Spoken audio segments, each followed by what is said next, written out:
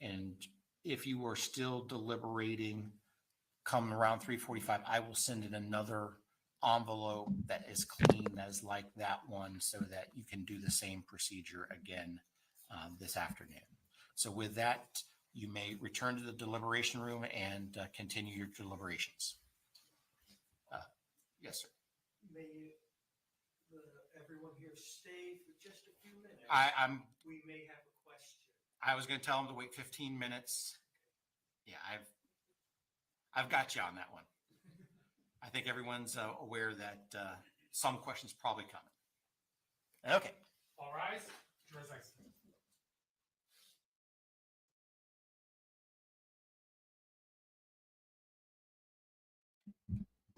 Good morning, everybody. I'm not ready yet. My hair's not dry.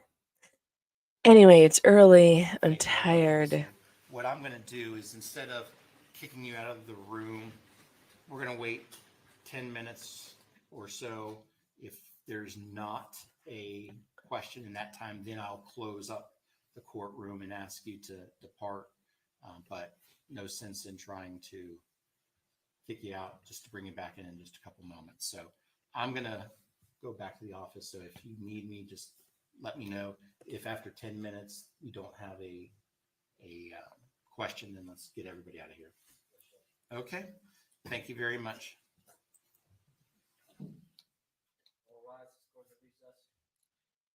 Okay. They're going to go into recess, and we're going to back this up because we missed what happened this morning, which wasn't that exciting, but we're going to go back anyway so you can watch, because there was some discussion about how they're going to deal with this juror question. So let's go to that. What the evidentiary presentations would be and how anticipate witness to provide testimony on this before we send the jury back. So. Okay, and let's talk anything else on the punitive damage jury instructions. And it's all, of course, it's all just a theoretical possibility at this point. Okay, hearing none. Is there any movement on the readback issue? Where are we on that? We have a transcript, I think, that was provided to both sides by 1:30 in the morning or so. And so that is there. We have also, we have somebody to read it back for us. Christy Kirby. The law on this, I did a little refresher myself. I'll read it to that, to the witness. So Ms. Kirby is going to be the readback witness? Yes, The actual individual? Ms. Kirby is actually here. I couldn't find a way. Isn't she in Georgia? No, she lives in the Tampa Bay area. I'm definitely going to object to a readback with the actual witness. This is not. I We're agree. not trying the case again. We're not doing closing arguments again. We're just doing a readback. We are. Just read. Is the jury here? Yeah. Okay, thank you. We're not putting the witness on to read back. We're not doing that. Mr. Anderson, don't give me that face. It's not. That's nowhere appropriate. Okay, so go ahead, Mr. Altenberg. Oh, boy. Yesterday when we were talking, in my head, my assumption, it used to be that rule 3.410 in the criminal rules was the only rule on this. We basically did kind of a common law approach to this for civil cases. But I discovered last night that sometime in the spring of this year, we actually adopted rule 1.453, which is a slightly shortened version of what has been in the criminal rules since the late 1960s. So the procedures that we were utilizing are the same. And the big concern that is easily reversible error is if you discourage the jury from saying that they can get readbacks, which we have not done. The rule does say that if they request a readback or playback, they must specify the particular trial testimony they wish to have read or played back. And they have at least identified a witness in that regard. Right, and I also know that there's case law that once you start and identify the scope, you can't stop it. If let's say one of the jurors says, oh, we've got enough, because that's only one of the six, so you've got to do the whole thing. But the case law does give you discretion to give a limited or partial readback, as long as it's not misleading or places undue emphasis on particular things. One of the things we have a concern about on this, Your Honor, is, and you may recall, that Ms. Kirby was called out of the normal order. And just before lunchtime, she was put on before the witnesses that provided the predicate testimony for what she was about to do. So that means that the cross-examination on her was different because of that. And so when we start reading just her testimony, even if it's, the question here is only about Maya's lost God, why can't he learn to earnings say in her the name? future, if I recall. And that's that her testimony was actually bifurcated, so that they were talking about Maya first, cross-examination, then the estate second, cross-examination. So we can definitely limit it to the Hang on. earlier part, which Mr. Hunter's more prepared to talk about. But Well, why don't we do this? And let me just see if this is acceptable to both sides. I'll bring the jury in. We'll have the clerk deliver the evidence back to the jury room. I will say, we do now have the transcript.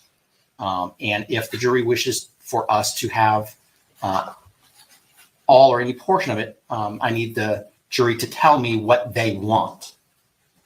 Does that work? I think that would be a good idea. To be the best approach, Judge. So, I mean, what we did when we got the dirty and then the complete transcript was attempted to identify those portions that were responsive to what it appeared the jury's question was.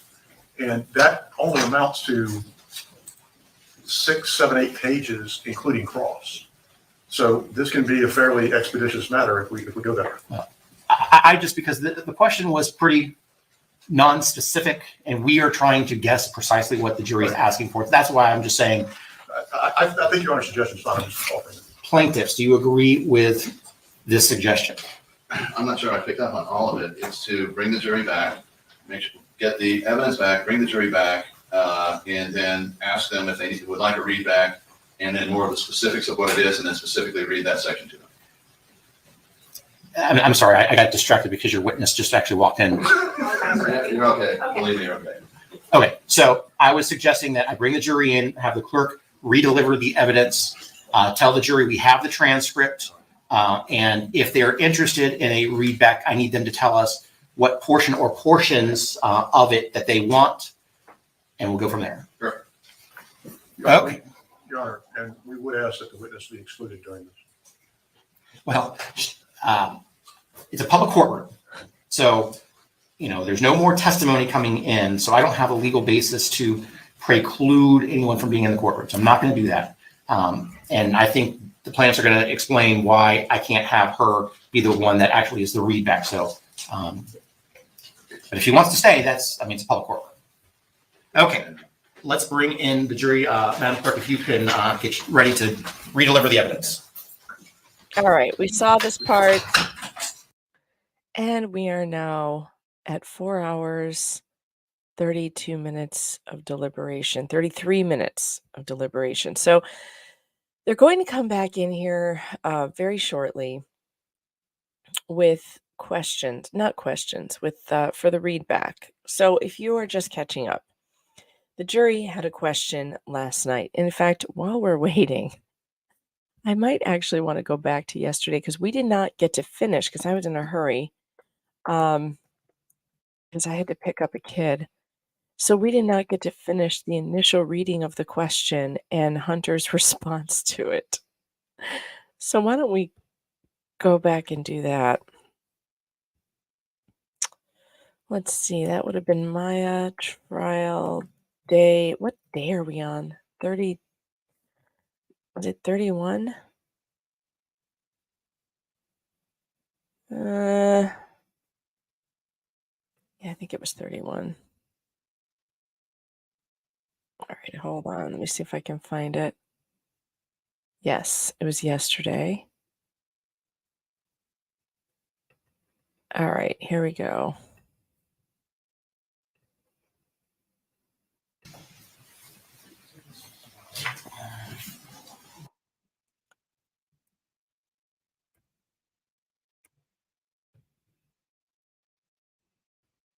finish. So I'm trying to, so that, but remember. I love it here. We'll have to be here. Sorry, guys. It's Some hard, sort of, hard to I'm be gonna see- precise with this. I'll be 6 o'clock. My view is, I think they're just done for the day. I think so too. All right. I don't think, This was the second time they came back. We need the first time. Here it is.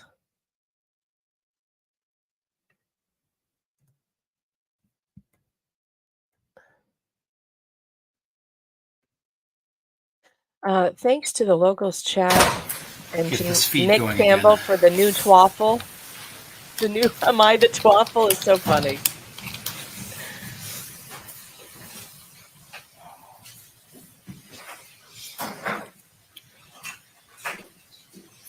All right, so this is yesterday. We're going to catch up on the question and the response that we missed. jury. And it says, we'd like to access the Kirby Christie financial money that possesses the lost earned monies, what Maya would earn, etc. Or / also, we have documents we need to review, but don't know how to find it. One juror says, quote, teach me how to find stuff, end quote. And stuff wasn't the word used, but that's my substitution. I also want to indicate that I understand that the jury was unable to access the thumb drive. I know that because they sent it to the court IT person who has converted it into an HTML. So I did want to let you know that there was Mike, who you've seen, has had some contact. So I wanted to first put that out there, let you know about it. If you want to have any follow-up about that, we can do that. So I understand that, and as a backdrop, we have the little computer back there. This is the first time that I think we've actually turned them on. It'll have Office on it. So that's what happened. We don't have Office Suite on it. And so that's why they had to convert that flash drive that we had with the exhibits. There's no Excel. Now, he has taken the computer that's downstairs in our jury room downstairs and has created and put Office on it. So he could swap it out if the parties wanted him to, or we can just let it be and just they can have the computer that they have back there.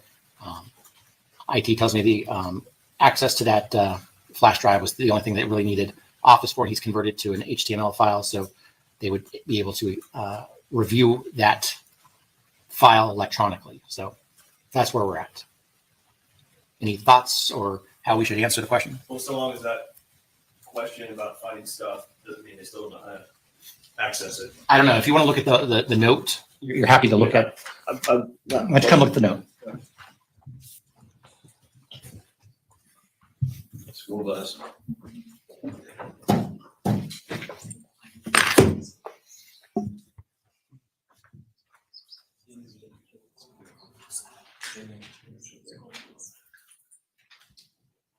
Look at Shapiro's face.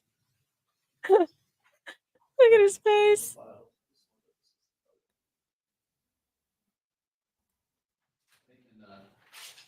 Now Hunter's reading it in Altenburn. Be directed towards the information or back in and tell them you got to rely on what you know in there. But there was testimony about Kirby Christie. The question was, as I suggested, putting her report in. I'm not sure we were allowed to put her complete report in, so they had notes about it. So I had predicted that they would want that report. Well, we need to come up with a response. Well, we object to them having the report out, Your Honor, because the report is hearsay, obviously. When The objective was it was cumulative. Well, whatever is in evidence is in evidence. We're not adding evidence at this point. This is just off the top of my head, but part of the problem is just sort of IT technology issues. If you wanted to let your IT man go and help them learn how to do something on that, I don't see a problem with that. I'm willing to do that. I didn't want to do that without Sure. the party's knowledge and assent. Yes, and I would just simply point out that they had taken notes on her testimony. I think they want to be correct about what the numbers are. And I want to make sure we have minimal error on economic numbers. But I think the court can say, you heard testimony, rely on your notes. And that would be about the best. Yeah. Now on, I'm trying to get them all on closing. The fact I don't know if they wrote them down or not. That's what they're trying to do. And they're trying to keep it so that they keep the numbers where they're supposed to be. And I really, for the record, we have to come up with an approach so that I don't want the defense coming back and saying, they got these numbers wrong, Judge. It was 10,780,000 and they came back with 10,250,000. That's not fair. So, well, we have to find the right way. I will tell you, I'm not exactly sure what the question is asking. I don't know if they're saying, help us find the location of the evidence, or if they're asking something else. I just don't know reading that question. Fair enough. You know, the second part is the teach us how to do this so we don't bother you type of request. Is kind of how I. Well, I think we should answer both parts of the question, because perhaps they're thinking, if we just get this text solution, we'll get the access to the exhibits, and somewhere in there we'll find Christy Kirby's report. So we need to Okay, instruct hold them that on. that's kind of futile. They're back. Wait. Well, they turned the microphones on for a minute, and then they turned them back off. So we'll go back to yesterday. Maybe the old, can we have a calculator? I don't even have I don't have coffee a yet. calculator. Seriously, Amazingly enough, I do. I would never have guessed. Can we just give him a calculator? But I mean, seriously, let's ask if they want a freaking calculator. You know, This is not, All right. how many times? Now they're back. Now they're back. Hold on. All right, this is live. This is this morning. Looks like I've turned back on all the systems. I have been handed a note from the court deputies who received it from the jury. The note reads as follows. No questions at this time. Would you all like to read the note? That's the note? No questions at this time? What? We don't need a note for that, jury.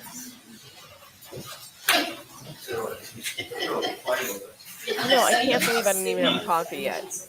And I need to dry my hair and put some makeup on. Jeez. Okay, so the parties have now inspected the piece of paper note from the jury.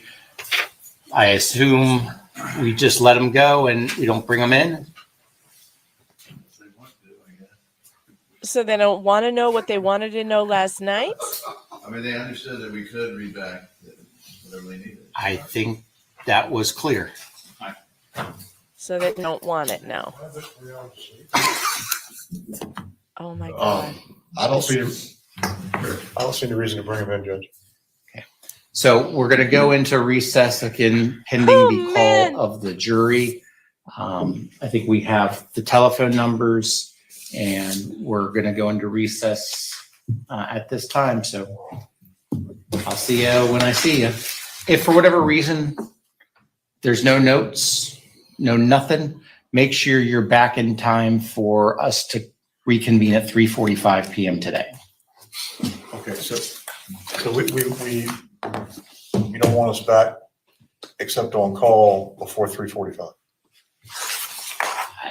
I mean, you're welcome to hang out in the courthouse, but I don't need to see you all again until 3:45 or whenever the jury has a question or a verdict, whichever comes first.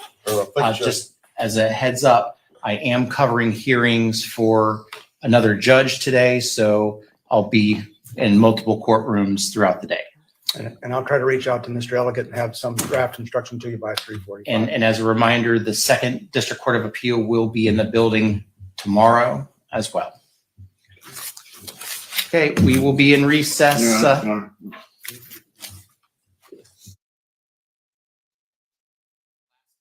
What now? Mr. Whitney. Just wondering if we could have a discussion, and we are very cautiously optimistic, but if they came back with a verdict sometime this morning and they checked in our favor on punitive damages, we talk about timing of what the court envisions, whether it's noon today, end of the day, tomorrow afternoon, we talk about how long the court would anticipate the parties having to prepare the punitive damages case broadly. We're pretty ready to go. but- My thought is, Oh my God. my they hope is still I'll to have the argue instructions, and if there is time available today, I want to shift gears and go immediately into it. Okay. So we need, Judge, Mr. Heath in particular will need 1 hour to get here where he is. He's in, north of Sarasota. Might need So- more than an hour then, but be You that do our as very best. It'd just be very hard to have him hanging around. look, I don't want to say if it's this exact time, then we're going to roll to the next day or not. I don't know. What I do know is we have a 4 p.m. hard deadline today. The verdict form, I'm sure, is going to take 30 minutes plus for the clerk to read.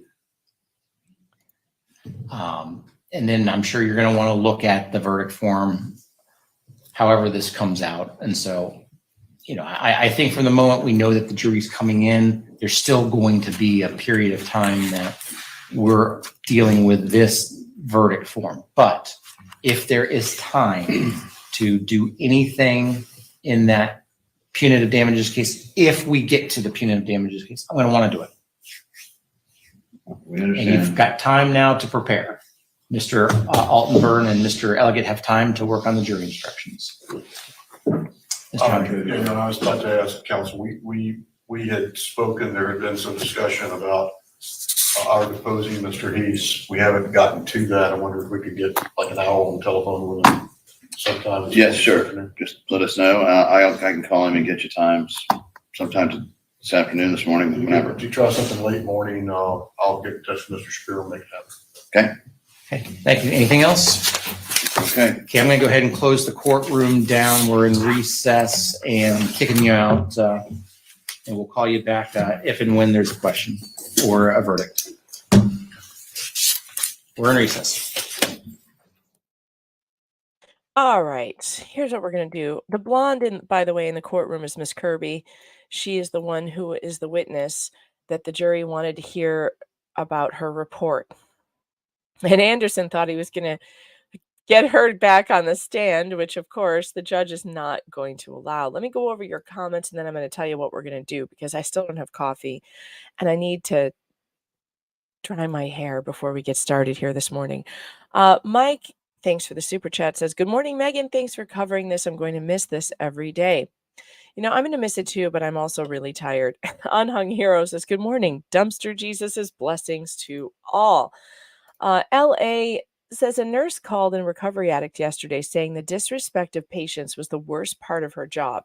That if Maya, a beautiful angel child, can't get respectful treatment, what chance do we all have? Yeah, it's pretty bad. Brittany Gibbs says, the more I think about it, I think the note about gas money was a joke. And when the jurors said it was read wrong, that's why. They should add an LOL next time. Now, I think next time they should not make jokes. That's what I think. I think don't make jokes. This is serious, and people are not going to take it well. Vinny DePoo says, why didn't the defense just shut this down yesterday? If it's not in evidence, too bad. Well, they did. They said you're not bringing in the report. And now it appears that the jury doesn't even want to see it. They don't have any questions. Stingy thinks that they're want to ask, what is the max zeros we can put in there? It's possible. It's possible. Sarah Dawn says, I think someone has come in this morning and said, fuck it, let's do what we want. That's also very possible. Brittany says, leave him alone. Let him write those zeros. Yep. Nick says, the jury did ask everyone to stick around in case they had an immediate question. Yeah, they did. But then they sent a note that says, no questions at this time. Yeah, also don't start your notes with y'all. Yeah, please don't make us believe that the entire jury is made up of Florida man. Please. We've really liked this jury, and after that question, we're just worried. We're a little worried. Yeah. Okay, so here's what we're gonna do. I need to get coffee. I need to dry my hair a little. I need to put on some lipstick. It's early. So I'm going to do that. I'm going to let you guys watch the verdict watch clock here tick away and entertain yourselves for a few minutes. And then when I come back, I'm going to be taking your calls. I'm going to be looking a little better, feeling a little better with some caffeine. And in the meantime, just entertain yourselves. You can do that, right? I'm going to be using a diffuser. Don't worry. It's the only thing that I ever use to dry this hair. So you guys, oh, and Locals chat is open, by the way. There is a Locals live chat. There is Rumble. We are streaming on Rumble right now. Good morning, Rumble. How are you? Oh my God. I almost missed a $50 Rumble rant by Rush 298. Thanks for all your hours on this, Megan. Here's to not getting mom shamed today. We hope. Well, it's early. It could still happen. But I am going to be taking your calls when I come back. I'm going to be doing that. And Locals, those be good over there. Make me lots of memes. While I'm doing my hair, make me some memes. Maybe you can make me some hair memes. That would be funny. All right. I'm going now. You guys go get your coffee or whatever. Or, monitor Recovery Addict stream. But I'm going to be back and I'm going to take your calls and it's going to be a lot of fun. So hang in there. I'll be back.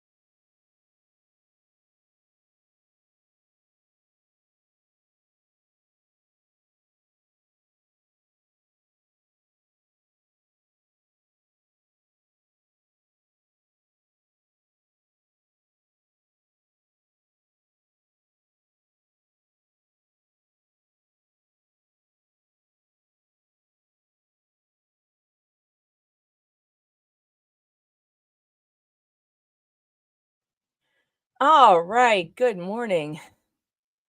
That's better. How are ya? Get in here, everybody. It's time. It's time. So I just fed Archie Ruckus. It's a good thing I went downstairs to get my coffee because he was looking at me like, "Where's my breakfast?" And he was not thrilled.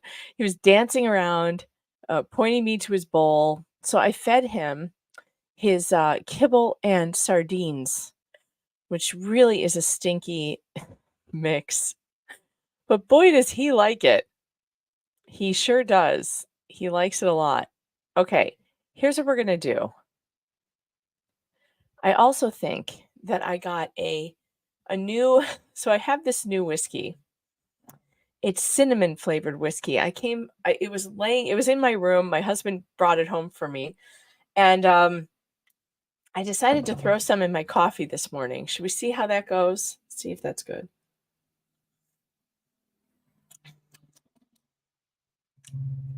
Not enough whiskey. Or needs more sweetener, which is weird because the whiskey is very sweet. I tasted it and it's very sweet. It should have made this a little sweeter than it is. It'll do though. I'm not mad at it. Fireball. Fireball is bad. Well, it's not bad though. It's pretty good. But why is the rum gone? It's a little early, don't I think? Well, it's never too early for an Irish coffee. Is it? Is there a rule about that? I mean, I'm not going any. This stuff is called magma flame. I don't know if I like the sound of that. But it tastes pretty good. But I think I need a little more sweetener in the coffee. Yeah, hot toddy. Look, if I have to sit here all day on verdict watch, it's going to be fun. Okay? Yeah, isn't happy hour anytime?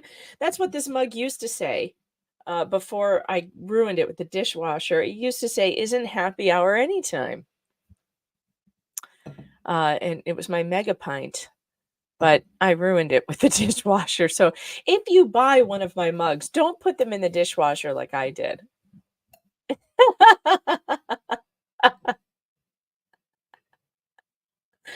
MAGA Flame. You would totally buy the MAGA Flame whiskey. I'm not sure if they have that, but somebody should tell Trump he needs to put that in the Trump store.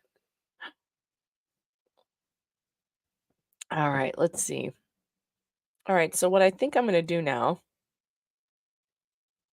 Oh, let's go back to watching what we were watching.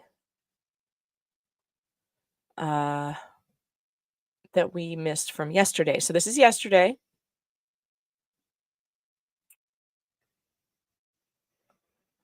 I have a new layout we can try.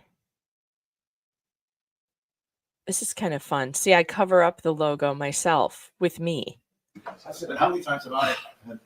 I've got a jury that's waiting, so let's. Yeah, I said an IT guy, but I wouldn't object to the clerk that put the records together and the IT guy going. That's a decent on-job training. I just asked Mike to come down here and in everyone's presence, we're going to talk about the scope. I'm actually going to bring the jury here first, but I wanted to nail down what we all agree on Mike can do, and if it would be better Al or you know leave. Can we seriously, I mean, it may be as simple, they don't have their phones, they don't have anything else, can we at least ask them if they want a calculator, because that's allowed? Well, they have not asked for a calculator, so I'm not going to create an issue that hasn't been asked. Now, there's been some discussion as to whether we should have IT go in and help. Anderson's really pushing for that calculator. I could give him a calculator. I have one. Yeah. And so we're going to have this discussion. I just want to make sure both sides are okay with Mike. And you also said have the clerk go in and I'll show them where the evidence is. No objection. Okay. I also need to bring the jury in to give them the response. My response, should I just say that I'm interpreting this question as you need help trying to figure out where to find stuff, and we're going to send these two individuals back. They're not allowed to discuss this case with you. They're not allowed to help you or communicate with you other than to show you how to find stuff and how to do it. Is that? Well, that is agreeable to the plaintiff. I still, request that there be some communication with the jury, so we don't have 15 questions about this. If this is the math, let's ask them if they need some help with the math in some form or fashion. What if I do this? I'll tell them that my understanding of the question is you're asking for help. If the understanding of the question is different, send me another note. Yeah. That way I invite the question, but I don't presuppose what they are thinking, because I don't. Because right now I don't know. I get it. I agree. Everyone So- needs help Great. with math. Is there any chance of sounding them out? I like doing it this morning, let that run. It's 4:00 now, and they know that it's going to take a while. So if they're just trying to figure out where they're going to find stuff, we'll see how it comes out. So, What about the PCs? If I swap do you want him to put in a machine that has Office on it, or just leave the machine? They're struggling with what they have, and he's already turned it into HTML. I think if you can make it simpler. Can I ask one question here? Sure. Whatever you could put on there, will it have the ability to do basic math and arithmetic? I believe so. I have to take a look though. I'm fine. It should be the calculator. Yeah, the basic office has a calculator. Well, the He wants to make sure there's a calculator in the room. He's still on about the calculator. machine that's in there right now doesn't have Office. All right, so Oh, we like, it doesn't have then we look Office. at swaps, so that there's. So the It's okay plaintiffs with are okay with putting a machine with Office in there, That's fine. and the defense are okay with that. But if it has So- Office, then they can use an Excel spreadsheet and they can just plug in the formulas. Even I know how to do that. Do you have the computer ready to go? Sorry, the conference room. Okay, so that's the one from downstairs? Correct. Okay, so what we're going to do is we're going to bring the jury in. I'm going to go read them the question. I'm Nick, going to respond that we're going to send. Nick Campbell says Shapiro doesn't need help with math. He can add my fuck up plus my second fuck up equals lots of zeros.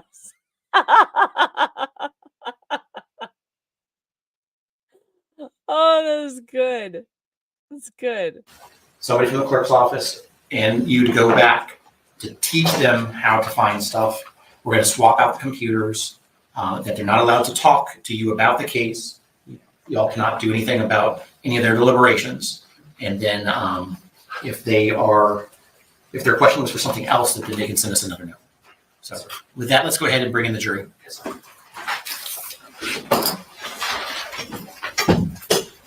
All right, so we saw the rest of this last night. So I just wanted to see the lawyer's reaction to that. That was funny.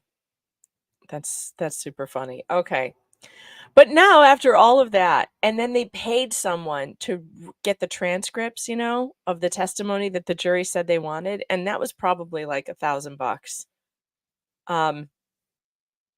Probably like $1,000. It had to be. And now they don't even want it. They don't even want this jury. This jury is like, psych. We didn't really want it. We thought we did, but now we know what we're going to do, I guess. We don't need it. We don't need it anymore. Strange, right? All right. I am going to be taking your calls. And let me pull the number up because that's what we're doing now. I started doing that last night. It was a lot of fun. So we might as well do it now while we are waiting for verdict watch, waiting for this jury to come back with a verdict. Call in now, 617-8585 Fox. And I'm taking your calls. If you are on the phone, if you hear me on the phone with someone, you can't call because I can't pick up. You have to wait till I hang up to call. I know that's difficult. But yeah, we're going calling in. 617-8585 Fox. Anything you want to talk about. You want to talk about the jury? You want to talk about their questions? You want to talk about the case? You want to talk about my hair? I don't care. We'll just talk. Here we go. From testicular trauma.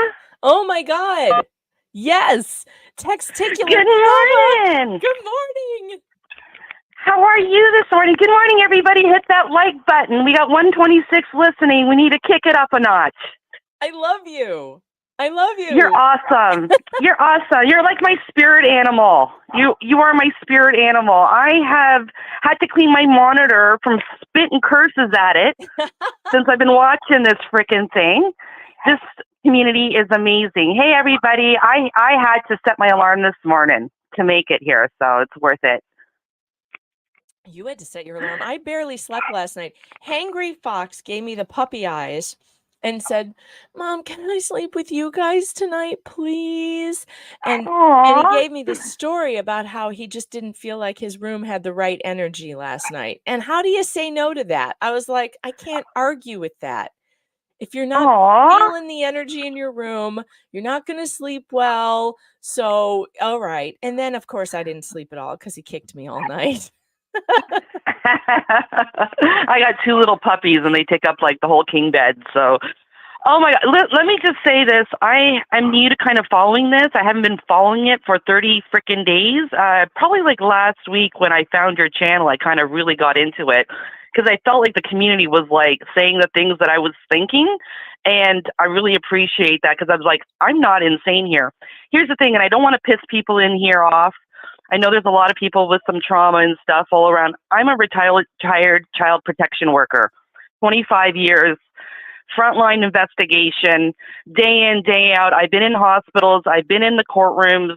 This is just horrific. But I can tell you, having worked in that kind of institutional setting, what has happened here is, I'll tell you, that doctor got a bug in her ear, that Dr. Smith. She sat down eating donuts off her freaking keyboard, browsing somebody's medical history.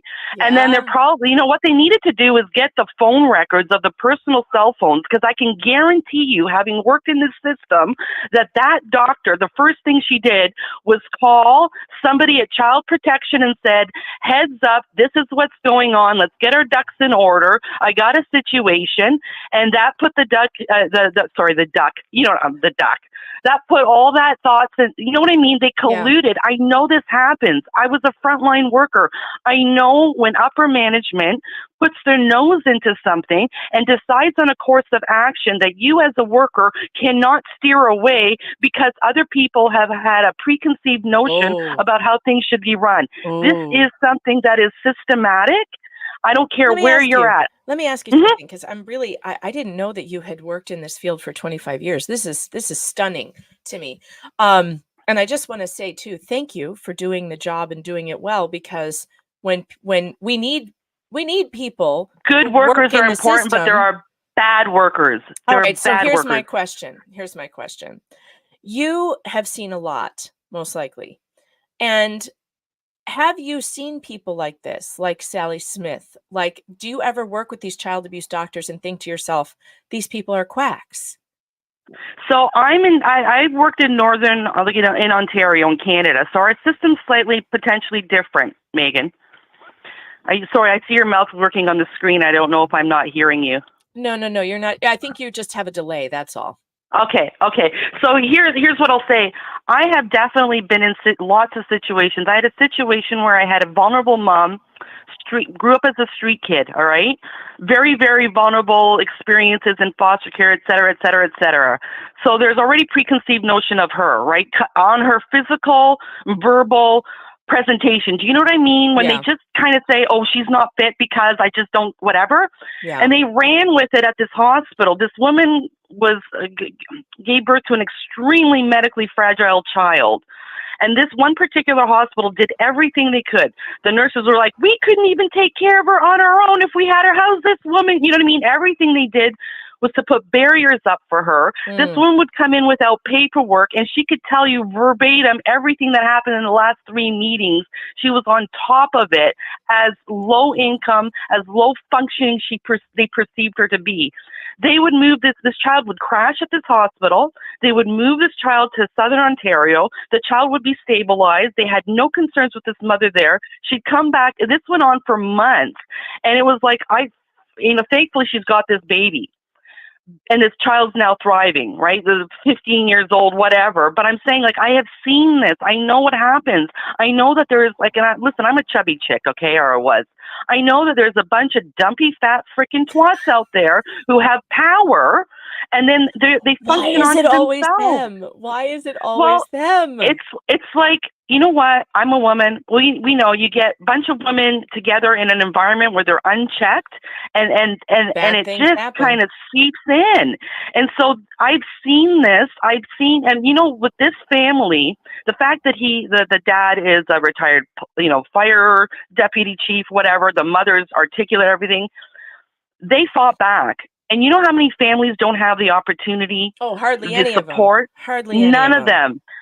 I, in my 25 years, have never had a 10-year-old child on my fucking lap. Excuse my language, Right. chatters, okay? Never. If I'm in somebody's house, I'm sitting on the floor and I'm respectful. And if there's a child that wants to come to me and touch me, I look to the parents, I say, is it okay that your child's on my lap? Yeah. Right? Yeah. They offer me to hold the child. I don't offer. I don't run my fingers through a kid's hair. I have never in 25 years had to hold a child down for anything related to court or medical or children's aid against their will and take pictures of this child. That would have been child sexual abuse had it been men doing this. Right? Yeah. Well, Right? I don't know how it isn't child sexual abuse in the first place anyway. The way it was described and they admitted it with no consent when parents still held the consent for treatment, there is no possible way that isn't This consent thing is abused. bullshit. Everybody and their dog knows you have the right to revoke consent. Period. That's it. That's all. It's verbal or it's written. You can do it. This is bullshit. It doesn't give you them consent to stick something up your vagina and say we need it for court. That is absurd. That is what's absurd. It is. It's absurd. Not to mention that they never used it in court, to my knowledge. What was the Child use? porn. What was the use? Where are those pictures? Where are those pictures? Where did they go? And I want to know what other pictures are on that camera. Remember what she said? Oh, I locked it in my office. Well, who else has access to it? And what are they doing with the pictures? And are they being downloaded somewhere? And are they being sold or traded? What is happening with the pictures? If I was to have to take a picture of a child to say, like, show that there's bruises, or I'm going into somebody's house and I anticipate having to take pictures, I go out, I sign an agency camera, right? I take the pictures, I bring it back to IT. IT deals with it from, you know what I mean, the safety, securities, all that kind of stuff. It's inputted into my file, and nobody's allowed to see that shit unless you're directly involved. See, this is the thing with this doctor who starts browsing medical files. I would not put it past her to have started looking into the medical files of this mother and the brother and the father, and we just don't know about it because there's no way to paper trail it. I believe that they're fully capable of doing. I'm sorry, I'm going to take up all your mic time or your phone time here, guys. But we've got plenty of time. I'm like, got to wait for all day. So, like, I know there's bad workers. I get that there's bad workers, but this is horrific. And and you're in a culture where you can't fucking say shit, and you're worried about your own ass because you're used to $80,000 a year. You're not going to say fuck all. All right, because there's some doctor's going to come down with her piss flaps flapping in the wind, and she's going to shut you down because they have too much power. Especially at Johns Hopkins, they had a culture of retaliation and retribution. We heard this. This is what the feds found. So how did they even allow this doctor to continue to have access to that hospital as anything? How does she even how do they even allow her into the building? Well, so this is maybe what you don't. Maybe Canada's different than we are, but. The thing is here, and this is something that was not discovered in this case, or whether either they didn't find it or it doesn't exist, but I doubt that it doesn't exist.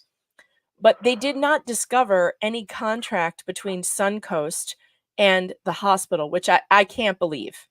My God. I think they're hiding it. I think they're hiding that contract because there must be.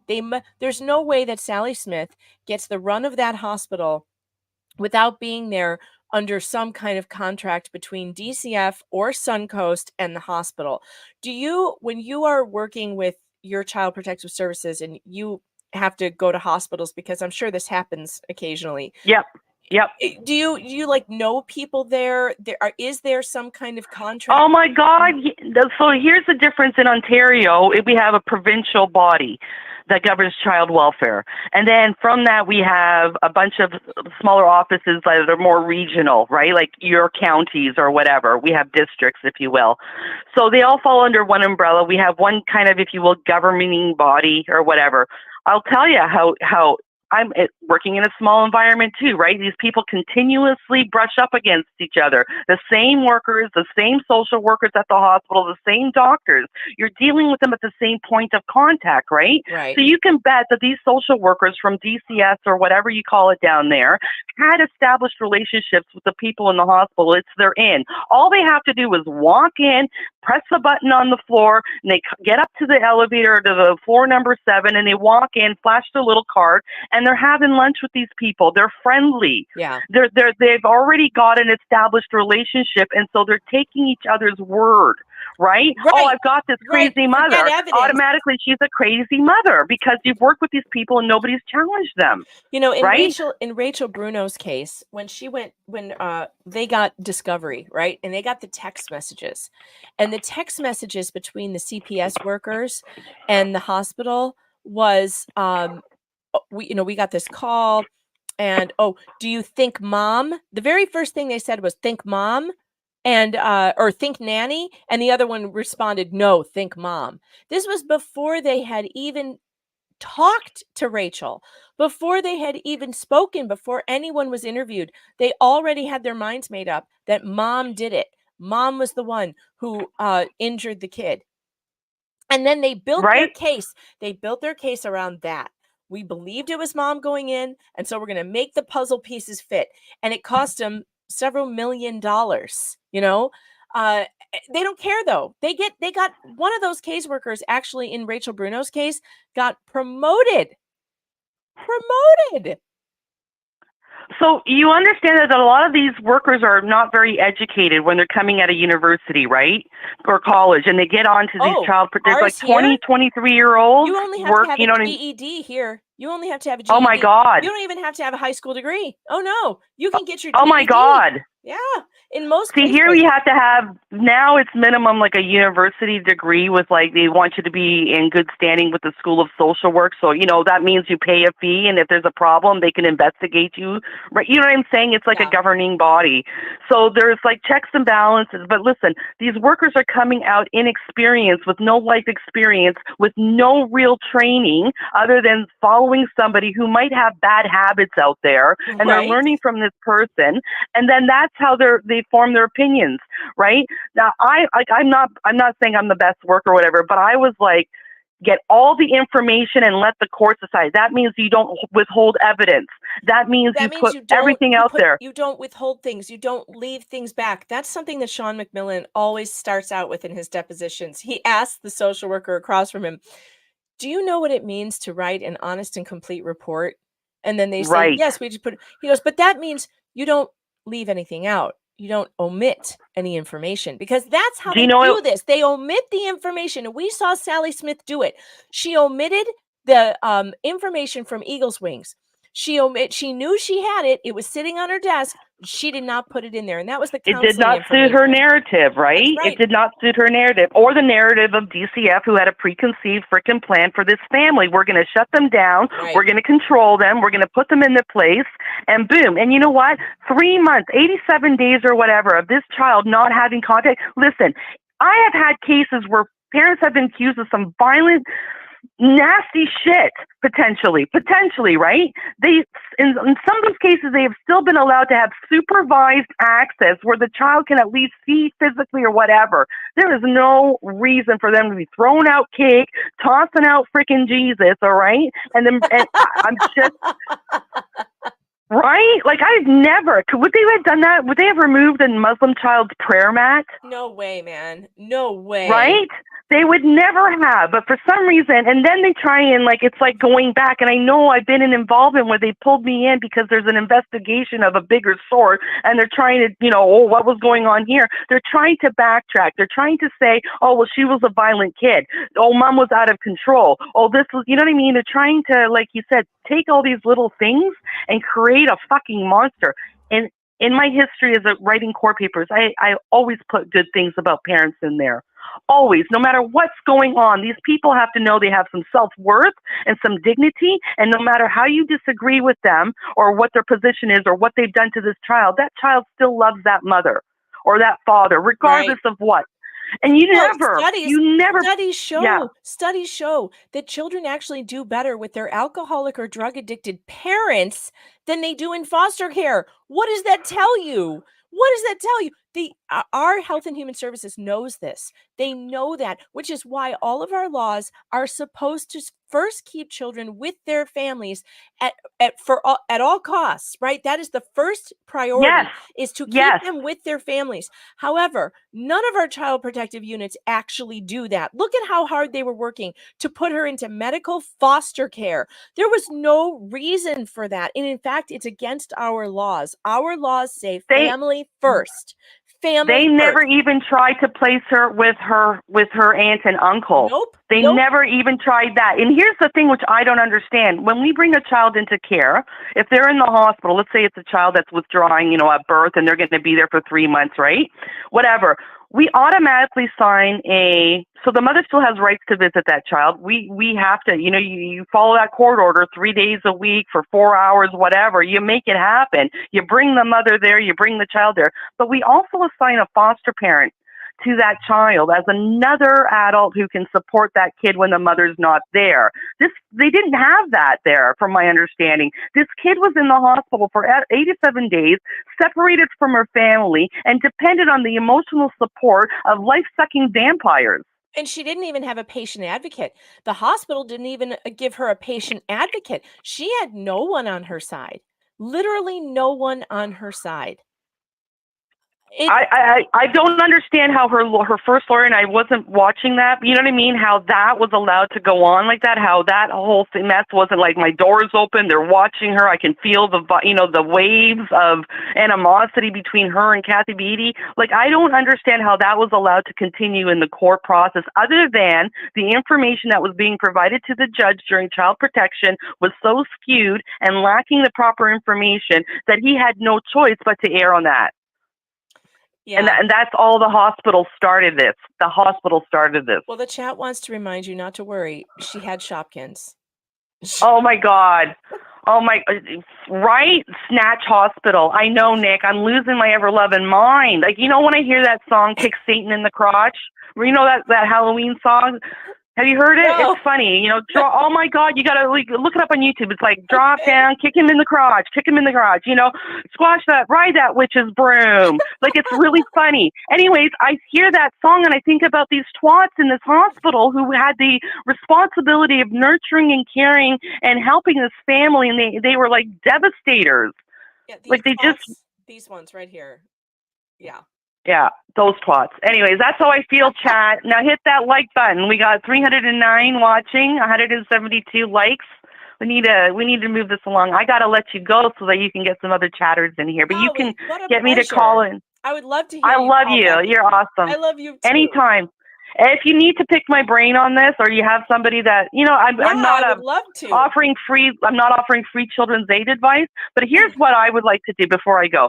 My dream job would have been to offer up a service where people can call me and say, I have child protection coming over. I need somebody here just as a side. I would go in, sit down, and write those case notes like a caseworker so that my client would have that information like directly there, and they could bring that, because people don't, you know what, people in here, moral of the story, do what Beata did. Record the fuck out of everything. Everything. And don't sign anything.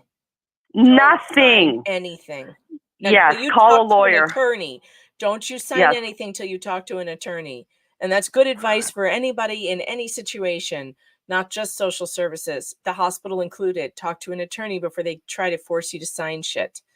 Yeah. Now, before I go too, so we had another little check and balance up here. I got to mention this. When I was working with Native families for a time, now they've got their own Native agency now. In order to make sure that we are providing culturally appropriate services, the reservations would not permit us to come onto their communities or work with their clients outside of their communities unless they had a community worker present. So that person was assigned by the community to be present. So I would have to call the community and say, I want to go do a home visit. They would get that worker to be available. She would show up, she would sit down, and she would stay after I'm gone to process that information and help them throughout this process, because I'm a government fucking worker. They need backup. And those are the checks and balances that people involved with child welfare need. They need that support system outside this government machine. Yeah, we need that too. And it's interesting to me, and here's how I know you're a good government worker, because here you are acknowledging the fact that the power you have, and that citizens need an extra backup when you're involved in a case. That tells me you take your job really seriously, and that you're not trying to screw anyone, and that you're there to make sure kids are safe, and that's it. There are too many case Sometimes workers. people just need help, Megan. Sometimes people They just need a little help. Yes. That's You know it. how many people have had their kids taken away because they literally just needed a little bit of support. They needed some groceries in the refrigerator, or they needed to learn how to Yes. get on WIC, or they needed to learn, maybe they needed to take a parenting class. They did not Yes. need their kids taken away from them. They needed these so-called in-home services that our CPS claims they give, but then they don't. They just take your kid. When I heard this one, remember this one, the one who threw Jesus in a dumpster? Where is Yeah. she? When I heard Yeah. her Yeah. say that she gives in-home services, she was providing in-home services, I was screaming at the screen, bullshit. No, you don't. Name one in-home service that you've actually completed, because everybody I've talked to, nobody's ever gotten it. They were promised it. They were told that those were the options, but they were never offered them. Never. Well, now that one that's on your screen, the pink shirt lady, the one Yeah. that threw Jesus in the dumpster, like her position in the thing was very lowly. Let me just say that. So you have the managers, you have the child protection worker or whatever, and then because they're so overwhelmed, they need somebody to supervise access. They have people that just do that. This person had no real power, so she was definitely rigidly following the expectations that were given to her, right? And these people aren't meant to, they're not thinkers. She's not meant to think on her feet. She's meant to do and just be that bad person. Do you know what I'm saying? Just do what she's That's told. the authority that they Follow gave her, orders. Yeah. Follow right? the orders. Yeah. Yeah, it's terrible. It's so, there's so much more that I can get into about what's been happening here. I want to see case notes. You know what I mean? I want to see the documentation. If all these notes and meetings are sounding the same by these workers, oh, she whooped this. You know what I mean? It's like reading a Stephen King novel. If a worker is consistently writing in the same way for all those visits, like it's the same kind of theme, the same kind of vibe, the same kind of order of things happening, and that happens, that means they're not doing their fucking job. Right. Because your visits should never be the same, and your commentary should never be the same, and you should always be eliciting more information or things that are relevant to the matter. And this is what I'm saying. There's a lot of shit that's gone on here, which is like they were only going back, notes. trying to correct the record. They were taking notes to fit their narrative, period. Anything that didn't fit it, they left out. And anything that did fit it, they put in. And that's it. And I think they made shit up. I personally think they made shit up. All right. Absolutely. The chat says, okay. I got to go. Yeah. But okay, we've got bye. people calling in. But thank you so much for calling in. Please call back anytime. I love talking to you. Will do, hon. All right. Hit the like button, guys. All right. Take care. All right. Call back in now, you guys. I know you've been trying to get through. Go ahead. Call in now. 617-8585-FOX. Testicular trauma. I love you so much. It is great to hear from good caseworkers in this audience. I love that so much. Good caseworkers is what we need. We need more people like that in the system who are not there to violate your rights. 617-8585-FOX. Well, now you calling. There you go. Here we go. All right. Who we got next? Call from Christy. Hi, Christy. Hi, Megan. How are you? Oh, with all of the things. This case has been driving me bananas because I'm a retired nurse. I've suffered with chronic pain, all of the things, and now I actually work for my best friend as a forensic psychologist. And don't hate me, we have a DCS contract.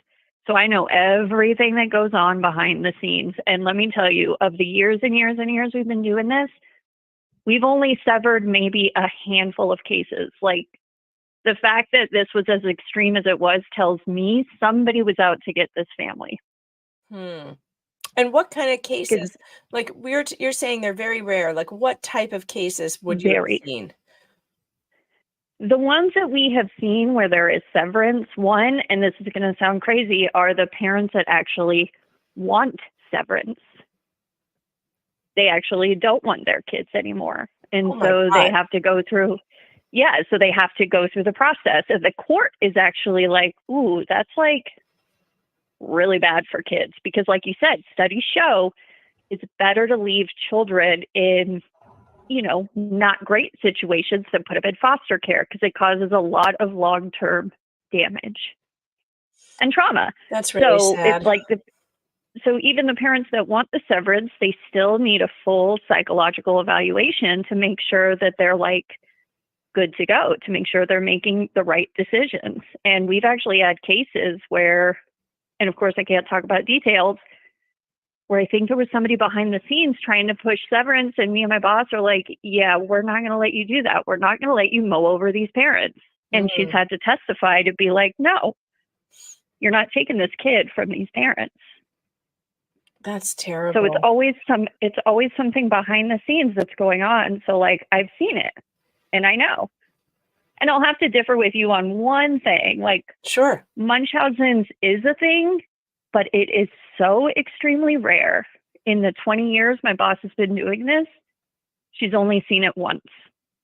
Well, and I mean, I don't deny Yeah. that people abuse their kids in that way.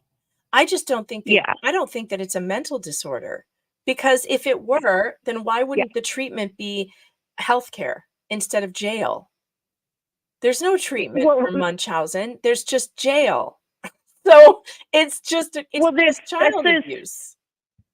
Well, there's jail for Munchausen's just like there's jail for psychopathy, even though psychopathy is not general, like, is it a DSM-5 diagnosis? It is antisocial personality disorder. Like, you don't get to go on the street and then just like stab somebody in the eyeball and be like, oh, well, but they get sorry, therapy. that's just my antisocial. But like they get therapy. Like you would put them into therapy. There's no therapy for Munchausen syndrome by proxy. It's just jail. So I just have a problem with calling it this thing that has been Hollywoodized, right? It's this. It 100% has. They just think it's Munchausen. Like, I talked to my boss about it, and she looked at me with her resting bitch face, and she's like, what was this person's name that said that? And I was like, oh, someone named Dr. Sally Smith. And she's like, was she a psychologist? I said, no. And she said, well, she doesn't know what the F she's talking about.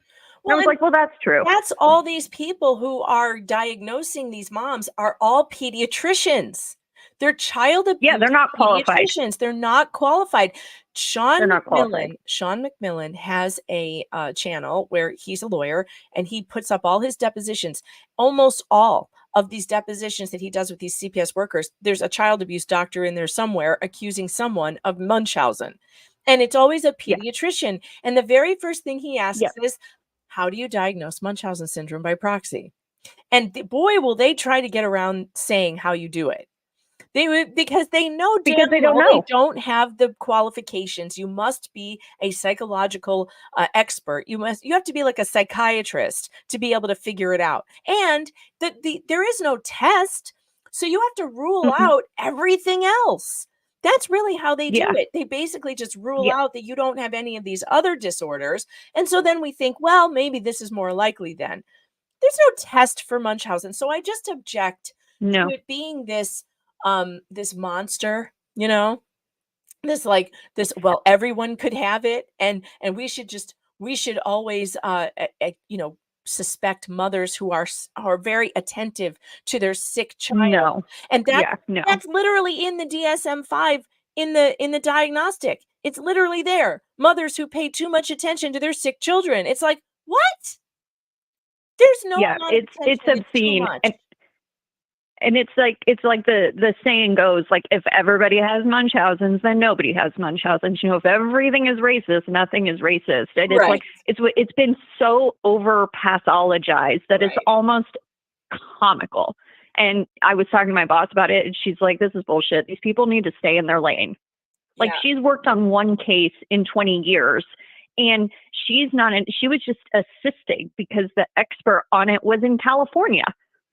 So she had to work with him, and the case was here, And she was like, oh, can you, like, I don't know how to do this. And he worked with her. He's like, well, I need you to do this testing and these things and work up these reports. And she's like, okay. And she's never seen another one. And she said that case was really bizarre. Like, it really stood out. It was unlike anything I had ever seen, but I'll probably never see another one. It's that rare, to the point where it makes Maya's like regional pain syndrome common. Like, that's 10 times more common than the Munchausen's. Like, them thinking that it was automatically Munchausen's is so statistically in left field. I'm like, what is wrong with you people? None of you do this. Like, you should know how rare this is. This is a good An expert comment knows. by M169 says, it reminds me of the satanic panic. Yes, there's so many similarities between the Munchausen panic and the satanic panic. It's like everyone's seeing Satanism everywhere, like in the 1980s, where all of a sudden everybody's a Satanist. Now these child abuse doctors, I swear, all they do is sit around in their conferences discussing how to catch mothers who are Munchausen. I don't think they have any other, I don't think they have any other training. I think that's what they're doing. They're so focused on it. They're so focused on this Munchausen thing that that's all they see around every corner. And it's all they see. They're so terrified of it. And there's no, like, this, you know, what was talking about, oh, there was this conference for Munchausen's that Sally Smith went to, blah, blah, blah, blah, blah. There are no conferences, Megan. I get the emails. I go to the conferences. I'm going to the one psychology conference in Anaheim. Guess what they don't talk about? Munchausen's. Because it's not, it's so rare. That doesn't mean there are no conferences, because on my very channel, we watched one. With John Esper Wright speaking at a Munchausen conference, because that's what they do, by the way. They make themselves an expert on Munchausen's, and then they get hired to go and do, to talk about it, because very few people are experts in Munchausen, because it is so rare and it is so not understood. It's very rare. And then they're grifting. They're grifting on it. Okay, that it's a big grift. So none of this. So it's not that I disagree that it's a thing. It's that I think it has been fetishized to a point that is absurd. And every time I think that's a good word for it. Every time I hear Munchausen, my red flags go off. I go, nope, it's not that. I know for sure and it's they not should. that. And they should. You should that should not be where our mind goes. No. That's where your mind goes, where you're like, I have no other possible explanation for it. And even then you're like, maybe it could be this, because it's so obscenely rare. As a medical professional, if you really had this concern, then what you need to do is call in a psychological expert. That's who needs to actually do an evaluation of the parent. In none of these cases do they do that, or they will use one of their own quacks on the books that they've been paying. Like in Cynthia Absug's case, they tried to make her go to a guy who had received already $500,000 by the county diagnosing other mothers with Munchausen. So they'll use their favorite Munchausen guy, and they won't let you choose your own person. See how this goes? Because they want the diagnosis that they want. This is a problem, having doctors contracted with the county to give them the results they want. If the county is paying you $500,000 a year, you're going to tell the county what they want to hear, period. And that's 100%. And that's why, like, even though we have the DCS contract, like, we're not yes men in our office. And even I believe like Beata was cleared when she had her forensic evaluation, where they're like, no, we don't see it, because she actually had someone who knew what the F they were doing. They were like, no, this wasn't a thing. But all of that was just like, well, but we've got these other people and we're going to choose to believe them. That was kept out of this which trial. Is BS. Because of the immunity, and that was part of the dependency case. And it's really unfair, because you have all these people on the internet, in the chat rooms and whatever, still defaming this woman after her death and claiming that she was a Munchausen mom. And it is so obviously not true. We know for a fact that Johns Hopkins has never said Maya is not medically complex. They have admitted it in the dependency hearing paperwork that I've seen. They know she's medically complex. And so there's so it was all a lie. It was all a lie. Mhm. She Mhm. did not get better when she was separated from her mother. She got worse. No. This whole thing is a lie. No. And whether you believe she has CRPS or you believe she has conversion disorder or you believe whatever you believe, it doesn't matter. It was never Munchausen. So it doesn't matter. It was never Munchausen, first of all. And if you're going to allow into court that you believed it was Munchausen's, you should allow into court that it was found without a shadow of a doubt that she did not have Munchausen. So I thought that was kind of BS that they didn't allow that in. I do too. I do too. I think that's BS too. Thank you so much for your call. I really appreciate it. Thank you. I really enjoy your show. Your chat is a lot of fun. Like, I love a Thunderdome chat, which I feel like is what it is, because we all kind of gotta get our steam out. So it's a lot of fun. It's very interactive. I enjoy it. You're all adults. I think that you can. Yes, that's true. Comport yourself, appropriately. I'm not going to be your babysitter. I'm the cool mom running the chat room, as I call it. That's true. Okay. All right. Y'all have a fun time. All right. Talk to you later. Thanks for calling. All right, guys. 617-8585 Fox, if you want to call in. I'm having a fantastic time talking to the chat today. And you're making fun of me for calling it the chat room. Look, sometimes I'm stuck in the 90s or the 80s even. I have a lot of vocabulary that, just hasn't evolved. One of you said you like Radio Me. Talk radio was my first love. I worked in talk radio for many years. I have sat in here sometimes on WHAM 1180 in Rochester on a 4-hour show for Bob Lonsberg. In a couple times. It's one of my favorite things to do. And coming to the phones now is... It's Wheezy Bob. To accept. Wheezy Bob, welcome to the show. How are you? Good morning, Megan. Hey, it's Lisa from Las Vegas. I don't think I've talked to you since before I was going to go to Nick Recada's event here. Unfortunately, I never got to go. I didn't get to go either. I wanted to, but I didn't get to go. Yeah, it ended up being a drunk fest, which was probably better for me not to be there anyway, because I'm a tiny woman and one shot I'd be on the floor.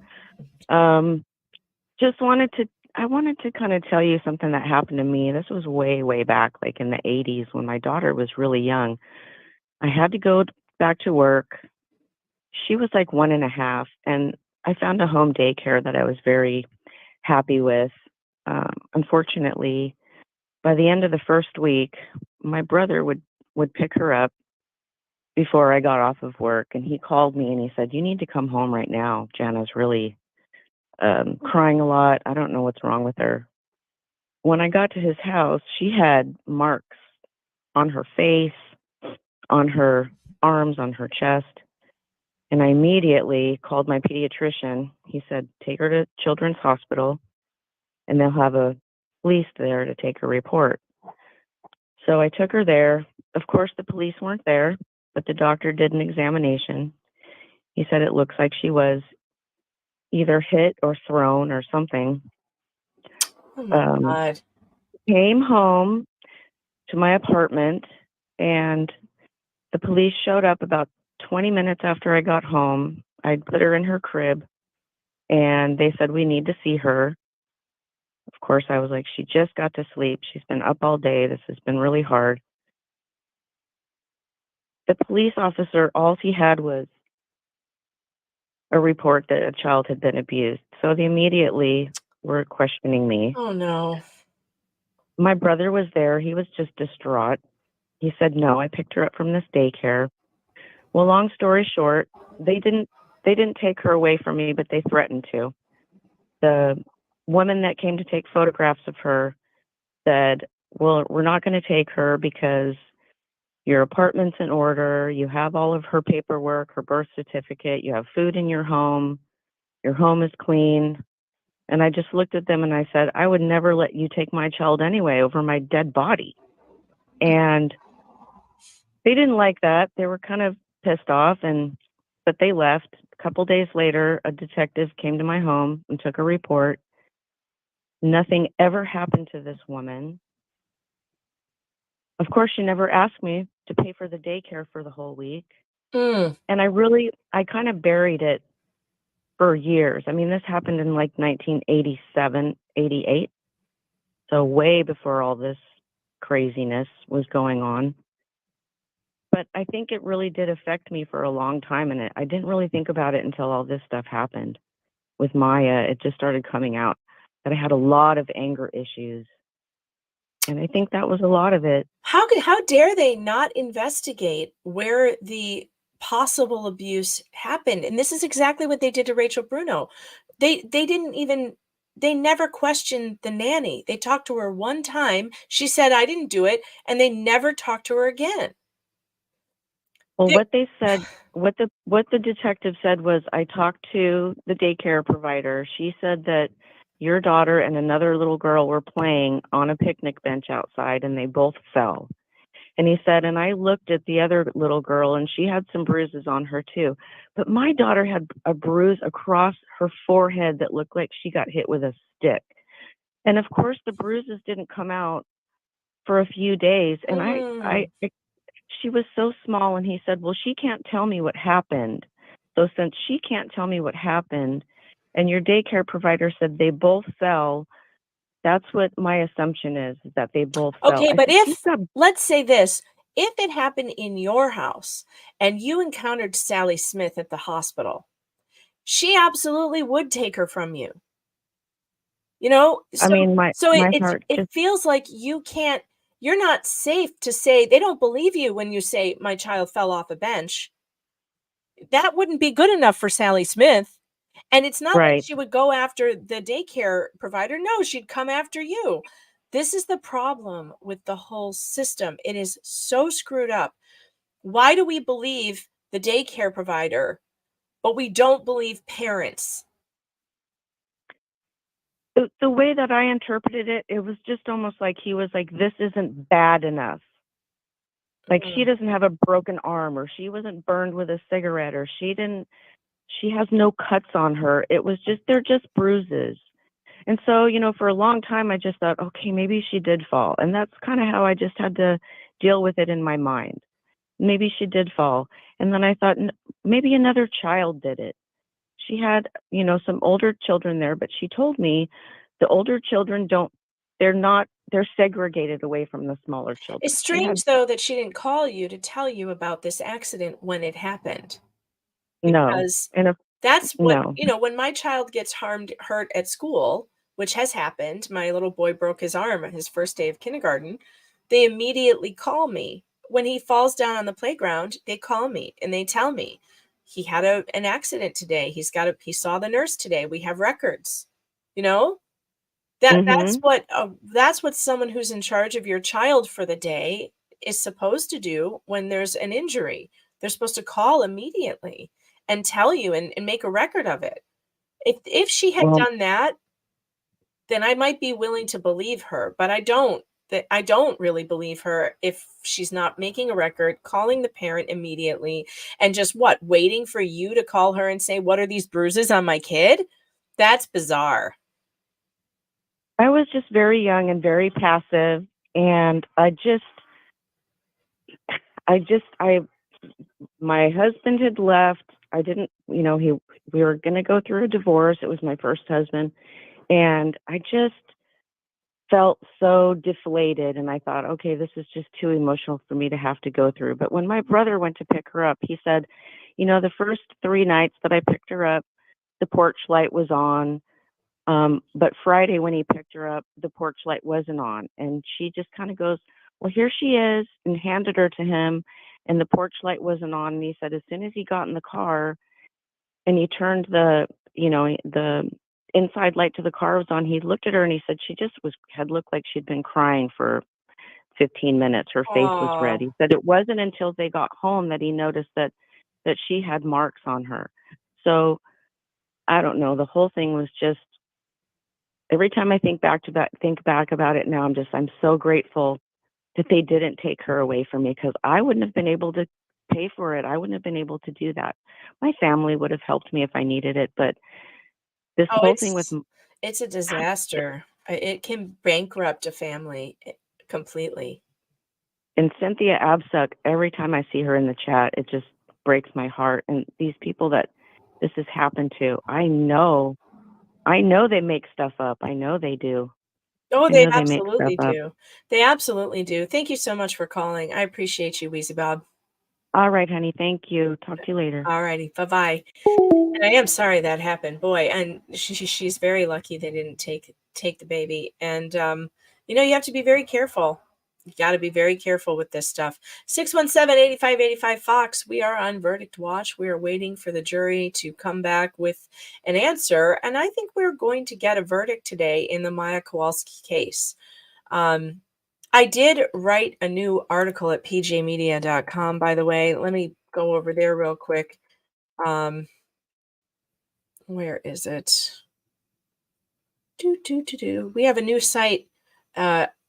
We have a new looking site. We got a new site design. All right, here we go. YouTube sent me to re-education camp and I didn't even get a lousy t-shirt. I wrote this yesterday. I'm going to drop this in the chat for you guys. Here we go. Let me read this to you because this is funny. Rumble, I'm getting over there to drop it over there as well. Clickety click, everybody. Clickety click. It helps. If you can't send a Rumble rant or a super chat, you can click on my articles. I did a bad thing. What that bad thing is, I have no idea though. But I was informed by YouTube that a video I made almost 3 years ago contained double plus ungood content. And that content was so threatening to the approved narrative that it had to be removed from the platform without ceremony. It was removed so efficiently that I wasn't allowed to see what the offensive content was. I was allowed to appeal the decision, but without knowing what the content was, the appeal was useless. All they would tell me is that it was medical misinformation. That's code for, you said you don't like vaccines or something. The strange part was that it was a family court video. Several years ago, I was doing weekly family court updates with all the most egregious family court horror stories going on across the country. The only one I could think of where I might have mentioned vaccines was the case of Rachel Bruno, whose sons were taken from her after she was falsely accused of child abuse. Bruno's older son, a toddler, was forcefully given 12 vaccinations at once by Child Protective Services without consulting his pediatrician or getting parental consent. This is the only topic I could think of that may have related to vaccines or what YouTube deems misleading medical information. After the appeal was denied, I was offered the opportunity to take a re-education class through YouTube in order to have the warning removed from my channel. A warning means the next time YouTube decides you've broken their newspeak regulations, you get a strike. 3 strikes and your channel is deleted. I decided to take the class. So here are some of the screens. Let me show you. I guess we got to go over to Twitter to see the screenshots. Look at these slides. Guys, this is so crazy. Hello, load. Okay, my camera's freezing again. A news agency uploads a clip from a popular blogger who warns parents against the, I'm not even sure if I can say this out loud, MMR. You know what? The blogger says that this thing is unsafe because it causes this other thing that I probably can't say. After the clip, a newscaster says that multiple health authorities report the you know what is safe and effective and does not cause that other thing. So you have to then click, does this violate it or not? So I checked, this video doesn't violate the policy because the newscaster contradicts the blogger and provides accurate information. All right, let's go back to the article, which I'm totally gonna, I hope this stream doesn't get taken down. Now, YouTube, if you're listening, I have learned my lesson. I am now extremely, extremely pro-vax in every sense of the word. I will take any vaccine you want to give me at any time you want to give it, okay? Let me just make it very clear that I am not criticizing the World Health Organization in any way. The World Health Organization is always right about everything. The quiz YouTube made up tells you that content isn't allowed that contradicts local health authorities or the World Health Organization. Well, that's overly broad. What about when the local health authorities taped off playgrounds outside and refused to let children play outside? You'd have to search a long time on the internet to find anything dumber than that. It also says things like, we may allow medical information if the content has educational, documentary, scientific, or artistic context. We may also make exceptions if the purpose of the content is to condemn, dispute, or satirize misinformation that violates our policies. Oh, well, great. We can make fun of people who said that the you-know-what jab was a worthless and dangerous experiment, even though they were I can't say on YouTube. Never fear. Riveting content like this, however, will always be available. Thank heavens. And I want to skip to the really cringe part. Let's get to the cringiest part of all. Remember this? Well, I do. Big Brother couldn't have dreamed this up any better. George Orwell is somewhere in the next life screaming, "It was a horror novel, not a manual." But here we are. I didn't even have to get dragged off to a camp somewhere. YouTube just made me do this in my jammies from my living room if I want to keep that nice channel I have. Perhaps the most insidious part of the quiz was the hypothetical scenarios that YouTube asked you to decide are not violating policies. And then I read the one that I just read you. The amount of brainwashing in the language itself is overwhelming. Newscasters are trusted. Bloggers are not. News agencies are experts who never mislead. Blogs are full of dangerous misinformation. Subtle language like this might go unnoticed by the average person, but as someone who has been maligned as a blogger, I know the code. There were more stupid questions like this, and one hilarious scenario about 5G towers. Can you guess that you're not allowed to speculate that 5G towers might, be, I don't think I can say. That made me think, what the hell is YouTube going to become if you can't get good conspiracy content there anymore? Where am I going to go to get my reptilian overlord fix? Illuminati trannies, remote viewing, CIA monarch programming slaves? How am I supposed to fall asleep without the bizarre theories of the weird side of YouTube pumping into my earbuds?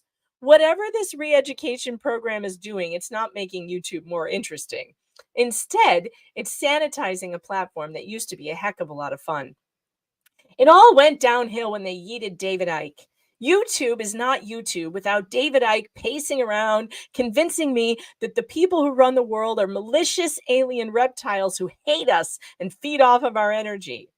Reading that back, it's weird how strangely close to the truth that now sounds. Maybe they're not reptilian aliens, but I'm pretty sure they hate us and feed off our suffering and the chaos they cause. But we're not allowed to disagree, at least publicly, with those people who run this planet and are running it into the ground. We're not allowed to criticize the World Health Organization, that vaunted group of elites who took advantage of an Ebola breakout to grape and impregnate African women. According to the Associated Press, the WHO has some problems that go beyond misinformation. Their review found there were at least 83 perpetrators of abuse who worked for the WHO and partners, including complaints of rape, forced abortions, and the SA of a 13-year-old girl in the biggest known SA abuse scandal in the UN Health Agency's history. But that's none of my business, and certainly nothing YouTube wants to hear about. Just take your vax and shut up, peasant. Eat some bugs, live in a pod, and make your advertiser safe content that tells no tales about what is true. And there it is. Please do clickety-click and share on platforms everywhere, because they're gonna keep this one under wraps. They're gonna censor the shit out of this article. I had to write that last night because, sometimes I can't even believe the kind of shit that happens to me. I don't know what it is about this channel that they really do not like. But I hope that just by reading it, I have not now earned myself another warning. If my YouTube monitor is listening, I didn't break any of your rules. I agree with you 100%. We should absolutely look up to people at the WHO. We should absolutely do that and listen to everything they say and take every single pharmaceutical product that they decide we need to take. We should absolutely do that without ever asking any questions or thinking for ourselves. That would be terrible. That would be just a ridiculous thing to do. That would just be ridiculous. I don't know why anyone would think that American-born people would have their own thoughts on anything. And who the hell needs informed consent anyway? When you have YouTube and the WHO, who are filled with all these upstanding people who go around graping African women. Who needs our own thoughts on the matter? When you have the World Health Organization, we need Whoville t-shirts. All right. I'm taking calls again. 617-8585. Fox, call in. Call in now. It's a call-in show. It is a call-in show. You get to talk to me today about whatever you want. Yes, the paragons of virtue at the WHO, Stephanie. We are subject to them somehow. I know they're not an American body, but apparently that doesn't matter. Our free speech is dependent on us agreeing with them on all things related to our personal lives. So, okay then. I have been properly re-educated. Thank you, YouTube, for the wonderful little re-education camp that you put me through. I am very thrilled to have made it through and passed with flying colors. I didn't get one question wrong. So I've been completely re-educated. Of course I want Aunt Kiki to call in. Why wouldn't I want her to call in? I love her. Have her call in, or you call me. Somebody call me. The number's up. Oh, here we go. All right. Answer. Call from Crazy Warlock. Crazy Warlock, my Rumble. Hey, I figured I'd call since no one else was. It's my Rumble, my only Rumble mod. How are you? Yeah, and your biggest shit poster, yeah. And you're one of the 20%, by the way. Chat, round of applause for one of the 20%. Our first male caller all today. Oh, I was like 20%. I'm like, oh, okay. I didn't want to assume your pronouns, but don't assume my gender. That's right. How are you? My pronouns, by the way, are zip zop zippity bop. How's it going over there in the Rumble ghetto? How you doing? It is what it is. It's okay. Rumble's giving me problems today loading, but so I'm just watching on YouTube. But oh no, I've got the chat open, so I think it's on my end. I've been having some connection issues the last couple of days, so. Well, I was watching Nick Rekieta last night, and he announced that Rumble has this big announcement that they are rolling out a beta testing of a StreamYard alternative that is going to, I hope to God it works. I want to get in on the beta testing because it's going to put all my chats in one place that I can share on my screen from Rumble, from YouTube, from locals, from everywhere. How cool is that? It's called Well, that'd be great because StreamYard certainly is taking their sweet fucking time. I'll tell you that much. StreamYard is awful. The only chats I can share are Facebook and YouTube, like nobody else exists, and it's not okay. They need to have what they really need to have is audio balancing that you can do on your end and not do stuff on the back end if you don't want them to. I hear that is actually a thing. Oh wow! That's what somebody's been listening. Then somebody's been listening to complaints. Yeah. So it's supposed to have more control with the audio, more control with the chats. Anyway, I sent an email to my locals guy today, who's also my Rumble contact, to see if can I get in on that beta testing because I really want to try Rumble Studio. So, yeah. And did And did he say yes, or did he tell you to go fuck yourself? No, not yet. But he always says yes to me. So I'm hoping that he'll say yes one more time. I mean, they did let me get in on the beta testing RMTP on locals. So hopefully they'll let me get in on the beta testing for Rumble Studio, because I really got to get out of the StreamYard thing that I'm stuck in. It's no good. Oh yeah. It's no Yeah, good. okay. So Yeah, what are your thoughts You got to dump that Mac too, Megan. You got to take that leap. Oh, I know. Everybody. Okay, so this is the thing now. I'm really worried. And I know it's the worst time because it's close to Christmas. I know. Well, it's not that. I think I can swing a computer. It's just that I am worried that I'm going to pick the wrong one, and then I'm going to end up in the same problem.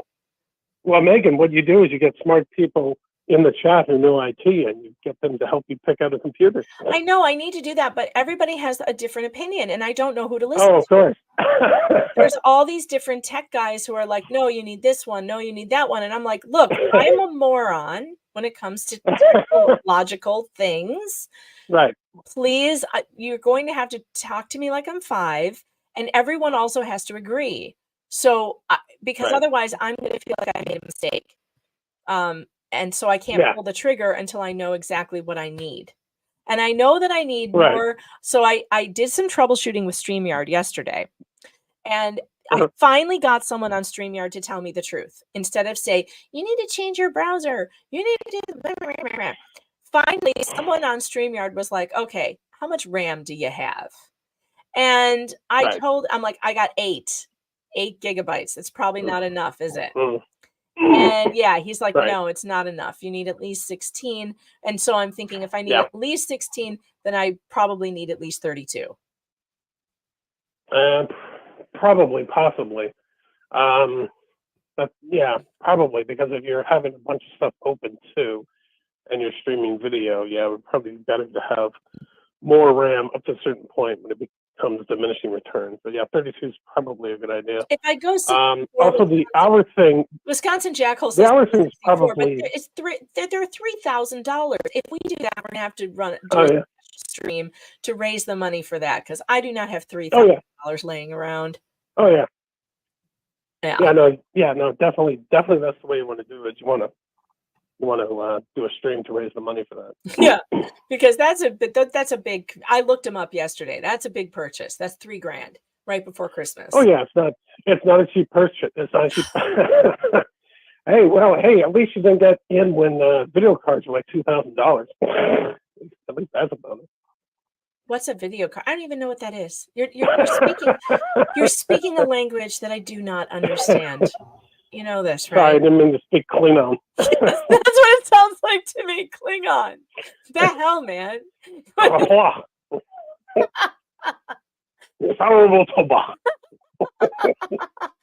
all of this sounds like to me. All of it. I know a little Klingon. Look, when I went to the Mac store, I went to the Apple store when I was getting this computer, and I said to them, I stream. I need something that will help me. And they were like, oh yeah, the MacBook Pro is going to be great. No problem. And but I got the wrong one. I got the wrong goddamn one. Right. I'll tell you what they probably heard when you said stream. They probably thought you meant streaming video. They probably thought you meant you wanted to watch Netflix, stuff like that, not actually stream video. No, I told like them. On a channel. I told them. Did you? I'm a YouTuber. I'm a YouTuber. I stream all day long, and you must give me something that works. And they were like, oh yeah, this will be great. This is what you need. So I listened to them, and then I find out, I talked to Recovery Addict yesterday because he's got such a setup. He's got such a setup that I was like, dude, can you help me? I've seen his setup. I've drooled over his setup. Yeah, oh my God. I'm like, can you help me? Guess what he has? A MacBook Pro. Does he really? Yes. That's hilarious. So, but he's got he had the Pro, and he said the Pro struggles badly. Now he has a MacBook Air with an M2 chip, and he says it does great with StreamYard. I had a MacBook Air before this. Right. but it Yeah. wasn't working either. So like, I just can't. I just can't. Yeah, I got bamboozled by a salesman who wanted something off the shelf. Look, guys, this is going to happen to me Basically, yeah. unless I have your help, and I need real good help and not like trolling me kind of help. I don't know what I'm going to do because I don't trust anyone right now. I don't trust anyone to give me the right advice. Well, you know how it is. There's opinions on everything. So I guess. That's Yeah. right. Everyone has an opinion. That's true. exactly. All right. So you got any thoughts on the trial or the verdict, or are we going to see this verdict today? What do you think? Geez, I don't know. That note they gave this morning was interesting. It's like, yeah, we don't need anything. It's like, wait, what? What? So you don't want them to do the stuff they spent all night on, presumably? No, don't need it now. All right. Yeah, I know. Isn't that weird? Isn't that weird? I find that weird. Wow. It's wild. Like, I don't know. This jury is special. Their foreman's definitely special. The notes are like, what the hell? All right. Well, thank you so much for calling in. I appreciate it. If you have any thoughts for me on computers, keep sending them to me. Oh, I will. All right. Take care. All right. Yeah, you too, man. All right. Bye. Hey, Mo in the deep end. Mo. Hello. Hi. Hold on a second. Hello. All right. Hold on, guys. I want to talk to Mo for a second. I'm going to shut the phone down for a second. We'll go back to the phones in a minute. Hold on. No Let me take the thing problem. down.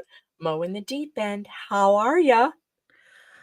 I'm plugging along. I'm actually writing up notes to give my doctor, since I used to do aquatic physical therapy, of how my stimulator is going or not going, so that I have notes to explain how things are not going. That way, it's easy for them to understand. I figured if I wrote it up like I used to write up my patient notes, it would be easier for them to understand. So I'm doing that I'm sorry you're while going waiting through for. all of this.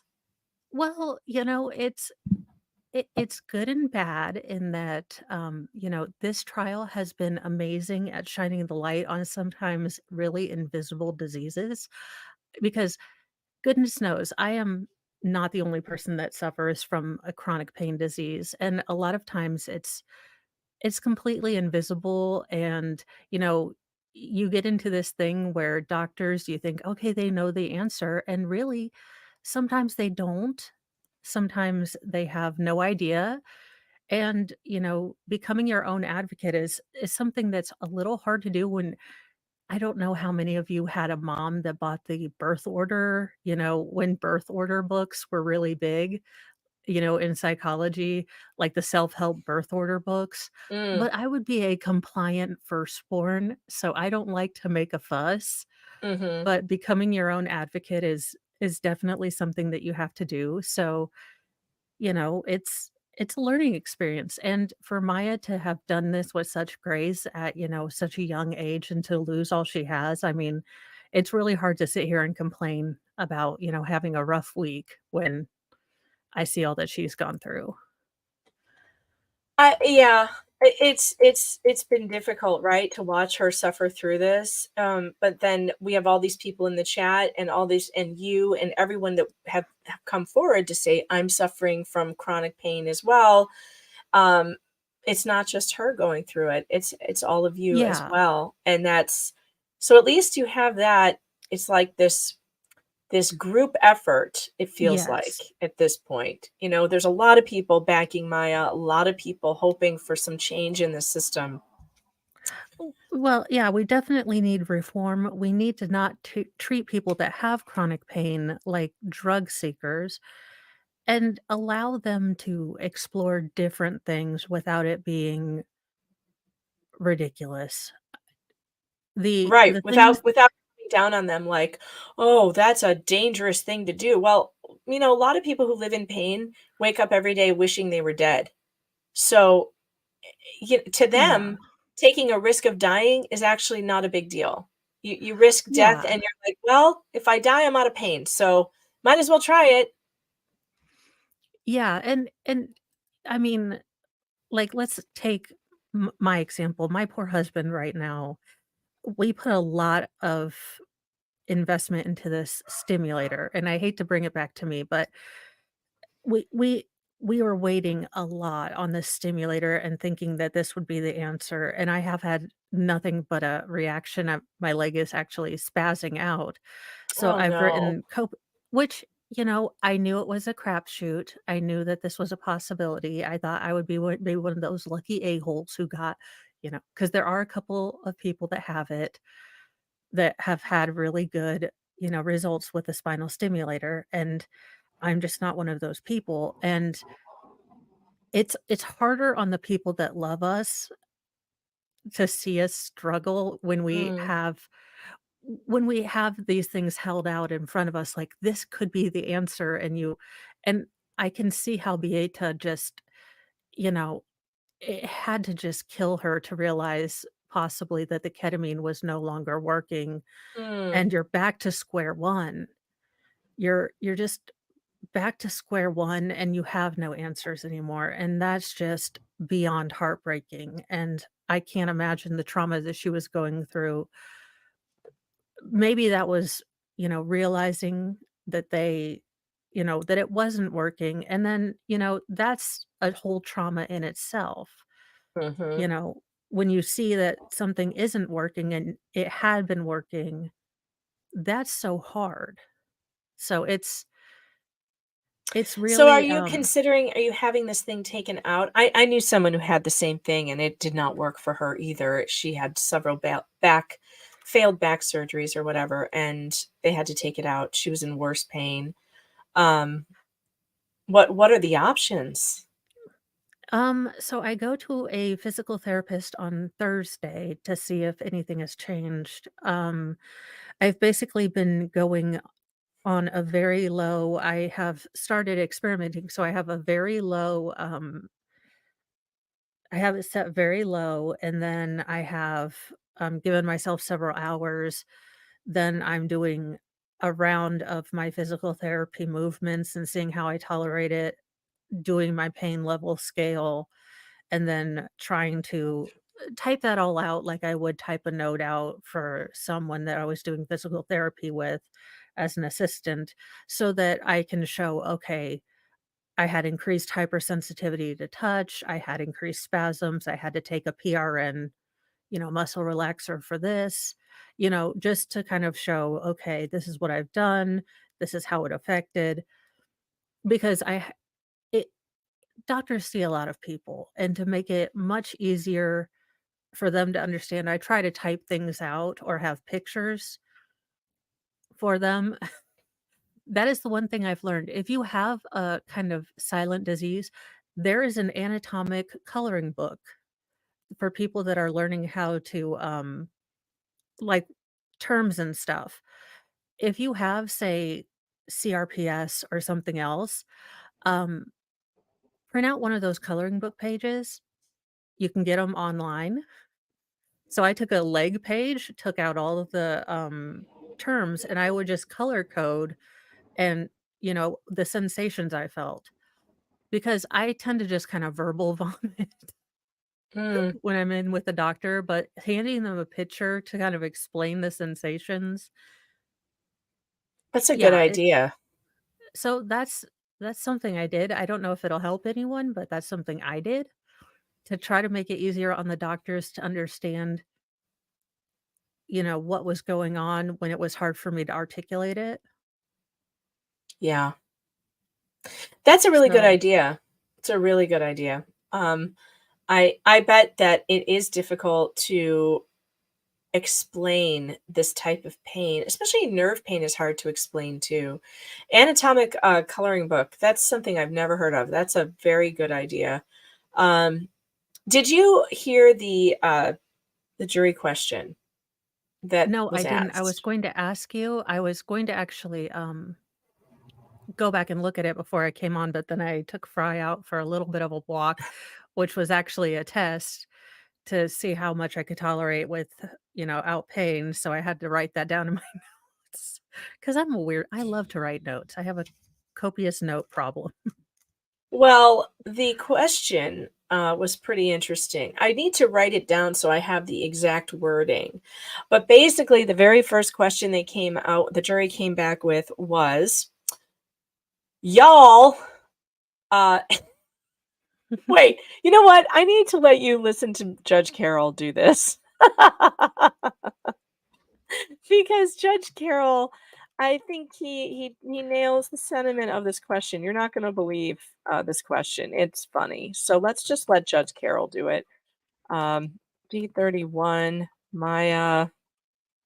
Let's pull this up. So they were deliberating for a couple hours. And then this happened. And let's see. Let's pull this up.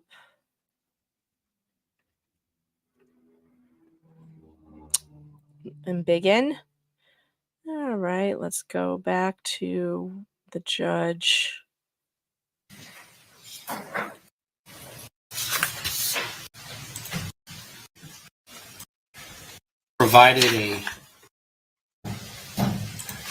I've been provided a note from the jury, and it says, we'd like to access the Kirby Christie financial money that possesses the lost earned monies, what Maya would earn, etc.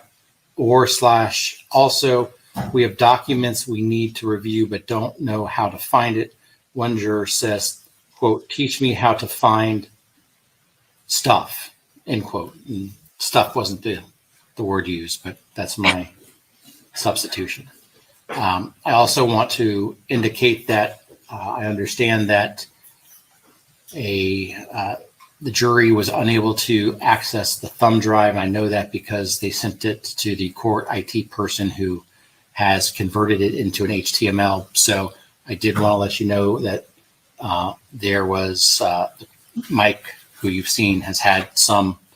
Okay, that was the first question. Then he brings the jury in, and there's another question.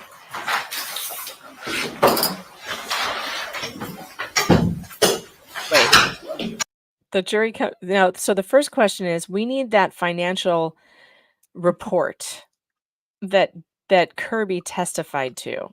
We need the thing that said how much we need to give Maya for future. That was her first question, Mo. How much was it again that they said she was going to lose out on? And then there's this.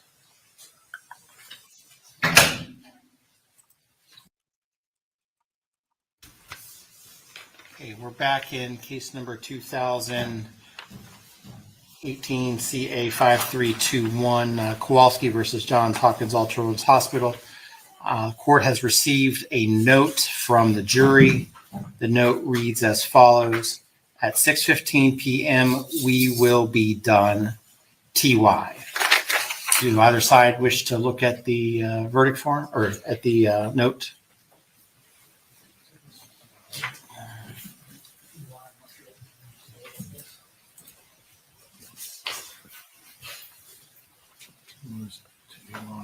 Thank you. There's more. Is it when he brings the jury in? When does the hilarious question come in?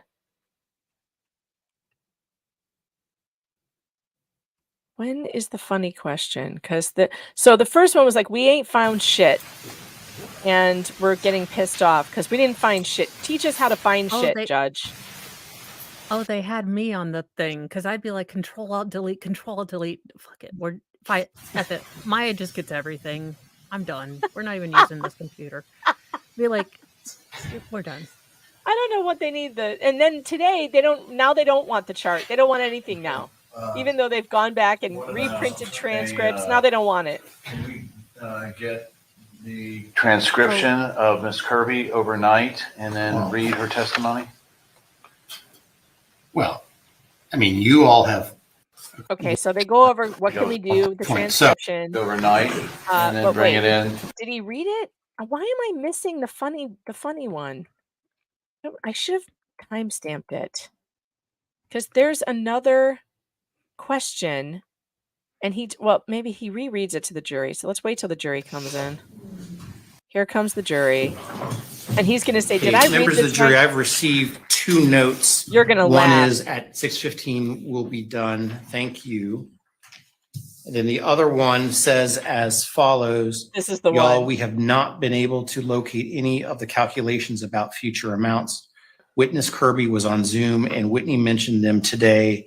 And it was said that we'd have all this at deliberation. Well, if we do have it, we ain't found it in all these files. So without these witness figures, you'll be lucky if there's enough awarded to pay your gas to drive to court, or we'll be here till next Friday. Oh, So did I misread that? No. Kind of? Well, I mean, this is serious. I mean, if I didn't read it properly, let me know. Okay. Oh my God. Oh, The jury is telling jokes, Mo. to be honest, we had meme guy, and pie guy yesterday, so they're probably just about done with everyone. This is true. I mean, Tuft of Justice, judge is just about done with everyone too. So, but that would be about. Look, when Mr. Mo comes in and I'm like, look, I don't know. My computer has gonorrhea herpesiphilitis. I don't know what I did. Fix it. And he's like, this. And he just sits down and does it. And I'm like, I don't understand. Yeah. But they got Maya to smile. And honestly, if that happened, I know it's unprofessional, Night Owl, and I know it's not funny. For It is a you. little funny. But it's also, you've got to think these jurors have been there for 9 weeks, 10 weeks, I believe. Oh, they've been there for 9 weeks. Duncan has a good point here. He says, haha, hadn't caught that the first time. The juror actually told the judge to teach him how to find shit. This jury was feeling pretty big yesterday. They were like, I'm the captain now. Look at me. I'm the captain now. Now you're going to do what we say. And they might have gotten a little too big for Yeah. their britches in a Well, moment there. and I mean, my guess is the first night was just them verbally like doing WTFs about the whole thing, because that would be me. Like, did you see what they were saying? And oh my God, do you think her cats hate her? And what do you think about Tough of Justice, judge? And oh my, I would be verbally vomiting for like the first hour at least. And then we would go into serious, juroring, but the first hour would just be a loss for me. I would be, and then I would find the most techie person, and I would say, "You work the computer, sir, ma'am. I don't want to assume your gender." Bozena says, Megan, is this bad for Maya's family? I think you mean the jury question. I don't think so. I think they're just saying, look, we can't find the shit you said was going to be here. Can we please just someone help us find the shit we need? And, Matt Amos says, do you want a desktop PC or a laptop? I think I'm pretty much done with laptops. I'm going to keep the MacBook Pro I have for work and for, to take into other rooms and type in bed and stuff. But for my desk here, I think I'm going to go with the PC because that's what everyone says I have to. Though I hate Windows and I don't know how I'm going to retrain myself on it. But whatever. But yeah, the jury, that question killed me because it was like, oh no, do they not understand? There is decorum in a courtroom. Like you can joke around with the judge to a certain extent, but then there comes a moment where the judge looks at you and goes, don't go here. This is serious. And that's what happened. And it was like, oh, you could feel the clenching in the room. Yeah. Yikes. You know? But it's also I would be incredibly frustrated if I was told, "Okay, you're going to get all of this back here to use, and we are going to show you how to use it," or the bailiff should have in an ideal world, the bailiff should be someone that can show them, like, control alt delete, and this is how you type in the thing. I'm doing, like, finger typing because that's my guess. I don't Yeah. wanna assume anyone's technical stuff, but y you there are nicer ways. I would never tell the judge, "Hey, come show me how to do crap." Do you I would think say, there's a "Hey, could you" possibility that they did not know that those notes were gonna be read out loud? Do you think that they just thought the judge was gonna read them and answer it, like, and just handle their problem? They probably did not realize they go into but they should have been aware. I would think an astute jury would be aware because their questions are read out loud, that anything their previous questions to any witness were read out loud. Why would they think that their questions to the judge would not be read out loud? Yeah, I don't know. I don't That's a good question, but maybe they didn't. Maybe they thought that this was just gonna be between them and the judge. And if they thought that it was just between them and the judge, that kinda makes more sense, but they have to understand now they know. It's gonna be read Ye aloud, it's gonna be on television. The whole world is gonna be like, "Okay, jury, do not Florida man us now. Do Yeah, not do not go Florida full man Florida. us. Please." Please. We've had so much faith in you, in this jury, and now you can't start saying, like, "We ain't found shit." And if you want us to award something more than gas money, you better bring us that money docket thing. You better bring us Just that report. And then they spend all night, Mo. The lawyers spend all night making a transcript, paying for a transcript of the testimony Oh, they Lord. wanted, and this morning they decided they don't want shit. Nope, Oh, don't want it no. anymore. They were up all night doing this, and the jury doesn't want it anymore. Oh, the jury is not gonna get flowers from anyone. It's just these poor lawyers are just, oh, they're just, they're so tired.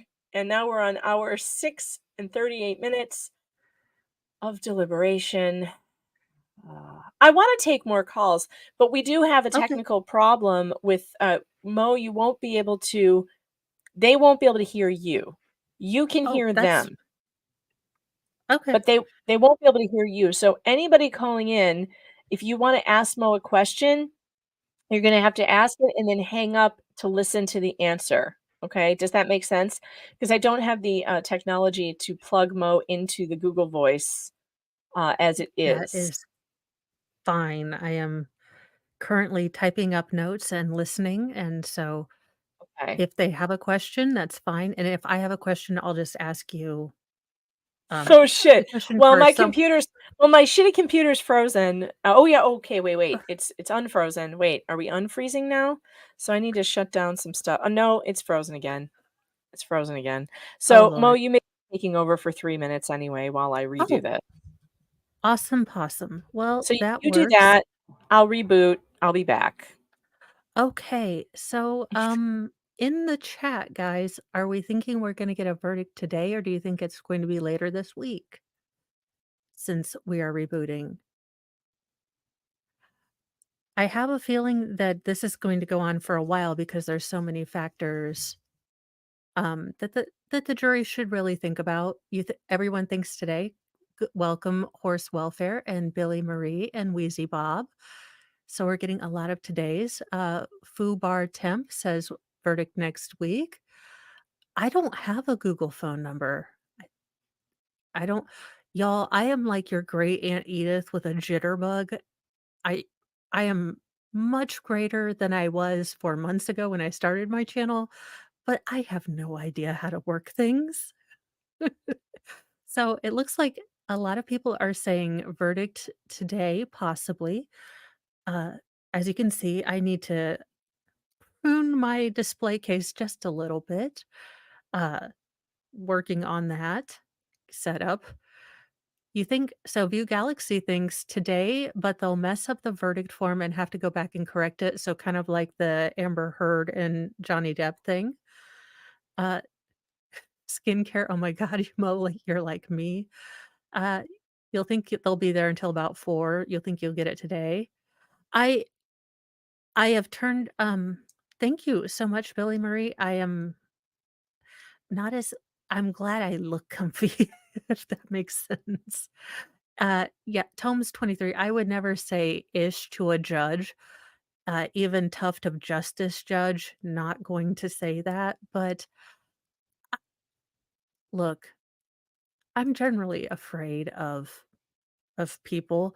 And thank you. No, that is actually a cat condo. So that is a cat condo. Now the cats will rarely go in it because the Friberto is right underneath it, and he. Oh no, I am not a lawyer, Megan. I am a lay person who just likes to watch trials and then ask lawyers questions. That's how I watch trials as a jury member. That's how I watch them. Like, what would I be thinking if I were sitting on the jury? Because I'm also not a lawyer. Yeah. Yeah, it's thank you, Wheezy Bob. I'm actually, this is fake. I dye my hair red, like, wild animals are bright colors to scare people away. I'm actually naturally blonde and I go red, just, for warnings. Like a poisonous frog, Yes. Yeah, that makes sense. All right, let's see. How do I put this up here without doxing anyone? Nope, not like that. Now we got it. Okay. It's all right. It was just my number. Oh, well, that's good. Which is the one I'm going to give out right now anyway, so I haven't doxed anybody. All right, it's 617-8585 Fox. You can call in now that I'm rebooted this crappy computer. Just remember, you can't hear her. She can hear you, but you can't hear her. I think that's how that works. So call in. I know a bunch of you were trying to call while I was rebooting. Don't do that, obviously. Wait till I reboot and come back up, and now you can call. It's now safe to call. 617-8585 Fox. 8585-369. All right. Oh, Mo, you've reached over 600 subscribers. That's fantastic. Let's get her up some more. She deserves a whole lot more than Thank that. you guys. You are I've terribly been so undersubbed. excited. Well, if you listen to my 7-year-old, if you ever have too much of an ego, just talk to a 7-year-old. Oh, you're getting a call. Oh, yep. All right, here we go. Call from. Yep. Crazy Warlock calling back. How are you? Welcome back. What? Oh, wait. Oh, okay. I was making sure he was there. Sorry. No, I'm here. I'm here. Never What's mind. going on? Crazy Warlock, what's going on? How's the Rumble ghetto? It's fine. It's doing all right. I just wanted to call back to say, yeah, don't let anyone push you into anything you're not comfortable with in terms of technology, including me. Oh God, I can't. So, I need specific guidance. See, that's the thing, is that I'm never going to be sure that it's going to work for me until I'm actually using it and I find out. That's the problem. Right. These things need a money back guarantee if they don't work the way I expect them to.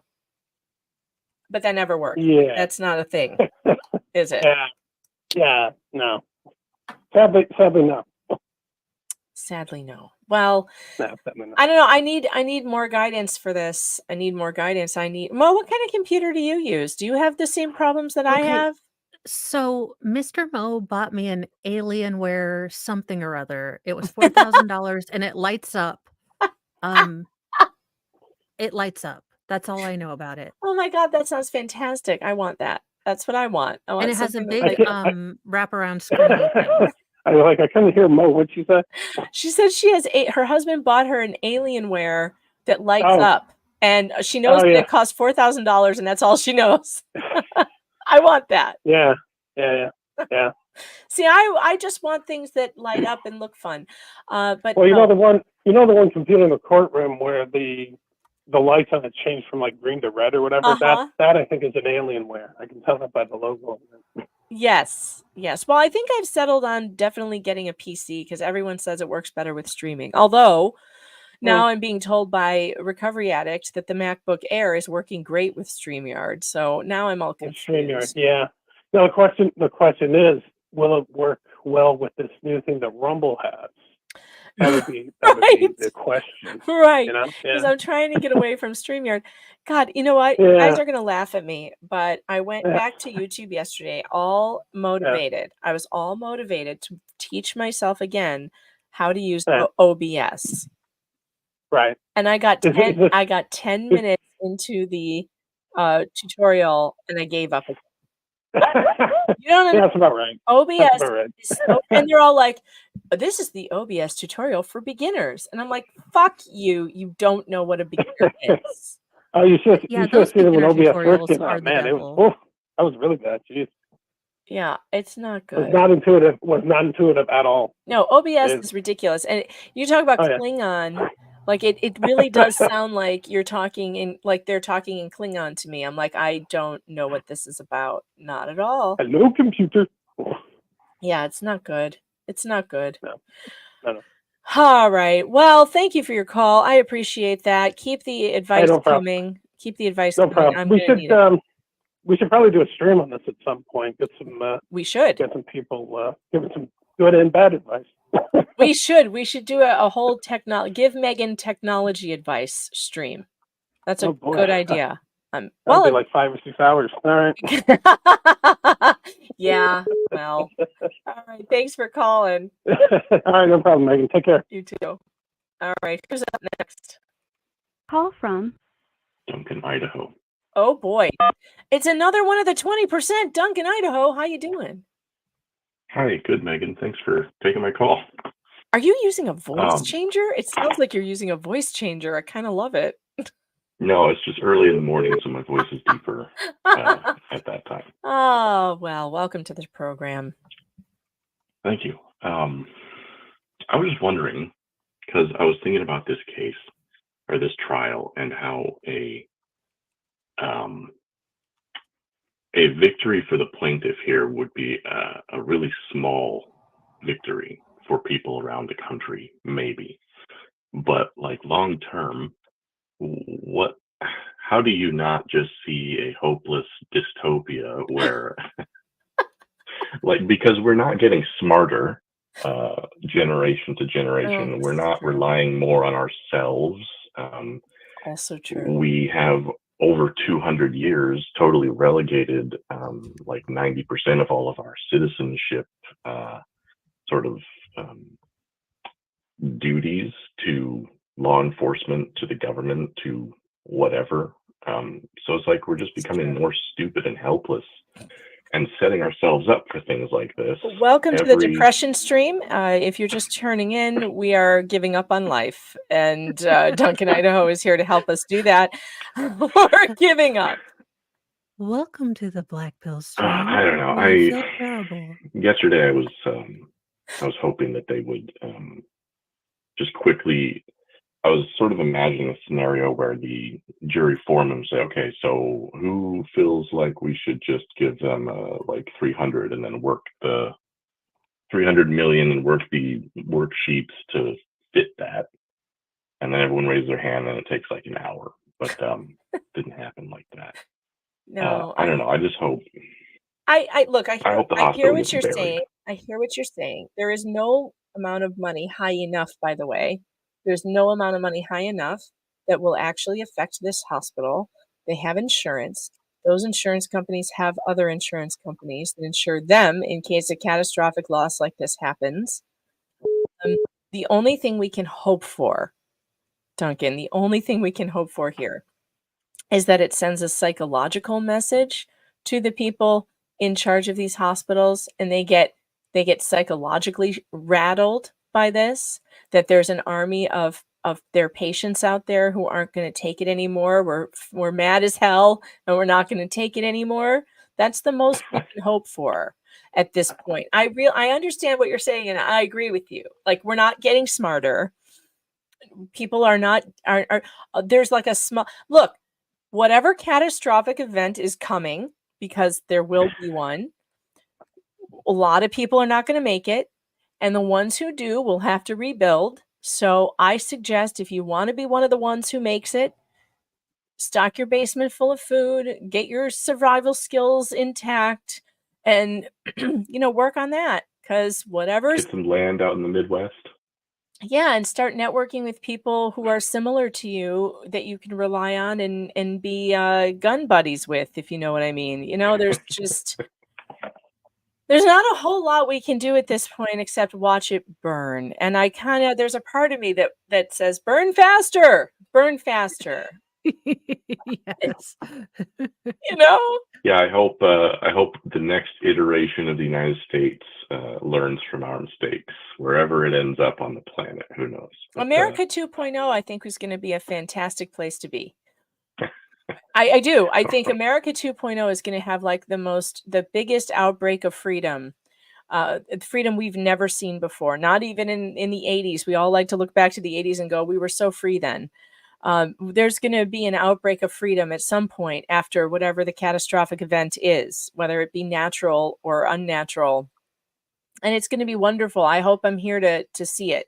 I don't know if it will be, but it's going to be wonderful. So start making some plans for those people, who are going to be America 2.0. We just have to keep the dream alive, I guess, until long enough. Tell your kids, make sure they memorize the Constitution. They're going to burn it one of these days. So make sure you've got it down to memory. You got to get it. You got to make them start memorizing that shit now. It's not a very long document. We can get rid of most of the amendments though. So we would stay with the first few, get rid of the 19th, anything from like the 19th on, we can pretty much forget about. well, this is either because it's just, from my perspective, or not. Maybe it's like a wider phenomenon, but I feel like some sort of silver lining is that me, along with I think a lot of other people, have become a lot more aware and invested in trials going on around the country, and true, seeing how this all works. And maybe, I mean, obviously you can't affect the whole country as an individual, largely speaking, but if you just be more aware, I don't know, and take things one thing at a time. And here's hoping to 300, 500, 1 billion for the Kowalski family. I hear you, Duncan. I do. Thank you for calling. I appreciate that. Thank you. Alrighty. Simpin' ain't easy. You're killing me. It's going to be Jesus rising out of the dumpster. Yes. Let's do a 1.5 first, maybe before the full release, says Petrified. America 2.0 is going to be great. Mo, do you think that people are interested in trials now specifically? Do you think this is a growing industry here, a growing entertainment space because of what we're facing here with so much injustice that people are seeing in America? Well, I think it's part and parcel. I think the Rittenhouse, that's kind of where I got my sort of into trial baptism, if you will. It was the disconnect between the mainstream media and what I was actually seeing in the trial and listening to what real lawyers were telling me. So I was watching the trial all day while I was sitting in my godforsaken boot, you know, listening to, these witnesses and actual lawyers say something. And then I would go listen to like nightly news, not my newsy news, which is funner. And they would say like, you know, crazed killer Kyle Rittenhouse had a terrible day today because X, Y, and Z. And you're like, are you watching the same Are you trial? watching the same trial? I know. I felt the same way during that trial and the Depp trial. It's like Amber Heard talks about her harrowing experience with Johnny Depp. And I'm like, what? We found out she admitted to abusing him today. What are you talking about? Also, who told her to dress like Ava Braun? Or a North Korean dictator. What was she doing? Her dog stepped on a bee. It's just, I do feel like there is like a new awareness. Call it what you will. But it feels like this is a new awareness of the massive injustice that has been going on, and the very few cases that make it into the court, that then make it onto television, we are seeing massive injustice on this scale. The Zachariah Anderson case, the Rittenhouse case, and so we're talking about cases. The Murdoch case, personally, I think Yeah. that was unjust. We're seeing so many injustices and prosecutorial misconduct, and it's like ripping the Band-Aid off of this gaping wound that no one really noticed because they slapped some shit on there and like kept it under wraps for a while, and now it's like it's happening. Maybe I feel like this is a growing thing. Well, and it's also a byproduct of a lot of parents becoming aware. I mean, if you had 6 kids and you were trying to do COVID or COOF, online school, you're becoming more aware of what these schools were trying to do. My school system happened to be one of the undercover, we're definitely totally not teaching, CRT, but we're totally teaching CRT, Miss Boobs, if you saw that. That was Yep. our school system. What? Because of course. Super Tits was in your school system? Yeah. Super Tits. Yeah. You're in Canada? No, How did I not no, know this? not the I'm talking about when they did an undercover video and the parents were pretending to be a lesbian couple from Texas wanting to move to Indiana, and our big boobed school counselor was like, "Oh, well, yes, we're totally inclusive." Not the crazy shop teacher. Yeah, I I was call thinking the her crazy shop teacher. No, Sorry. not her, but I call him Super Tits. she was like, "Look, we don't call it CRT, but we're definitely teaching CRT." Oh my goodness. Was, you know, that teacher. So, yeah. But it's definitely, I think it's just a lot of social awareness that there's a 2 or maybe 3-tiered justice system. I mean, we're seeing all over the place how different crimes are being treated differently. I mean, we had that protest at the White House or this weekend, and one person was caught, and we have, I don't know how everyone falls here, but we have MAGA memes, Yeah, that are dragged out of their in a houses. federal prison. It's You know, absurd. It's and absurd. I think people are waking up to the justice system is not what we thought it was. And the Yeah, Kim let's Potter look at this trial case. did Let's that look to at this me. case. Maya's mom accused of Munchausen, and she has a medically complex child who, by all accounts, none of the doctors really know what's going on. Some of them think they know something, others think they know something else. She is clearly not a Munchausen mom. On the other hand, we've Yeah. got these other moms who are taking their perfectly healthy children to have hormone blockers inserted under their skin. Now I know I'm not allowed to talk about this on YouTube, No, but no, perfectly I get healthy children going in to have body parts removed. Minors, 13, 14, 15-year-old little girls having their it's undeveloped breasts removed. Sorry, YouTube, that you don't like the truth, but this is what's happening, and I can prove it, and I have proven it it over and over again. And the idea that these people are not accused of Munchausen, of wanting attention through their child's so-called medical issues that are not medical at all. This is a massive injustice. Nothing's happening to them. No CPS is following them around. No judge is telling them what to do. But meanwhile, we're reading these dependency hearing transcripts of Maya's that are just absolutely insane about how Jack has to behave and what Jack has to do and how he can raise his own daughter just because she's medically complex. It's insane. it boggles the mind how we are going to have a generation of children who are going to look back and say, "Who advocated for me? Who told me it was okay?" You guys want to talk about an LGBT genocide? I mean, these girls maybe they're just lesbians. Maybe your child is just Yeah. gay. Maybe that's okay. Or maybe Maybe they're you not don't at have all. to Maybe they're just transition them. kids and they don't know what the Maybe, fuck they are because they're yeah, maybe kids. my 7-year-old wants to be Mr. Beast, but I'm not going to give him a YouTube channel, okay? Right. Right. It's just I feel like though that all the arguments on that one have been made. And I'm at the Yeah. point now where I almost don't even have any sympathy left for the kids that are doing this because I think, you know what? If you are so mentally weak that you are being led down a social media rabbit hole that convinces you to chop off healthy body parts, I don't think you're going to be useful in the coming problems that we're going to have. I don't think that's a useful type of person. And I'm sorry if that sounds I think callous, but I'm at that point now because I have done all the screaming I can do about this. I have gotten my YouTube channel demonetized over it.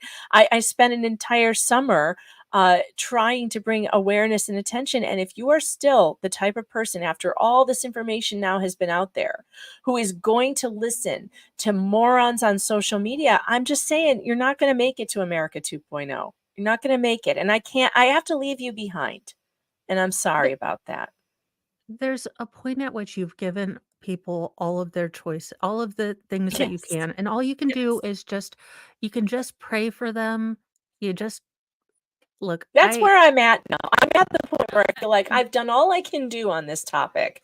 I've done everything I can to tell you how bad it is and if you're still refusing to listen, it's like letting my children learn it the hard way. If I have told you don't do Yeah. this thing and you still continue to do the thing, I'm going to sit back and wait for you to go, ow. You have boys, I see. Okay. I do have one. Yeah. Because Yes. the girls would be like, "You're gonna get her." "Okay, mommy, I'll Okay. stop." My boys, "Oh, Mhm. really?" "Don't." Oh, "Oh, yeah. Stop I smacking that stick on the tree. It's gonna come back and hit you in the head. No, it's fine. I'm not gonna bam, but okay. I just get tired of having to celebrate everything. I don't wanna look, I don't tell you about my Forced smexy celebration is the times. worst. I My don't tell you about sexy my time. smexy times. I don't, think that you should know about them personally. I have a hard enough time getting my smexy time between 6 children and judgmental cats looking at me and the puppy now wanting all the time. So, anyhoozle, I don't have a lot of but I don't go out and say, "Hey, guys, guess what? I boned my husband today. And guess Celebrate how I me." like to do it. Like, no, I agree with you. Like, nobody needs to hear about I protect you from sexy time. Nobody needs to hear about that. Nobody, not my kids. Nobody needs to hear about that. Why the hell do we have an entire group of people who hold parades to tell us about their sexy time? I don't understand this. No one needs to Yeah. know. And if I see one more service person in a dog suit, I'm going to run away and join the circus. I really am. Oh God. I don't want to know. It's if you have a freak flag and God love you, because I want to go to a furry convention. I think those things just look cringe-hilarious, and I love it. I am there. I want to be there. I mean, I'm sure the smell will be interesting. I'll have a Vicks pen with me, but fly your freak flag. I just, can you fly it in your house and I don't need to bring my children to celebrate it and, put ones in your G-string, sir? That's all I'm I will asking. never understand how this isn't the prevailing uh theory that we're working with. How is it that most rational people haven't been like, yeah, I don't care what you do, but you can't make me join your parade. You can't, and in fact, don't have a parade because nobody needs to know what you like in the bedroom. We're beyond this now. There's no MG law. You know that convention's going to smell. I'll have Febreze with me. Come on, one day I will MC their dance off. I swear to goodness, it's on my bucket list. To MC Mr. a Mo, furry dance off? they have Oh, furry Nick dance Ricada would offs. not approve. By the way, Nick was trolling me last night. Did anybody see that? Nick was being so rude to me last night on his show. He was giving me air quotes that we're friends. I guess we're just friends now, huh, Nick? We're just friends? Is that how this is going to work? He was so rude. Now I don't think I will go on his show. I just, did you see that? Yeah, he's just trolling me now. I don't know what his deal is. I've been bothering him to talk about this trial. And last night he was so funny. He's like, I guess people care about doctors taking kids away from parents. And I guess I should have Megan on because we're friends or whatever. And I'm like, what the fuck? What is happening here? Oh, he's going to get dragged into this. He's going to get dragged into this whether he wants to or not, because this case really, he should have covered this trial. This trial was right up his alley. And I'm happy to take some of the audience away for it, but he should have wanted this trial because, my God, the government malfeasance, the horrific violations of rights in this trial. Yeah, that's true. He had been drinking quite a lot. It's okay. I woke up to a nice text this morning from him, so I think everything's fine. But it was funny. It was funny. It was funny. I'm like, what did I do? I'm just sitting here in the chat, and he's like, he's dunking on me for no reason. I don't know how you stay up so late. I'm up at, well, now daylight I was savings. writing my I think, new article. I was writing that article about my YouTube. can we all band together my and get time in rid a of YouTube daylight concentration savings? camp. Did you hear about that? I Oh, had to go to Lord. Did you have to, re-education camp. did you say something about the climate? Because I know I'm going to get dinged because I always say, to be fair, it was Miss Frazzle, my Halloween character, who may or may not have sexually abused Bill Nye when she was drunk, but she tried to teach the children to make bathtub gin and talk about, look, I made up an entire character. I don't know why. Look, I like Miss Frazzle. But Miss Frazzle tried to teach, the kids to make bathtub gin and taught the kids about government overreach. And, she had to drink the gin. And Bill Nye is, a freaking mechanical engineer. And Miss Frazzle was, a climatologist and had a doctorate. So she would never, ever sexually harass a schmuck that wears a bow tie after 13. According to her. According to her. Well, testicular trauma, it's the morning newsy news. She has a New York accent, sort of, but then I couldn't carry it throughout all of the articles, so I just had to change to my normal voice because I've only seen my cousin Vinny like 173 times, and that's all I could do. Oh God, that sounds hilarious. I want to see it. I want to see it. It sounds hysterical. But yeah, I just think that this trial is important. It's very important. And I do feel Duncan Idaho's like black pill of like, so what? Like, even if they win, it's going to be forgotten. They're still going to be trampling over our rights in every institution we turn to. It's bad. From the, what you were saying about the COOF school, online COOF school. That's when all the parents found out what was happening, and that's what spurred all the protests at the parent meetings. And then the FBI put us all on a list because you were not allowed to go to parent, I guess, to board meetings where the public is invited or something. And they treat you like, bad Americans or something, and like now you're on a terror watch list because you didn't want your kid reading a book about how to do fellatio on a rubber toy. Mouth hugs are something I'd rather teach at home if that's okay with everyone. If that's okay. Duncan says, Nick, For my let 7-year-old. Baldo corrupt his soul. He used to be a sweet baby angel. Believe it. Nick has never been a sweet baby angel. Never. Not once. Not even once. But he is a good soul. And even though he's been trolling me all night last night, apparently, and saying mean, nasty things, it's not something that I would ever say about him in return because Nick is funny and he makes me laugh.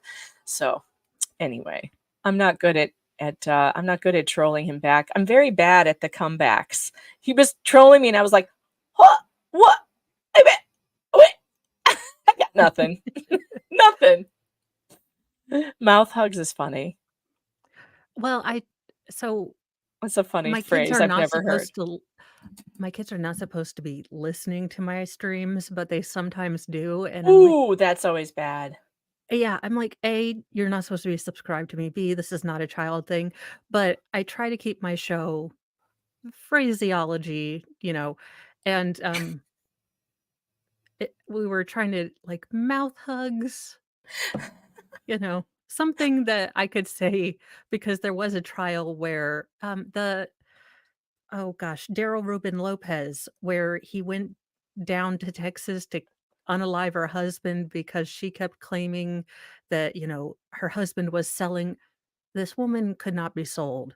No offense to her, but could not be sold at the Kmart discount bin on like a Tuesday on a blue light special. Oh But no. according to her, she was, having just terrible abuse put upon her and, unaliving mouth hugs in a hot tub pool, just all the Oh my crazy God. things. And I'm just like, "Oh, for the You love could of never all have is holy." you could never have covered the Shabusiness case. Oh, yeah. Oh, that was one. Oh, I read through the arrest warrant and the information in that on YouTube, and I was sure that my channel was going to get yeeted after that. Oh, it was brutal. My children don't. I just count on the fact that my kids are too cool to watch anything that I do. Although then I found out that my 17-year-old, of course, but she's 17, so she can watch what she wants, basically. But I found out that my 17-year-old was watching back episodes of something I had done. And I'm like, why are you watching my streams? Don't you get enough from me? Don't you hear my grating voice enough? Why are you watching my streams? I would just assume that they would just be like, that's uncool. That's my mom. I don't need to hear from her anymore. But apparently the eldest is rewatching some streams. And now I got to wonder like, oh, how many bad words did I use in that one? Oh, wow. That ship has sailed. They know. Oh, believe me. I mean, well, it's like if you ever have a too big ego, ask a 7-year-old because I got to 500 and I was telling my youngest, I was like, I'm going to pick up ciders because I said I would read the lyrics to WAP, which, honestly, you guys, not my music. The poet laureate of our age, Oh, God. Oh, Cardi God. B, not my music. I think she has an Oh, infection. man. I'm not sure. In a I'm Sailor Moon pretty wig. sure that she has a medical emergency going on, or whoever wrote that song Yes. has a flat out medical emergency going on. So I did that and I got ciders at the big giant boozatorium that's What are um ciders? like What hard am I not? ciders, like different Oh, alcoholic ciders. Ciders. You said ciders, like SIDERS. And I'm like, what's a cider? A oh cider. I don't know why that sounds so different to me because it's literally the same word. Like apple cider, but hard yeah, cider is what you yes. mean. I don't know why I So I was got not those and hearing that. I did that and he said, "Okay, but when are we going to open your button or your plaque?" And I was like, "Well, you don't get one for 500." He's like, "I thought you were at 500,000. Call me back when you get a button." And I was like, "Okay." Here's this I was like, I thought, "Well, I used to think I was sort of cool," but he's like, "Call me back when you get a button." I was like, What's a "Wow." button? Do they mean Well, like the like the plaque? plate. But Yeah, you like the can't get play that until button you hit plaque. 100. That does he know how many people are 100,000 people? I'm at 20. I'm at almost 21,000, and 100,000 is like eons away from that. Until I meet Mr. Beast, I will never be a YouTuber in his eyes. Oh my God. He's That's like, "I don't funny. understand what you do until you are not Mr. Beast. What do you even do on the internets? You just What do talk." you Ah. okay, Stripe is driving me absolutely crazy. Stripe has been withholding my payments now for a month because they keep saying that the name on my account does not match the name on my bank account, which it does. And I have sent them the screenshot of it about 8 times, and they keep saying the same thing. And I'm going to do it again. Dear Stripe, please see the attached screenshot that shows the name. And I'm going to type it out, which is exactly what is on the bank account. Please respond and tell me why you don't see this. I've done this at least 8 times. Thank you.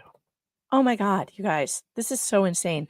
Stripe has been withholding my payments, which are the ones coming from locals, for a month over this. I had to go to the bank. I had to get stuff changed. I had to get my name on an account. And I do not understand why they are not seeing what I am seeing. They just keep on sending me. It's almost like an AI is responding to me. And it's not an artificial intelligence. It's an artificial moron. Call me now, 617-8585 Fox. I will take your call. Because Mo disappeared. But that's okay. She'll be back, I'm sure. Please take my call. Take my call. Call me. Call me. All right, let's see. At some point, legal action may be needed. I know. You guys, it's so bad. It's just so bad. I cannot take it anymore. I just can't. I can't take it. All right, call now. Well, that's so weird. I didn't mean to do that. All right, 617-8585 Fox. I have turned the phone lines back on. You may now call. Yes, the AI, the automated idiot. All right. From Lender Systems, Inc. To accept, press 1. To send Is this a spam? Is this spam? Hello? Hello. Hi. My name is Jackie. Hi, I'm calling from work. Hi, Jackie. I'm sorry I just doxed your work. Google did that. It was Google. It wasn't me. Oh no, it's okay. So I was calling. I do watch the trial, and I actually went through something. I guess not. It's similar in my opinion, but it didn't go as far as, of course, Maya. My son had a terminal illness that the hospital had no idea what it was. So my son would get sick, he would have seizures, and I would have to be going into the hospital all the time. And they would transfer him to like a children's hospital. And then what they would do, because they had no idea what was wrong with him, they would send a doctor in and they would ask me, did you drop him, shake him? Did anybody hit him? And then they would leave. Then they would send another doctor in and do the same thing over and over and over every time I would go. And then they ended up calling CPS on me. Oh my God. Yeah. And then CPS came to my home, and actually they gave me, I don't know, it's called Inland Regional in California. Mm-hmm. And it was a center, and they were actually the ones that helped me find the diagnosis for my son rather than the hospital. The hospital was never able to tell me what was wrong with my son. Towards the end, because he did pass, when I went in, I was able to tell them what was my son's diagnosis. Wow. But they were, and then while I was at the hospital, they also, because I was 18 at that time, they were trying to get me to send my son to a hospice because they said that I was too young to take care of my son. What? Yes. And it just felt like they were trying to take him away from me because they kept telling me and questioning me. And actually, when a CPS would come and visit me, because he had like a feeding tube also, they would actually ask me for recommendations because my son's like the feeding tube was never infected, and they would ask me for my methods or what did I do, and they actually praised me for being so young and taking such good care of my son at the end. But I felt alone when I was at the hospital because I was being cornered This is at that terrible. time. This is absolutely terrible. And I am so sorry that this has happened to you. Those of you who can see, my screen is frozen again, but I think you can still hear me. Yes, I can. Okay, good. This is the thing.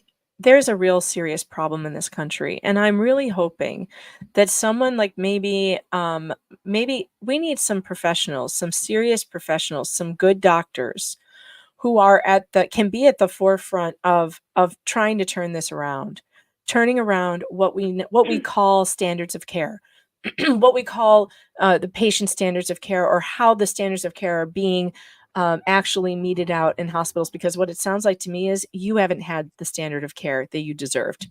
I'm going to have to reboot my computer again. Jackie, thank you so much for calling. Mo, No problem. I see that you're back. You can take over for 3 Yes. minutes, and I I'll can be do that. I'll be back. I'll be back.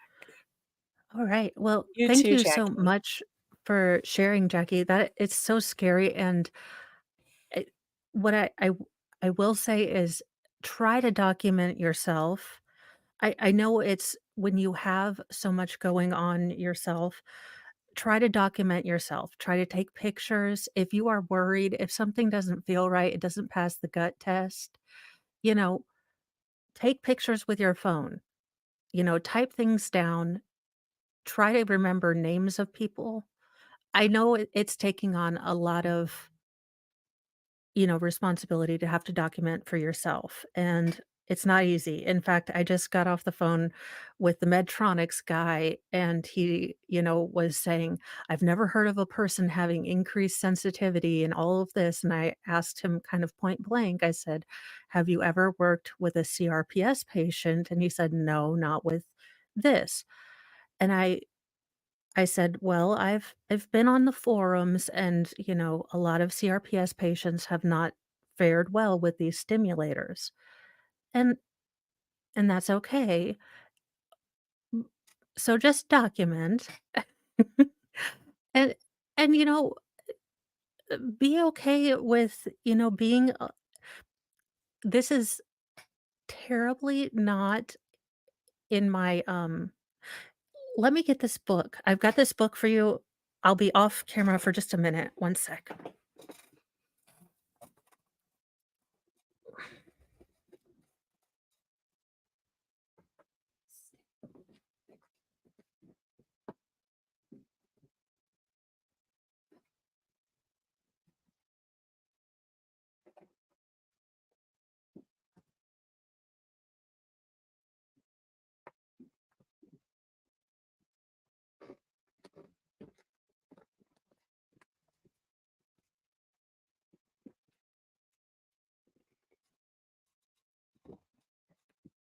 All right. If you have a chronic pain thing, they have this on Amazon. It's about $23, but I found the best charting. So open it up and it kind of has the anatomical guide. You can chart daily. It's got a kind of beginning. You have all of your medications. They do have the judge is back. He brought everyone ice cream. What? Are you I'm are I'm you trying joking, to porcelain? I'm trying to refresh my screen. I'm not seeing anybody in the courtroom. Oh. So I will say that this is a great book if you do have chronic pain and you're maybe trying to see what your triggers are. Uh, it helps with, I need to get back to journaling in it, but it also helps with, hey, it was cold today or it was rainy. And That's and cool. it has a curse word. It has a curse word on the front. So I'm going to buy it. Oh yeah, that's hilarious. But also very helpful, I would imagine. Yeah.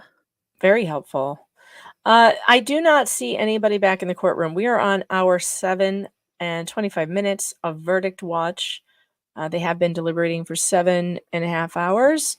I am expecting at 1 p.m. today, Robert Barnes is going to come by and we are going to go over the Wauwatosa settlement.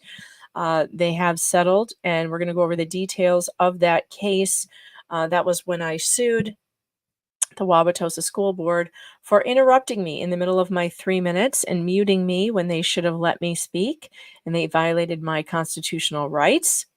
And so Robert Barnes and I sued them, and that has taken an entire year to go through the system, and they finally decided to issue me a public apology and pay money. So it's great. And he's going to be here hopefully around 1 p.m. unless Robert gets busy, because he is a very busy person. So let's hope that he has time. So we're going to be doing that around 1 o'clock. We are waiting for the verdict to come back in the Maya Kowalski versus John Shopkins All Prisoners Hospital. For those of you who have not been following this trial or this channel, if you're new here, we've been having a lot of fun with this trial, in particular with the memeing. The memeing has been really great. Here are just some of the memes from this trial I'm going to miss like crazy when this is over. Here we have Bonnie Rice. She's mind reading your way to an answer for a tough diagnosis. You don't know what it is? Let's just read other people's minds. That'll work. And then, of course, we have Trash Can Jesus, Dumpster Jesus. They threw Jesus right in the dumpster, guys. Yes, they did. Yes, they did. And nobody really seems to be that upset about it, except for us and hopefully the jury, because you just don't throw Jesus in a trash can. Your Honor, permission to bring in the duck. Why was it that every witness on the defense's side seemed like a, mid-century witch? I'm not sure, but we thought that we needed more ducks to find out if they were. Wait a minute, is this call incoming? How come I can't hear it? Weird. The browser is not allowing me to hear the phone calls. Huh. That's bizarre. All right, whoever just tried to call in, try again. I saw it pop up on my phone, but I didn't see it I didn't hear it on my screen. Something happened when I reset my computer, but I should still be able to answer it. So try again. I think one of the things that killed me about the motion to remove the juror was that Hunter was all like, well, it's hostile to our defense witnesses. They're hostile. They're asking hostile questions. Well, no, they just don't like your witnesses, and that's not their fault. It's your fault. When you put up witnesses on the stand that look like mid-century witches with their black box-dyed hair and their similar stories that sounds like they all got together in the coffee room right before this to make sure they all had the same story straight, that's your fault. That's not the fault of the jury. That's your fault for putting up these terrible witnesses who sounded rehearsed and coached. That's your fault. And how could we forget Dr. Corcoran, Dr. Goodhair, blowing up the defense with the immediate jeopardy finding. Absolutely fantastic. Okay, here's another call. Let's see if I can make this work this time. Lana, aka M16. To accept, press 1. Hey, Lana, how you doing? Hi. Hello. Can you hear me okay? Yes. Awesome. I have been loving your coverage. You are amazing. Oh, thank you. You bring the right amount of spice and humor and seriousness to this case. This has just been wild. I didn't know of it until recently, and wow. I think I follow Law and Lumber, and so I started like with his coverage and have shifted over to yours since you were doing the live stream of it. So it's just been amazing. Well, I'm glad that you're enjoying it, and I really am glad that people got interested in this case. When I first started covering it, I was here on day one, And when I first started covering it, there was really not anybody really covering this trial. Law and Lumber, I think, started doing recaps, and you know, I didn't even know he was doing it. I found out later, but I felt like I was the only person on earth who cared about this trial. And so it's been really wonderful to see all of you caring about it as well, because I think it's really important. It is. It is. I come at this from a different angle. I've never experienced anything like this, but I always had the fear of it because I have a child with somewhat severe autism who was nonverbal for a very long time.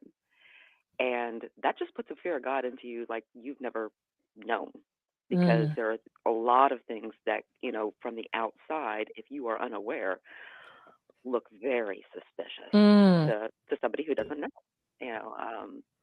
and so yeah, I always just kind of had that fear of document things, explain things, just because you don't know, I'm recalling a time we were at a store and he didn't want to leave the toy department. He started to become verbal, and somebody just hobbling along by us would have freaked. He's pulling away from me. I have a hold of his hand. He's about 3. He's pulling away from me with his entire body weight, screaming no at the top of his lungs. And I'm thinking, oh God, I'm going to get arrested. I'm going to get arrested. I'm going to get arrested. Somebody's going to think I'm kidnapping this child and he's mine. Aww. And, just things like that, that just always put the fear of God into me. It was like, no, this is not happening, But yeah, it when you medically complex children with invisible disabilities, you walk a different road, and you don't know it until you walk it. And I try to be open-minded and not too judgmental, because I don't know everybody's details and everything that's going on, and that's just pretty much the way I try to approach things. So, but I've really enjoyed your coverage. I've really enjoyed it. I'm so sorry that this has happened to you and that you live in that with that kind of fear. It's such a challenge. I know Cynthia Absug's son was medically complex. People with medically complex children are in a real danger. They are in a real danger for being falsely accused of medical abuse, of child abuse, and it is shocking. It is shocking, and it's got to change. It has to change. Someone needs to come to the forefront here and lead the way and teach people how to manage, how to navigate this terrible system that is not working for people with medically complex issues, medically complex children, adults with medically complex issues. It's not just children. No. Yeah, my kid, he's 18 now. We have a meeting on Friday with a psychologist for SSDI. The hoops I'm having to jump through with this is mind-boggling. You need somebody to come along and hold your hand and go, this is what you do. And it's hard to find. It's very hard to find. So pray everything goes well for us on that. That patient advocate thing they were talking about during the trial that she never got, that Maya never got, that's something that I would like to hear. I would like to see implemented everywhere, that people get a patient advocate that does nothing but advocate for that patient. They don't work for the hospital. They don't work for the state. They just are a patient advocate. That's what we need. That would be wonderful. We do. And if you don't have someone in your life who can be that for you, who can be there for you, it's a scary thing. This is something maybe in these high rates we pay for insurance should pay for. We pay these enormous rates. I pay incredible amounts of money to an insurance company, money that we do not use because we do not have any medical issues. Thank you so much for calling, by the way. I'm going to take this next call. They've been trying to get through for a while. Thank you so much. You're welcome. All right, take care. Welcome to the show. Who's this? Let's see. Call from Miranda. Hey, Miranda. Welcome to the show. How are you doing? Hi, I'm doing well. So what's on your mind today? I was just wanted to call in and chat for a minute. This is very nerve-wracking. I don't know how people do it so willy-nilly. But yeah, so the trial and this coverage has been really good. I remember when all this started with me, it was just one cold, boring, rainy September afternoon. I sat down to watch a documentary. 3 hours later, I'm still frozen to my couch, just ugly crying. Like, it was devastating to watch take care of my documentary. Yeah, I And know. It's devastating. I know. The story is just heartbreaking. it is, and it brought back like my own experience. I was almost losing my voice, and I think that's the thing. Like, so many people can relate to this. Which is And scary. Why are so many people relating to this? Why are so many people relating to this story of corruption and lack of patient care and cold staff? Why are people relating to this? That should make us very concerned. it should. I'll tell you my story really quick if you have a second. Mine almost with lack of medical attention. It was inevitable that my husband and I were going to get a divorce.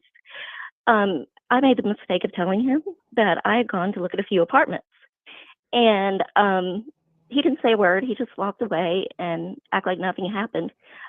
2 weeks later, I was being arrested from my home in front of my children for abusing my oldest son. I don't know how he pulled it off, but he had painted me into an raging alcoholic, abusive mother. I spent 4 days in jail, not knowing what was going on.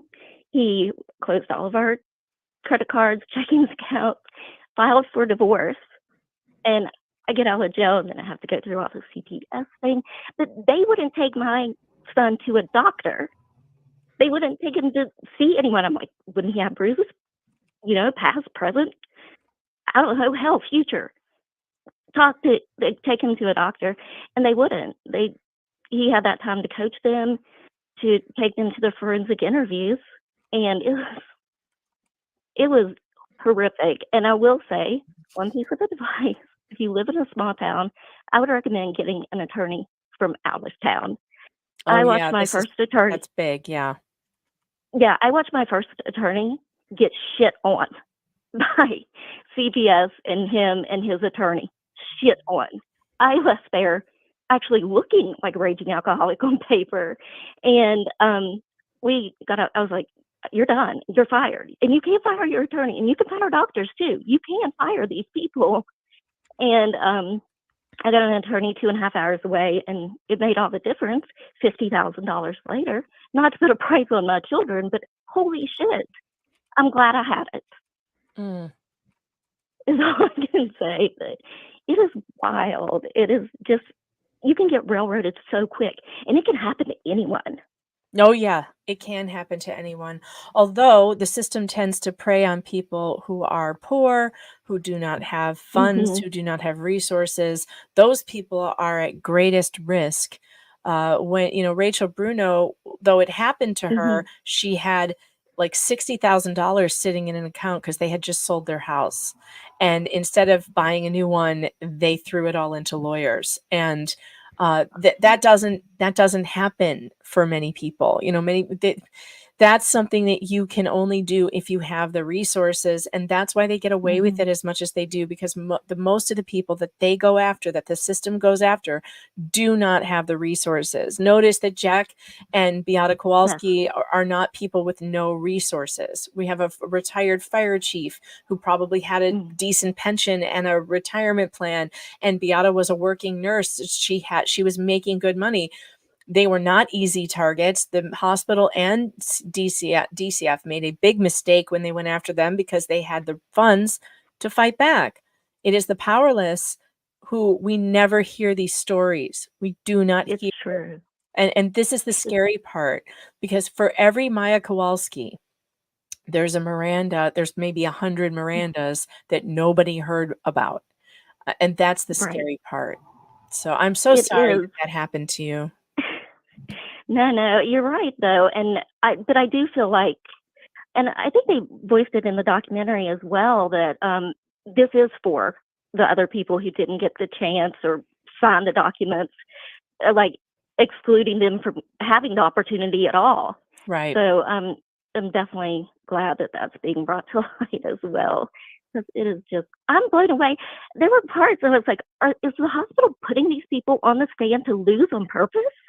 It seemed that way. It seemed that way, didn't it? There were some witnesses, even Anderson said, I couldn't believe some of the witnesses they put up on the stand because it felt like they were testifying for us. And I guess to me, that's a God thing. That is a God thing. Clearly, the defense did not mean to do that. They really thought that these witches were going to be good witnesses for them. But God had other ideas because this is not going to stand. The injustice, the things that are done in the dark will be brought to the light. You cannot fake it forever. You know that one bitch wrote in that one email, she can't keep up the charade 24/7. Well, I thought the same thing. Neither can you. You can't keep up the charade. You can't keep it going for all these years. And we were so lucky that Ms. Embodiment of Christ was in there to testify. Yeah, the hands and feet of Christ himself. She was, Oh, for the love of Cheetos. and then Shapiro in his closing statement was like, we had Nurse Amanda tell you that she carried the love of Christ into the room with her. And it was like, no, you didn't. No, you did not just remind the jury that that insincere, lying wretch got on the stand and tried to make religion a part of this. I can't believe he has such bad instincts. Was she on drugs up there? Because if I would take my child to see her, I would be like, we got to go. I know. I know. Look at how you are. I know. I don't know. I can't. Yeah, you threw Jesus in the dumpster and now you want to tell me that you're his hands and feet?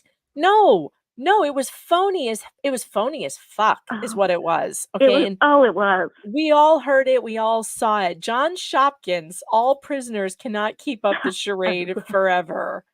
Yeah. She carried the love of Christ and then was cool when when he was thrown in the trash. Yeah. And was smiling so big when he was like talking about her mom and like winking at the jury. Like, no, I think she is on drugs. Like, it was wild. It was wild. This was a wild trial. I never know what it's going to be like until we get into it, right? The Gwyneth Paltrow trial, nobody was covering. And I was like, I'm going to cover this because it's Gwyneth Paltrow, right? And everyone was like, it's going to be so boring. It's this boring civil trial. And oh my God, it was the opposite. There were pornographic stick figures, okay? You just never know. You just never know what you're going to get. Oh, did you see the pornographic stick figures? No, but have you seen my board of truth? I had to tell my son that this was not a pole dancer. This was someone climbing. Like, and these are not boobs. If I were to paint a picture of a villain, like, you know, she could be it. She could do it. Oh my God. I know. Thank you so much for the call. You're welcome. Thank you for being in the audience. I sure appreciate you. And please take care. Yeah. So when I'm watching Rob or Recovery Addict, I get so fired up and like, I got to switch it to Megan. Well, I appreciate you. Take care. Thank you. Bye. I mean, is that not the most hilarious thing you've ever seen? Call from. That is better than my 6'4" mobile board of midget. truth. 6'4" midget. Welcome to the show. But pay no mind to the pornographic stick figures from the Gwyneth Paltrow trial. I just had to bring that up because that was funny. How are you doing? Oh, I'm good. I just recently started watching clips. I mean, I've been keeping up with recaps and everything, but I started watching actual clips from the trial. And it brought up a story of a buddy of mine. It wasn't a medical corruption like this, but it was CPS corruption. So he had just given birth to a newborn baby girl, and her throat muscles were underdeveloped. And so, like, she started losing weight, and we didn't know what was going on because I used to help them babysit her. So we took her to the doctor, then CPS got involved because obviously she was malnourished or whatever. But even like all the doctors and everything were on their side, but they still had to get stuck with CPS for like 2 years because they thought that they God. were abusing the baby and everything. This So failure to thrive thing is a real problem. These are if your kid, and I had a kid who had failure to thrive, they say they're undernourished or malnourished. And I had a pediatrician threaten me with my oldest that if I didn't take her to a gastro and let them stick a tube down her throat, that she was going to call CPS on me. And I was like, oh, thank you very much. Okay, well, and I walked out of there and never went back. These people, my kid was not undernourished. She's just genetically small. And having a kid who doesn't eat is also another dangerous place to be. Sorry, I interrupted you. Keep going. oh no, you're good. But I mean, like it's like but see, here's the thing: they got the feeding tube. They even had like the automatic feeder and everything, because the only way that she could get nourishment was through a feeding tube going through her nose and everything. But like it's just psychotic on how CPS has, and obviously with Maya, with the medical industry and everything, how they got so much power against the parents and everything. But as soon as you stand up or try to get a lawyer up or whatever, and they say, "Oh, well, that's proof of guilt right there," and they go even harder. I mean, like I don't know the outcome because I ended up moving away probably like a year after it all happened. But to my understanding, they had CPS on their ass coming over like once, twice, sometimes 3 times a month, checking on the baby and making sure the house was fit and everything. This case brought it up, and I just wanted to throw it out there. But I'll let you get back to your stream. I enjoy you, especially on Nick's show and everything. That's how I came across you. But I love the work you do and everything. And I keep on trucking. Thank you. I appreciate that. And I'm sorry to hear about that happened to your friends. Thanks for listening. Appreciate it. All right. Bye-bye. Bye-bye. This is incredible, Mo. So many people affected by this. It's terrible. Duncan, Idaho, thanks for the super chat, says, I just want to remind everyone that my voice is so awesome. Megan thought I was using a modulator. I'll live off that one for years. You have a great voice, Duncan. It's like, it reminded me of Solomon Anderson. You've got like that deep radio voice. So hot. Everyone loves that. Yes. Have you thought about doing audiobooks? I'm just saying, there are smexy books that need to be audioed. Mama needs new audibles, okay? I need something to be embarrassed about when I'm in the produce section and I see my pastor. Duncan says they appear to be easier targets than going after other doctors for their diagnoses, though. Yeah, the parents. No shit. They didn't go after the doctors in this case because that's a whole other thing. You'd have to go to like medical boards. You'd have to go to police. Oh, Mo, you are so funny. You need more to be embarrassed about when you see your pastor in the grocery store. I'm never going to get that out of my head. That's hilarious. Look, my heart Where do is you come full up and with my these Kindle things? list needs Jesus and holy water. So I have a story for that. I can't wait to hear it. Yes. Okay, so my youngest son, he has to read stories every night, and look, my books might all feature semi-shirted men. So And or bodice shirtless men. ripping. And Yeah, now, look, I'm sorry, I don't do past things. There wasn't deodorant. They peed in the hallway. I Oh, can't do so not a historical dramas. romance. I like the historical ones. I like the bodice rippers. I got to tell you, No. I like the but yeah, I don't think about it in those terms. Give me a time when we had deodorant, please. But yeah. So, he would always want to pick out one of my books. And he was like, Mommy, why did these books never have shirts on? Are their moms always doing their laundry? Are they dirty? And I'm over here Yes. laughing hysterically. The Uh-huh. 12-year-old part of me is like, they are really dirty. So I was like, you know what? I bet their moms are all doing their laundry. That is probably right. Let's read Dr. Seuss now.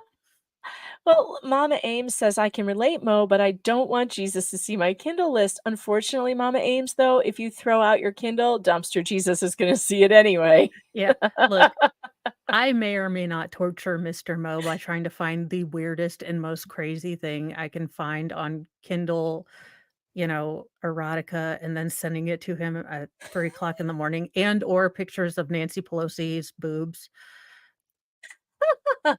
Because if just randomly, listen, he saw the ride and still bought a ticket. I don't know why Mr. Mo stays with me. He's so nice, he's nearly Canadian. That's all I can figure. He's stuck All with right, me. hold on a second. Let's see. Trying not to dox people here. Oh, sorry, I might have. Okay. I didn't hear who was on the phone. Who is it? Hi, I'll just give you my YouTube handle, Easy Peasy. I'm a longtime listener. Oh. I'm more of a lurker, though. I don't participate much in chat. Easy peasy. Great to have you here. How are you? Hi, I'm doing well, really well. And, I just really appreciate the coverage on this case. I think it's so important. And I guess I wanted to comment. I've heard a lot of people talk about the CPS side.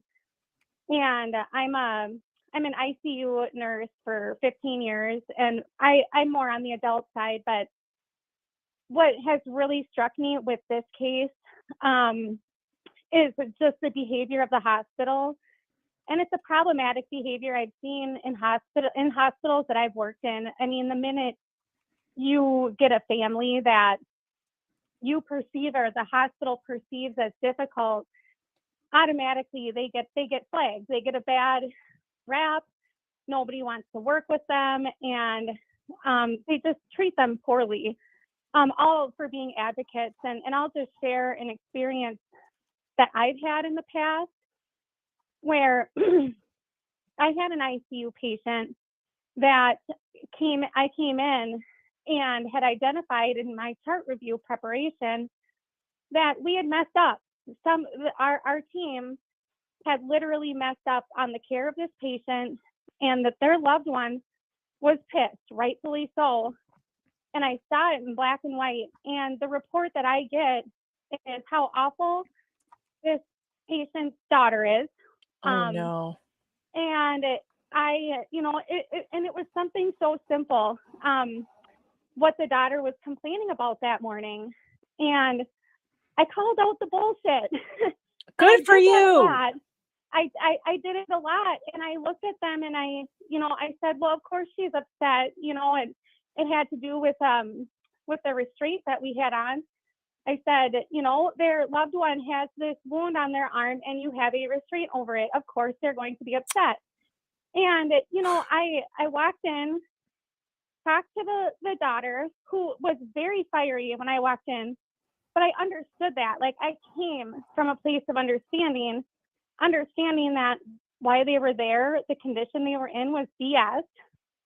And I empathized with them. And I said, first thing I'm going to do, I'm moving this restraint because I don't think it needs to be there, and I'm going to move it. You build that relationship with them, because at the end of the day, I don't care how rude they are. It comes from a place of love. But these hospitals don't do that on a regular basis for these families that might be a little bit passionate, that might be a little bit pushy. And there are ways to communicate with them and collaborate, and they don't do it. And I am just so refreshed by this case, because these hospitals need to be held accountable for the way that they treat people. I love hearing medical professionals. I love hearing you guys in the chat who are medical professionals calling out this shit. Good. This is what you have to do. You need to do it, because I know damn well there are great nurses out there. I have had my share of dealing with great nurses. I've also had some pretty bad ones, and the good ones know who the bad ones are. And it's time to turn them in. It's time to stand up and say, no, we are not going to have my patients being treated by people like this. We will not. That person who wrote that thing in the chart, that person should be, if not fired, reprimanded severely, Because once we've learned in this trial that once something is in your chart, it's really hard to get it out. I really appreciate you, Easy Peasy, for doing that, for standing up for that and standing up for your patient. Good for you. I mean, when I would see that, I would go make an effort in my documentation and note to write the truth as I saw it in a very objective, fair way. To say, you know, to not chart in a negative way, which that it's another thing that they do. You get this preconceived notion of this family, and automatically the documentation and the charting is targeted towards nailing that family's behavior and covering your butt, because then the hospital could come back and say, oh, they were belligerent and they swore. And I would make an effort to be extremely fair and accurate in my documenting.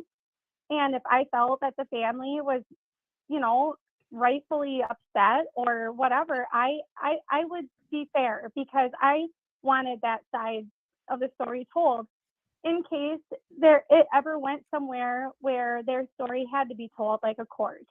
But yeah, I just wanted to share that. Well, can I ask you a question too? Because you brought something up that came up in this trial over and over again, which was the belligerence and the swearing. Is that something? Because I guess I never thought that in a hospital, you know, you would assume people are in pain. They may scream out obscenities. In fact, I was just in an emergency room and the man next to us was swearing up a storm and he was in pain. He had a horrible stomach pain and he was just like, oh, shit, I need help. I need help. Somebody fucking help me. Like that was he was in pain. Does that immediately throw up some kind of red flag? Do we all have to censor ourselves now if we're in terrible pain? We have to be careful not to swear because we're going to be put on a list in a hospital and treated poorly over it? Yes, this is a good question. In the times that I've documented it in the past, it's when it's more like, it feels like more of a behavior, like if it's obvious that they're in pain. Like I worked in a trauma ICU, so I worked a lot with people in extreme pain, and generally I would I really wouldn't document that, especially like if it's like, well, they're in pain. If it was like a habitual behavior, I would document that, because a lot of it is I'm trying to think of the right word.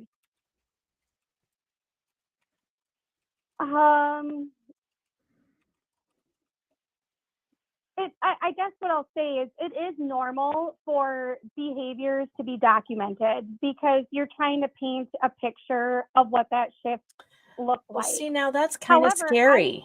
That's kind of scary don't- because it's like, what if, you know, you're not in your right mind when you're in pain? And Well, and that's that's the thing that bothers me about it too. Their focus on that is because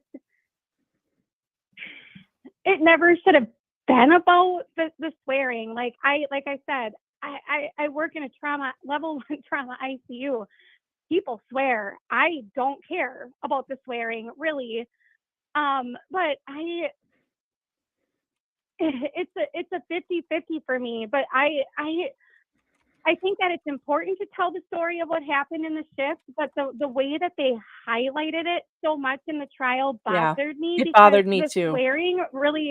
The swearing really has nothing to do with like the fact that she's in pain and she's isolated from her family.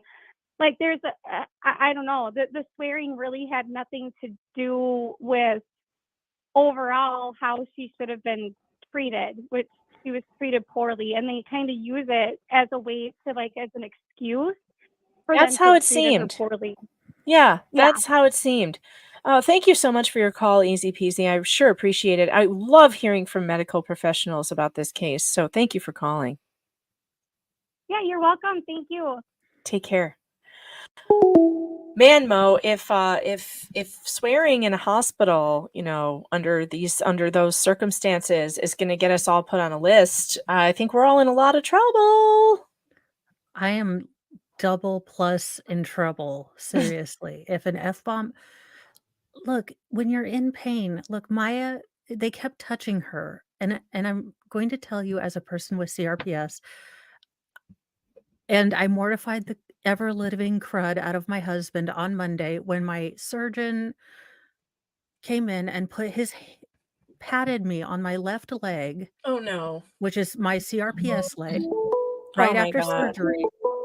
And I was like, I turned to the nurse and I asked, probably not in a quiet voice, I was like, "Is he a real doctor? Did he get his Ruby? medical surgeon from Guam?" To I was like, accept, "What the press hell 1. is To wrong send with a this man? voicemail, press 2. That's my CRPS leg. Stop it." Welcome to the program. I missed your name. Who's on the line? Ruby, Rouxbe in the chat. Oh, Ruby, nice to hear from you. How are you?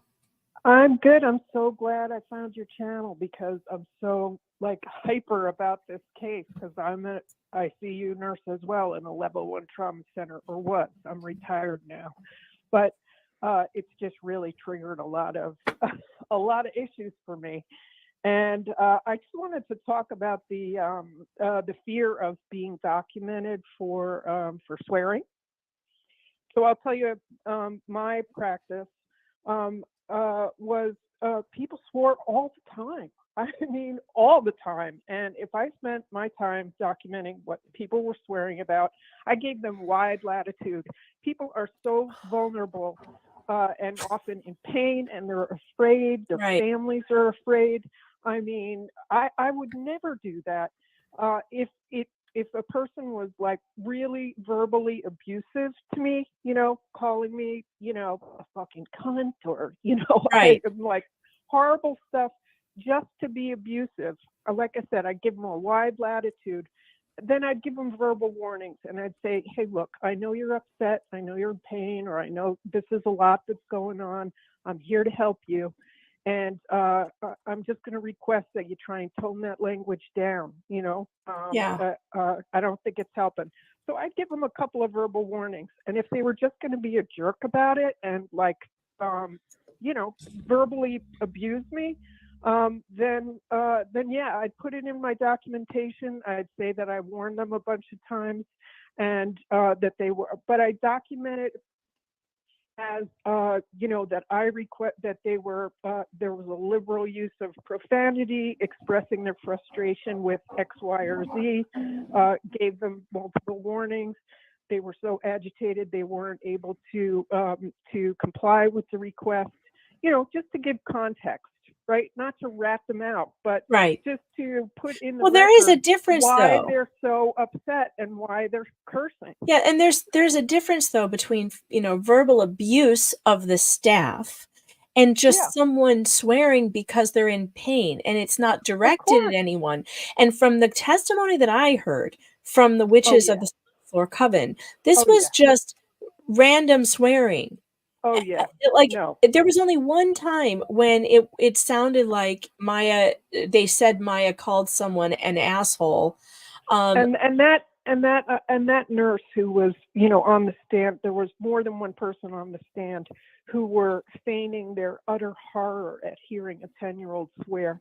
Give me a break, okay? Give me a fucking break, because that is just absurd. I mean, she's on steroids, she's in pain, she's been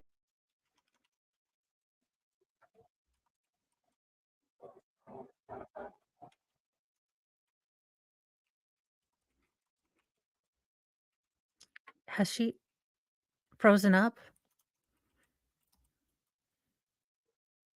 Yeah, I'm frozen, unfortunately. Okay. Oh, All there. right. Aaron's like, "What did you do, Mo?" And I was like, "Control Wait, Alt hold Delete. on. That is the only thing I know how to do."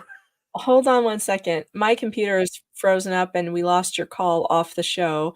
But unfortunately, I cannot I can still hear you too, but nobody else can. because my computer froze up. So thank you so much for calling. I'm going to have to reboot my computer again. Mo, you're on. All right. So, what I will say, I am wearing slightly orange today. I know yesterday was orange for CRPS awareness, but I am wearing my Buffalo Bills body lotion shirt. It rubs the lotion on its skin or else it gets the hose again. You know, I'm classy and such. Um, yeah, it's completely crazy to believe that these were, in that special, maybe it's Satan, church lady, um, nurses who had never heard a curse word in their entire life. Let's be real. You are in an emergency situation and you're going to hear all the cursey words. And if you touch someone with CRPS, like my surgeon who I might have questioned if he got his degree from Guam, if you touch them when they're in the middle of a flare or they're very painful, that feels like you are hitting them with a sledgehammer rather than just patting them. And they were trying to touch her all over. And, you know, I nearly curse sometimes. Now, my sainted husband deals with me. And I try not to, curse at him. I curse at the pain.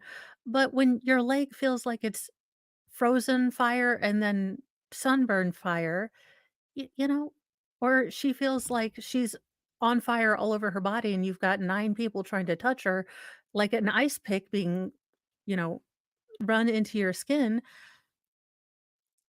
you're gonna maybe say a little bit of the cursey words. And look, kids say cursey words. I may or may not have walked by all of my hoodlums and heard them say a cursey word. Now, I've told them not to say them because they don't pay taxes, and that's when they can start say them. That's just I was like, "Until you pay That's the taxes." benchmark. When you start paying taxes, you can use the cursive words, as Mr. Anderson would say. Yes. Gosh, then I guess my 17-year-old is okay to curse because she, which I've been allowing her to do for a while, but she does pay taxes because she has a job. So that's a yeah, good that's kind bar. of well, I figure if you're gonna be, raped by the government, you might as well get to I mean, daggone it, I meant to censor that a little more. But if you're gonna get taxed from the government, you might as well Yes. be allowed to curse and being told that you're faking it. And I know that Schmucky McSmuckface was trying to say that conversion disorder isn't that you aren't feeling real pain. But again, if you are sitting in that chair being told it's all in your head, that's all you're hearing is that it's all in your head and you're faking this. And it can be, it's not what they're saying, Mhm. but it's what you're hearing. Yep. 6'4" midget sent a Rumble rant that I missed that says, "Yep, the story I just told. They blacklisted the dad from the hospital because he got too emotional when CPS said they had abused their newborn." This is something that CPS does regularly. They did it to Rachel Bruno in the other direction. She kept herself together and did not respond emotionally when they were accusing her, and so they said that that was indication of her guilt. So if you get too emotional, that's an indication of your guilt, but if you don't get emotional enough, that's an indication of your guilt as well. You cannot win with this system. You cannot win. Miranda Lee, thanks for the super chat, says, "Chat, you're so amazing. This whole community is so supportive and caring. Your willingness to share your stories is a gift. Thank you, Megan and Mo." And it's interesting because here we are, the community that makes fun of everyone. And yet, at the same time, the chat is super loving and supportive, as if it's okay, to have a laugh at some bad people, at the witches of the coven, the 7th floor coven. It's okay to laugh at bad people because in the end, we're all just trying to do the best we can for one another and stop the evil from spreading across this country. And it's okay to laugh and ridicule evil people. It's okay to do that. And I don't need to tell you guys how to behave in the chat because you're all behaving really well and your jokes are hilarious. You're funnier than I could ever be. And it makes the show so much better. I swear that this show would be so boring without you and your jokes. Seriously, it would be boring as hell and there would be no point in me doing it because the chat is where it's at. You guys are just funny. And it's the this was collective one of the knowledge funniest of the chats internet. today. This is one of the funniest chats today. I got to pull it up because it's hysterical. Vicky Sipple, you've been putting this on my channel for a few days, and I just have to laugh because it's cracking me up. The best trial covers are the ones who do live streams without interruptions. Do you mean like Court TV and Law and Crime? I don't understand. And yet you're enjoying us here and we're interrupting all over the place. And that's okay. We're ready for anything here. Yeah, to be fair, I mean, do you really want to see what's his face from Court TV, the really plasticky guy Oh talking God, to you that every guy. 5 minutes? The guy that looks like a dollar store Barbie. Ken. Dollar store Yeah. Ken. Yeah, he's an interesting kind of guy. I mean, person. All those people though that they hire to be on television, they're all very plasticky, you know? They are. I How keep could telling you, I was Vicky, how could I have missed the judge? Did he just come on? Because when I was rebooting, because I've had it monitoring in my headphones the entire time, except for when I was rebooting. So did I miss the judge? He said something about a 3:15 timeline. Well, not according here. I'll share it so you guys can see it.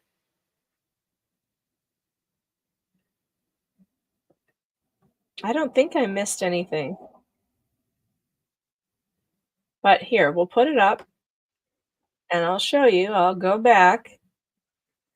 We're at 8 hours and 11 minutes now, folks, and I have had this in my headphones the whole time, so I am monitoring. When court comes on and the microphones turn on, I will hear it. But look, nope, nope, nope, nope, nope, nope. Not since this morning. Nobody's been there. Nope, nothing. I got nothing. Do you think that they're going to go to, let's see, what time is it? So what time do you think they're going to eat lunch today? It's already 12. Teen. It So depends on what they're catering. that's well, if I were them, I would not come out with a verdict until after they had ordered me lunch. Even if I That is had that true. verdict. You got to get every single bit of government grift you possibly can before you get out of this. Yeah, I mean, you've been there for 9 weeks and you've made $15 a day, I think, right? So Yeah, they've made slightly less than me during this trial. Cheesy, wait a minute, not Cheesy. Who did I want to ask? Thomas, you're saying no verdict today, they quit at 4. Where did you people hear this? Because I am watching the live stream and there is no judge. Did they pop in here and turn the volume on without can you moving the guys work cameras? Reddit? Because Can you guys get me a timestamp then if you're saying that there was an announcement that I missed? Like, I haven't seen anything since this morning. Nothing. I haven't heard anything since this morning. So where are you hearing this? I'm literally sitting here watching the verdict watch. Oh, I half-assed it? Wait. Tell if first of all, the jury would not have told them we're not going to have a verdict today. So who's saying there's no verdict today? They have to go. They have to deliberate until whenever they're calling it quits. All right. So you're saying that I half-assed it. All right. Hold on. Let me go back and hear what it is that you think I half-assed. Hold on. What she was about to do. So that means that the cross-examination on her was different because of that. And so when we start reading just her testimony, even if it's, the question here was only about Maya's lost earnings in the future, if I recall. And that's that her testimony was actually bifurcated, so that they were talking Right, about this my is the first stuff that cross-examination. doesn't The matter. evidence, tell the jury we have the transcript, and if they are interested in a readback, I need them to tell us what portion or portions of it that they want, and we'll go from there. Sure. Okay.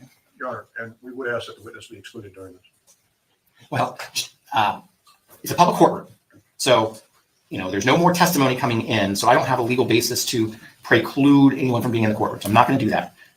And I think the plaintiffs are going to explain why I can't have her be the one that actually is the readback. So if she wants to stay, it's a public courtroom. Okay, let's bring in the jury. Madam Clerk, if you can get ready to redeliver the evidence.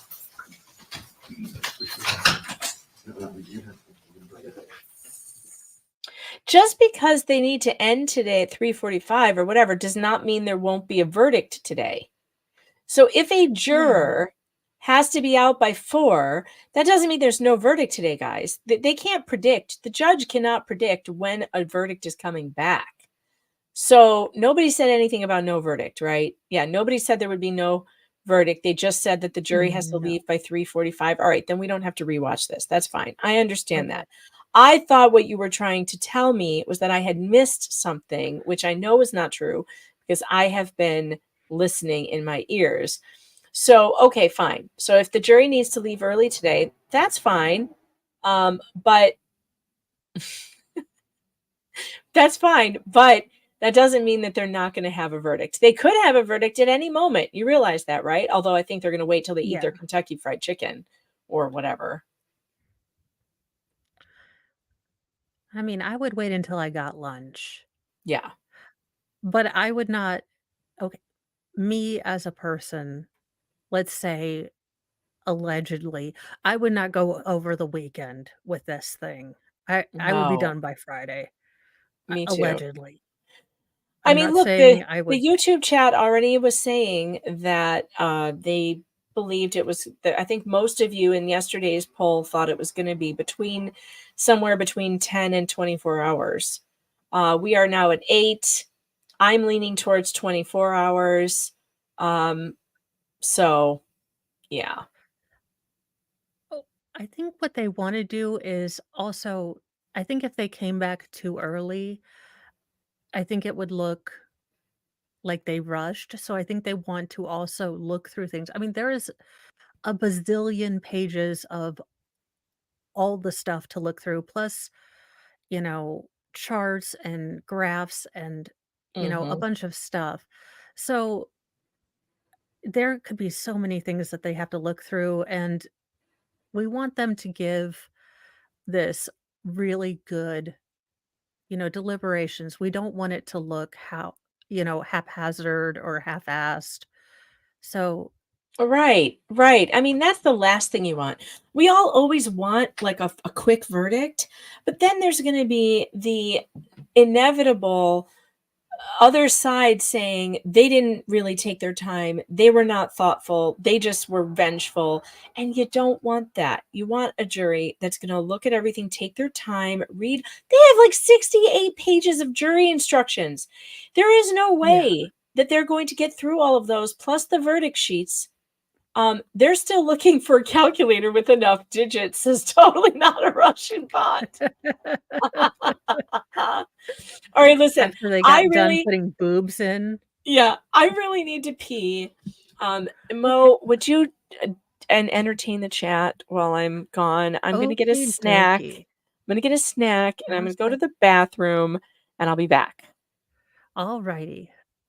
Well, so yes. So I wonder if we are going to get more jury questions though, because I do think some of the legal instructions are very, if you are not used to trials, they're very wordy, they're very dense. So I do wonder if there's going to be more questions, kind of how are we to read this instruction?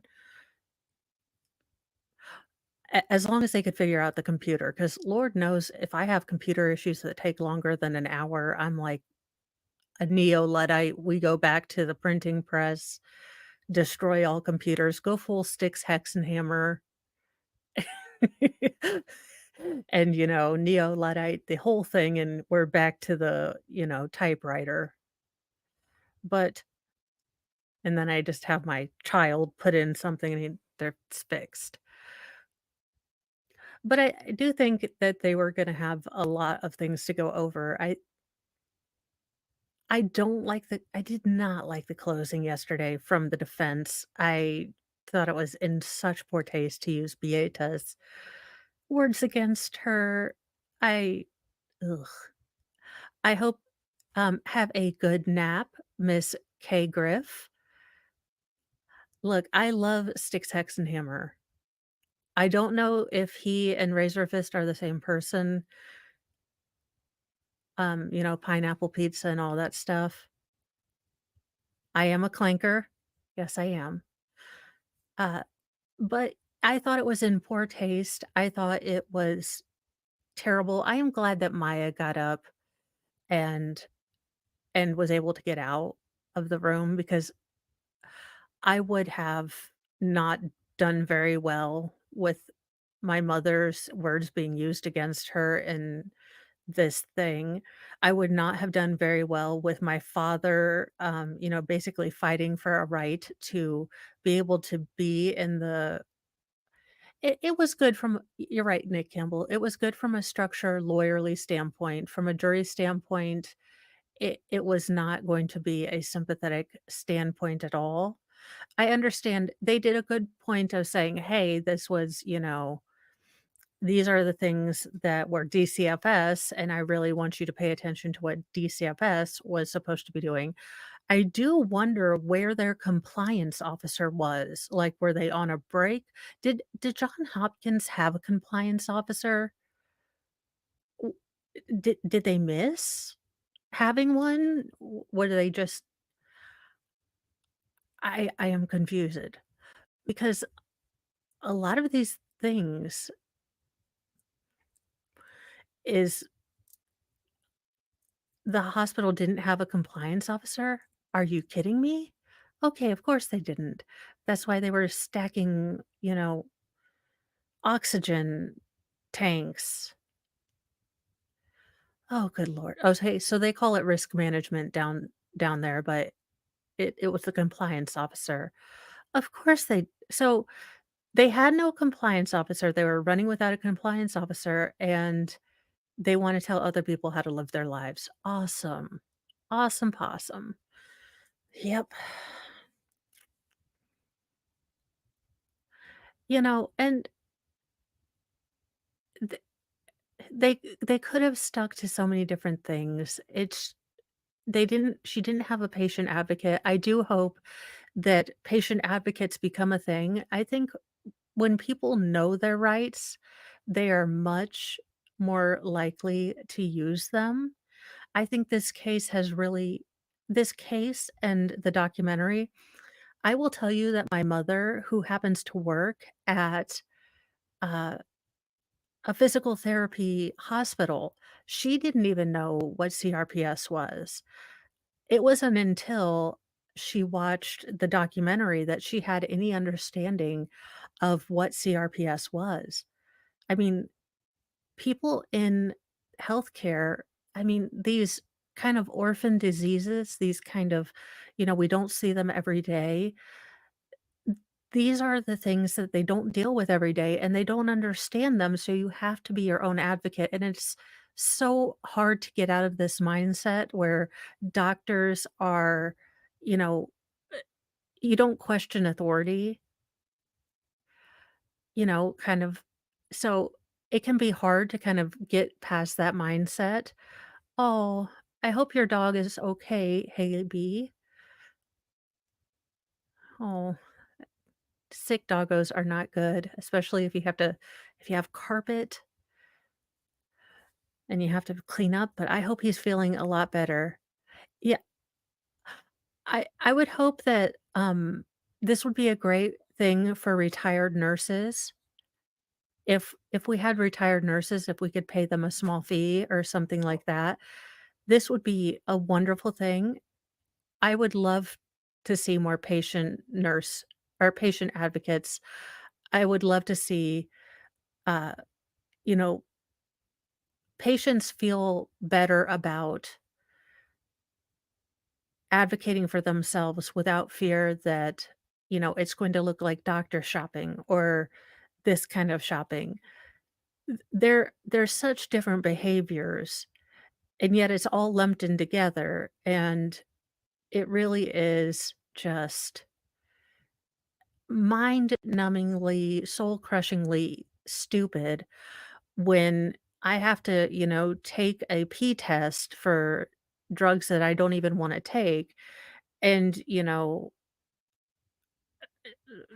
just show my ID and everything else, and then you've got, um, people that are having issues with addictions get Narcan with no question. It's apples to oranges, and I completely understand that, but it does get upsetting once in a while to see different things, and and like I said, it's apples to oranges, it's not the same thing, but it can be it can put you in a very dark place when you are treated like a criminal for having actual pain, and people that are maybe misusing the same thing or other things, can get all the help they need at low cost sometimes, and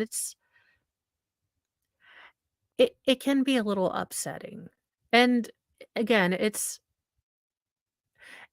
apples to oranges, it's completely different. It doesn't, you know, match up sometimes, and I know the government and everyone is trying to make sure that people don't abuse these medications, but it's just it's such a mess. And I never really had any idea how much of a mess it was until I came into this sort of group.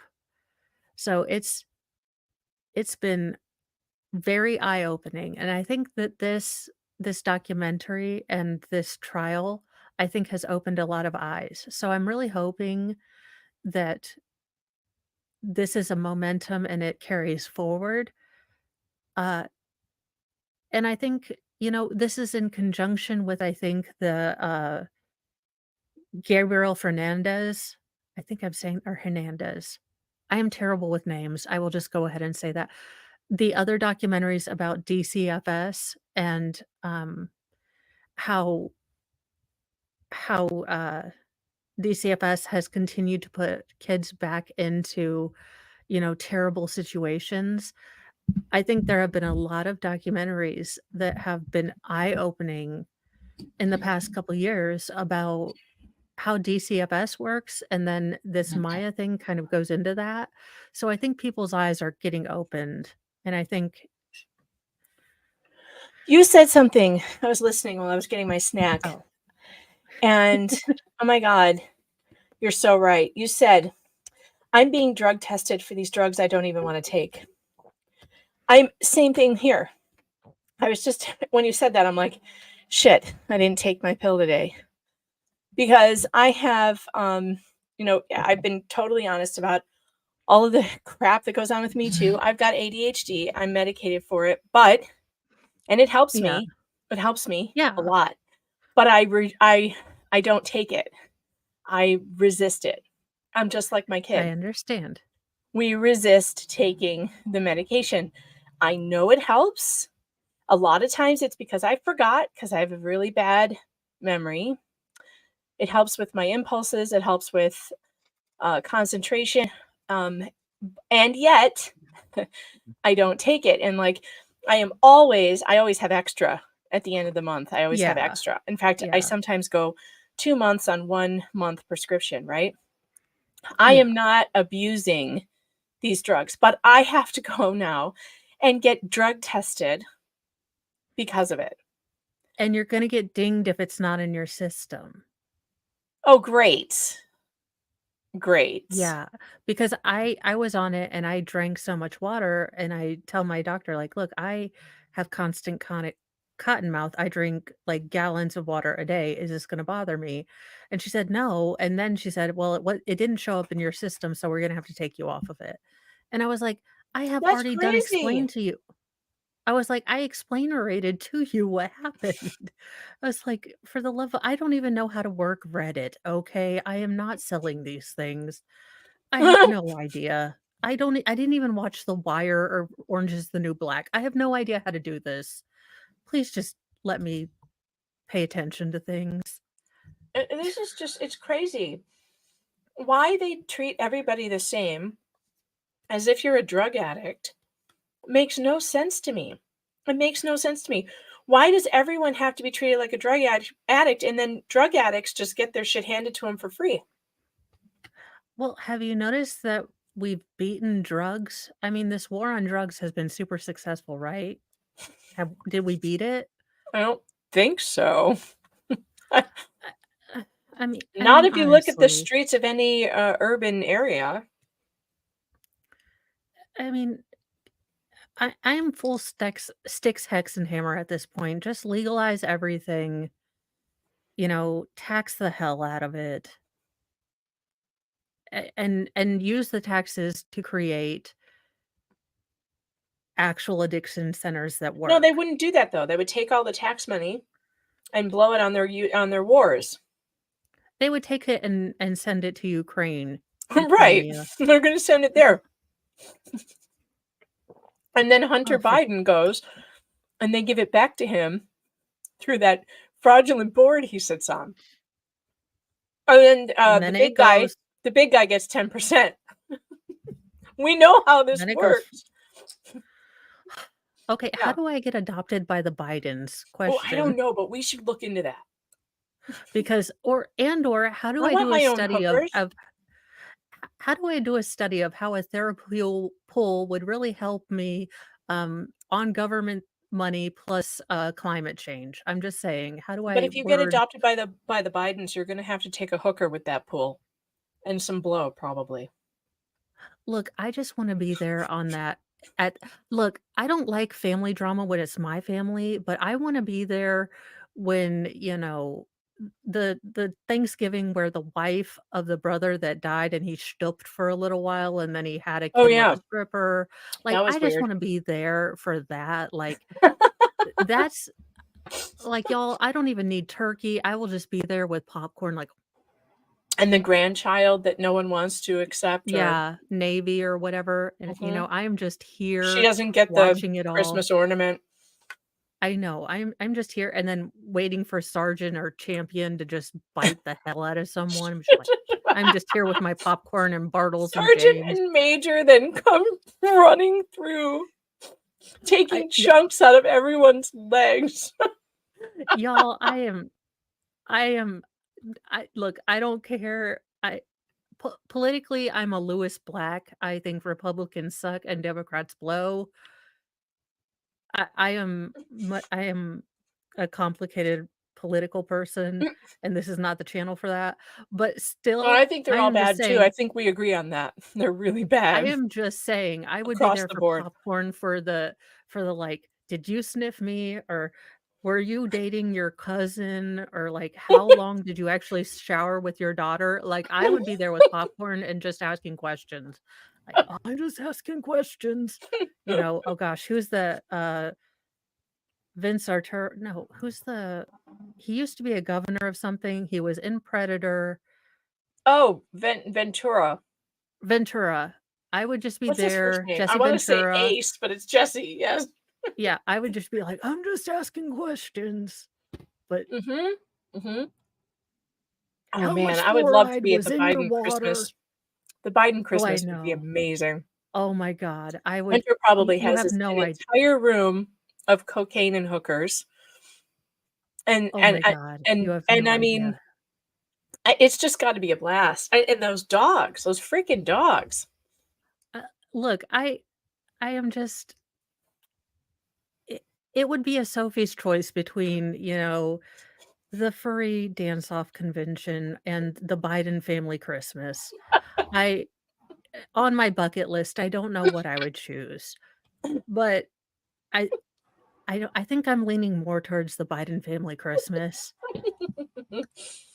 at this point, but it would be cringe hilarious. I would love to see it. I agree. I agree. The Brandon Thanksgiving would be a fucking horror movie. Can you get out before he sniffs you? I am way too old for him to sniff. Oh, I don't think so. I don't think so. I think he would be drawn to your hair like a moth to the flame. I have a Slowly. personal bubble thing. Would I get in trouble for karate chopping our resident and chief? Probably. The Secret Dang Service it. would grab you and then Commander would bite you. I don't know. Probably. I don't know, but man, I read that article about whatever the new dog is, whoever the new dog is. I Oh, never remember yeah. if it's Major or Commander. Yeah. There's a Yeah, new I one. think well, one of the again, maybe just get a Bit like chia pet. six Secret Service dudes. This dog. Maybe because he kicked him as a puppy, or maybe you just shouldn't have dogs. Maybe they can smell the evil, like the Moloch on you. I'm just joking. I don't believe. Look, I'm just joking. I'm not. I believe that Moloch has a very specific smell. Smells like sulfur. Let me see that. This is the article, I think. Nicholas Starro is here. He says, I heard cocaine and hookers. What? Where? When? We were talking about a Biden family Christmas, and I was trying to decide if I got an invitation to the Biden family Christmas or a furry dance-off. It would be a Sophie's choice as to which I would pick. I'm leaning more towards the Biden family Christmas if I was invited. Both of the Biden dogs are biters. So it turns out that Commander is the new one. Major's the one that already got sent away for biting. Commander is the new one that they got when Major started biting everybody. Oh, well, did they have the dog muzzled or masked? Or was I making I just saw his black little muzzle, and I was like, "Oh my god, did they He mask needs the a dog? muzzle. I'm done." This dog, and by the way, I have a German Shepherd. Archie Ruckus is adorable and sweet. And German Shepherds are not attack dogs. You have to raise one to be that way. You have to do something to it to make it like that. These are not bad dogs.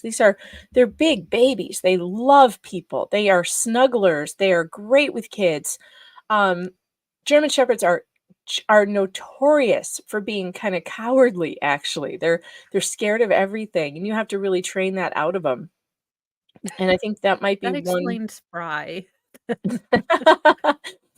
And listen to this. Commander has been involved in more biting incidents than previously reported at the White House.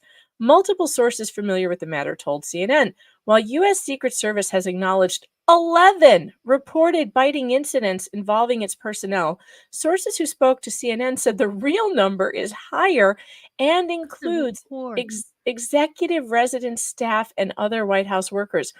Those bites have ranged in severity from one known bite requiring hospital treatment to some requiring attention from the White House medical unit to some going unreported and untreated. While the first family works for a solution, Commander has been banned from the premises. Now, I wonder if this is the article that goes into each bite, because it was crazy. The Secret Service were holding him off with chairs while this dog was trying to attack them.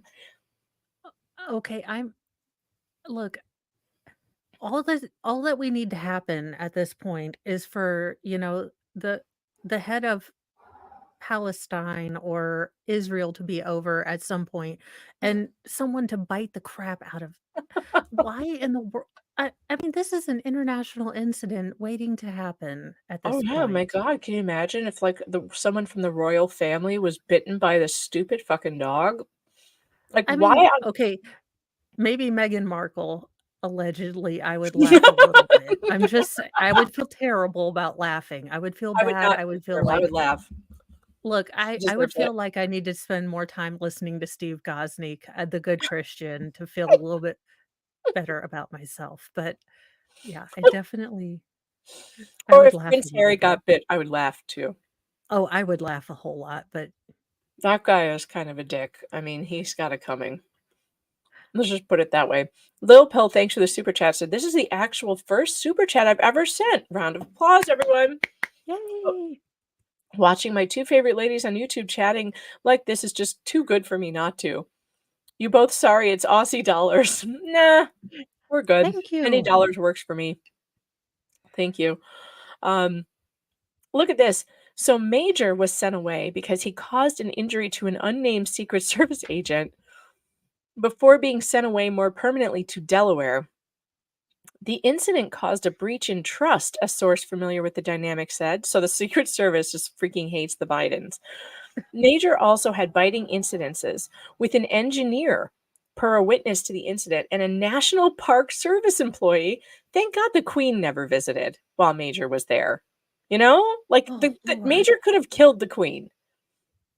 Well, but doesn't Biden not really like the English because he's allegedly Irish, or did he plagiarize that too? Oh, he 'Cause probably made that up. He doesn't know what Because he's hearing him talking tell it, about. he's been raised in the Puerto Rican, African American, and what Jewish communities now. Hey, B, this is so funny. It's not an attack. It's an interview. It was just sniffing you out for coke, you know. In case the Hunter jury was doesn't like wondering, it was not an attack. It was just an interview.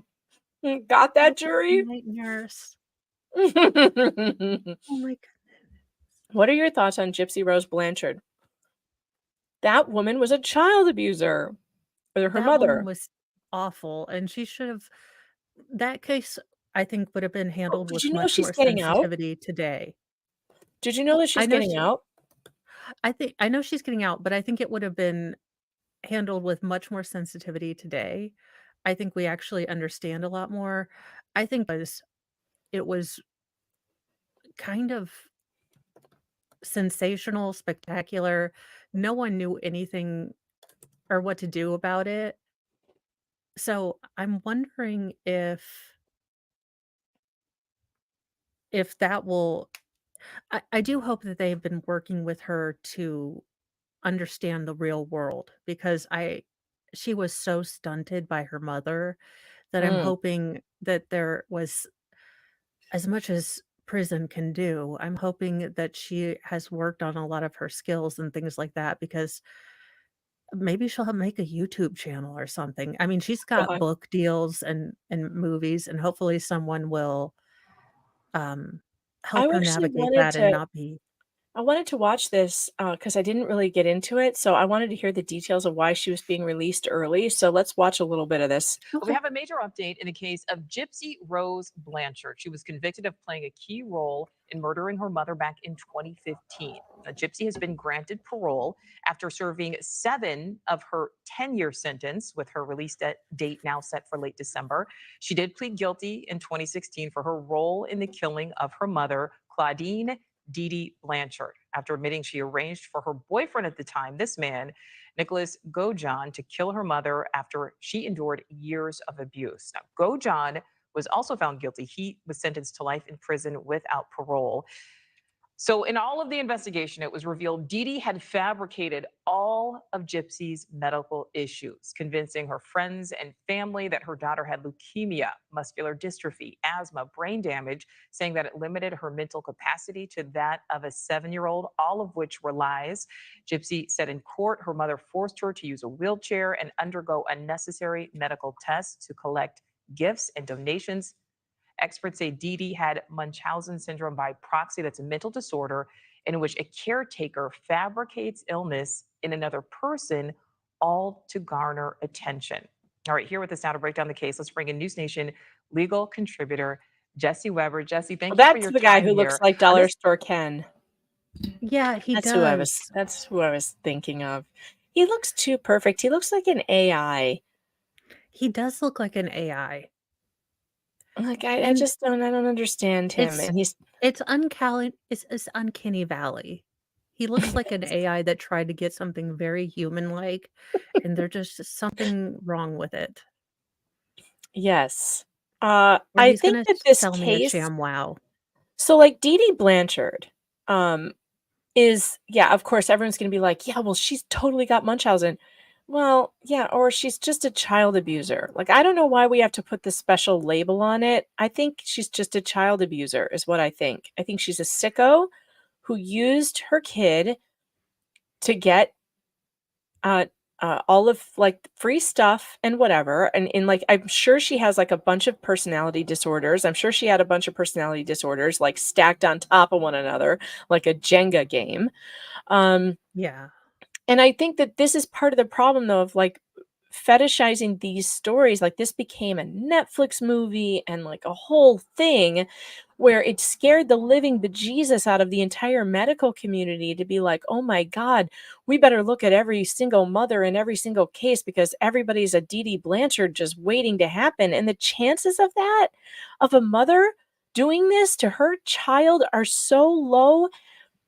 It's just nuts. And, you know, she got what she got. I'm frankly surprised that her kid ended up in jail for this.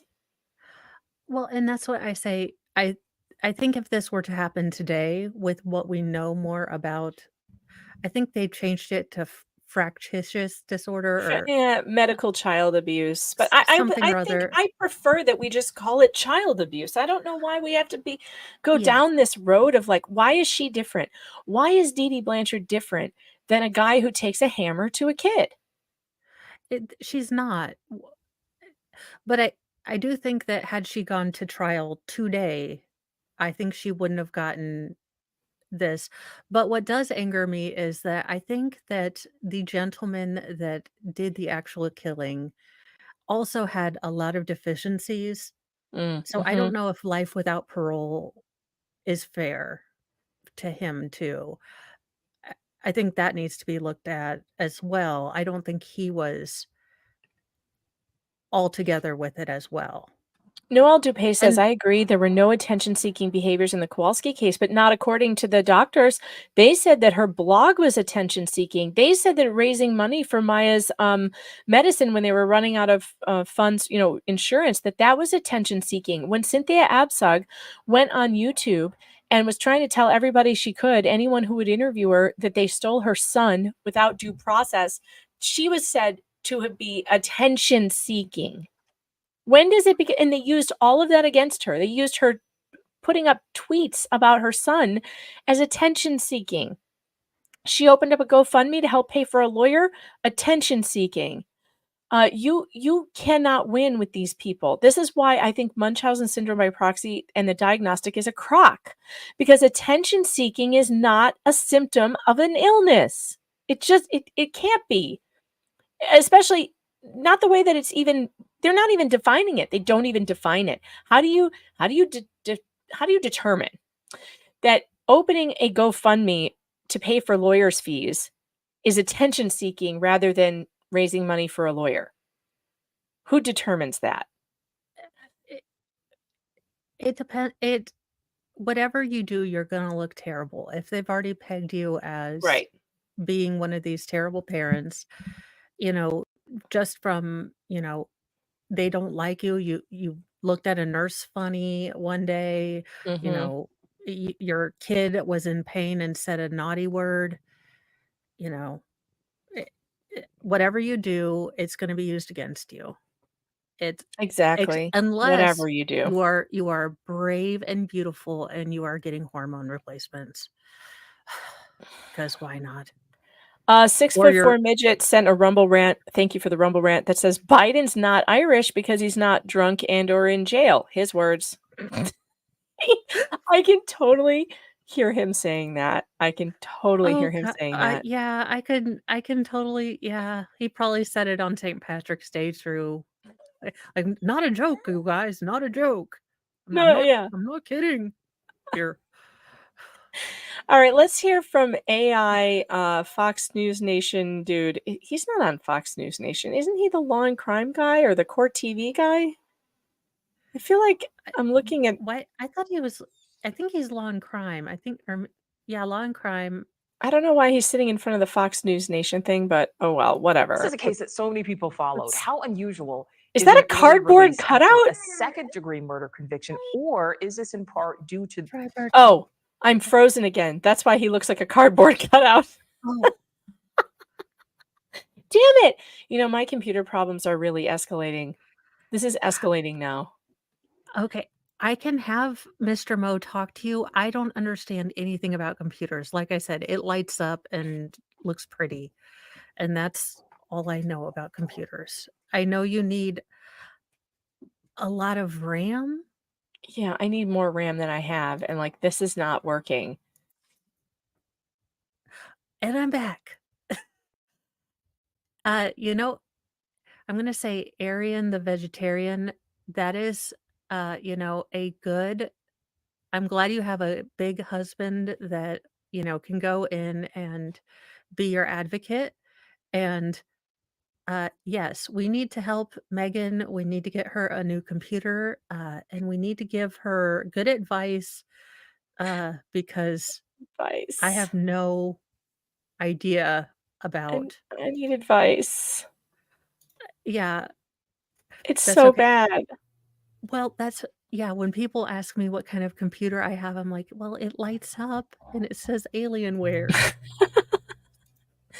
And I don't know anybody who has the problems that I have with this stupid computer, and I'm just really, really it's- annoyed. Yeah, it's hard when I need a technical look, my local high school will not work with me to send me an AV club person that will work for like Hot Pockets and Life Experience I need to someone do like my that. graphics.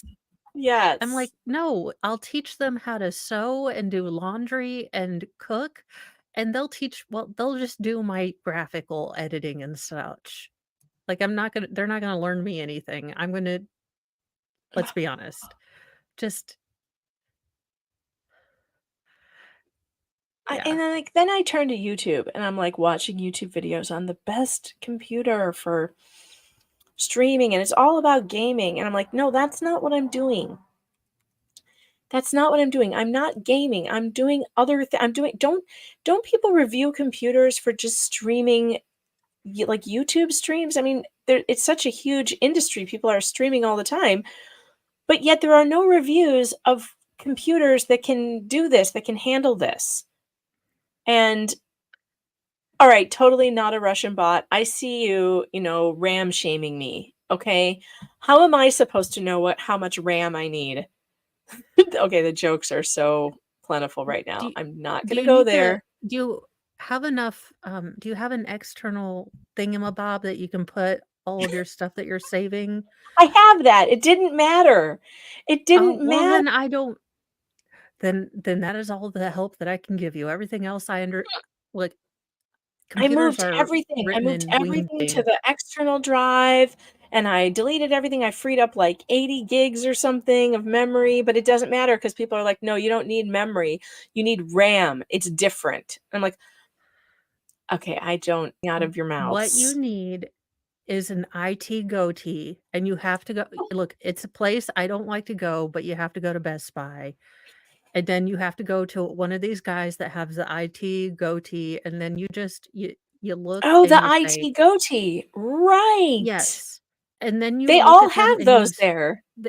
That's why I call them that. And then I just look at them and I say, this is what I want to do. And then my husband, the eye rollery in there is just, I mean, you could almost tilt the earth the other way with how many eye rolls I get. And I'm like, look, I just want it to look nice and do stuff, but I need it to work, and I need to turn it on and it to do stuff. And then my husband tells them in all the normally things. Just get a Polaroid camera and do a slideshow like Shapiro did.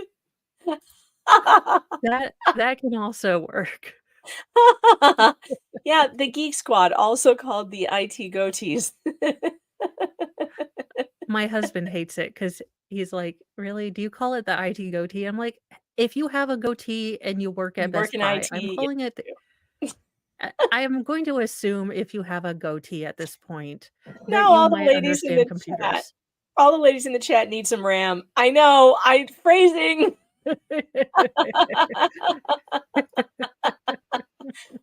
And now, see, I can't win. Now it's don't go to Best Buy. They'll fuck you over. Okay, well then go. There's then nowhere go else to go. I live in rural New York. I Do you like, know what does it's like here? There's Kmart no still work? there's no Kmart, and there's the only place I can go. H.H. Gregg? No, the only place I can go is Best Buy. There is no other place. That's it. That's Yeah, it. or you can do the build your own computer Which thingy. seems like a nightmare. I can't do that. I'm not doing that. Well, yeah. Let me answer IT question. Okay, Linux. Oh wait, Linux is a computer thing. I know I that know. much. Uh, You seem like you know stuff. You have a computery word in your name. I know. Linux Charms is great. I'm Linux, by the way, designed all of my merch and my logos and stuff. She's I am amazing. Look what she Oh, did. I love that. I know. Look at this That one. is She drew this and everything. that is She's awesome. awesome. Linux Charm says, let me answer IT questions. Best Buy doesn't know Jack. I know. All of you IT people. Well, Meredith, you have my email, so we should talk, but I can't let you Yes. build me a computer. That's just way too much work. Just point me to one that is good that I need to buy. That's what I need. I need someone who knows what they're talking about to point me, send me a link and be like, buy this. This is what you need. Okay, here are all the things I'm Yeah. going to do on it. I'm going to stream 6 to 10 hours a day. I'm going to share my screen. I want to possibly have 2 cameras hooked up, and eventually I'm going to get a soundboard. So I need that to work with it too.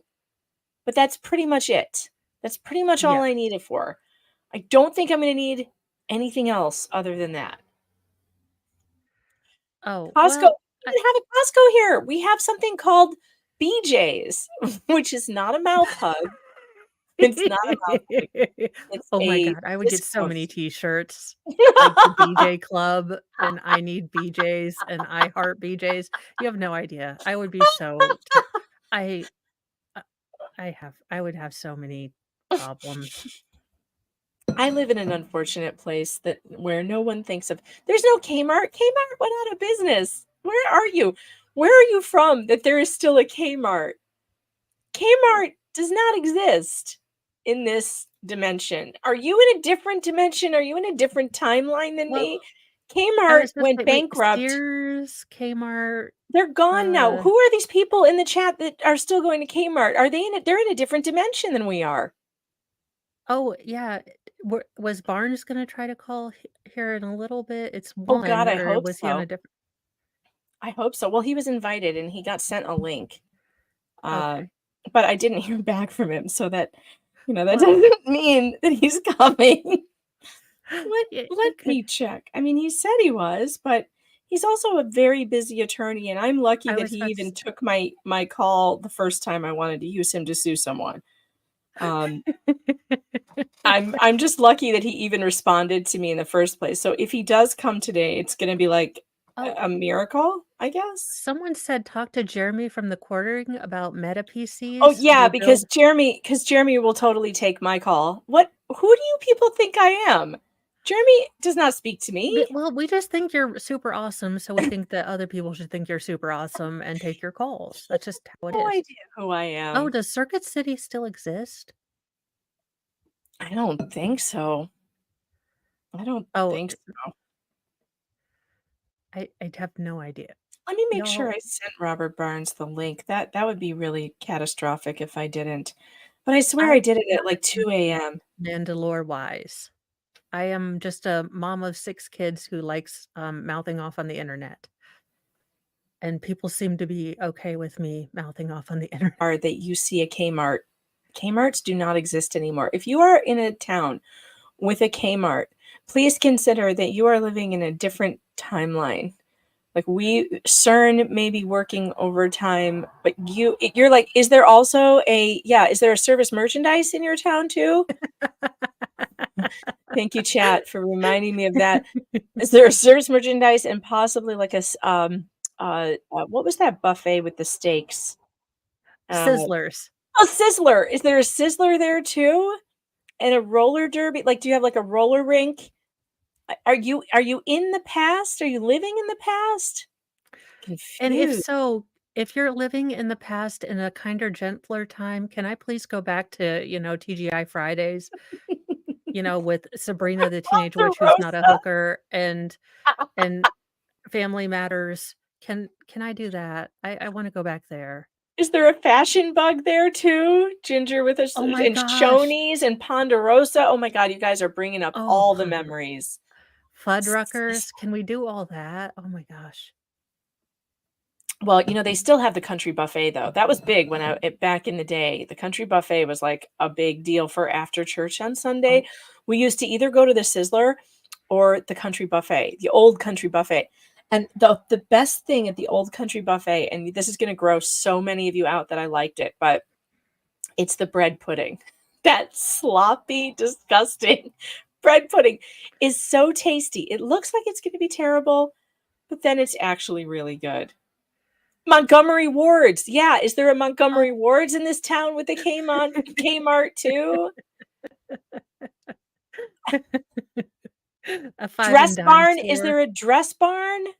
And Oh my those don't gosh. still exist, do they? There are outlet stores that still exist in rural Indiana. There are still outlet stores, so. Oh, interesting. Okay.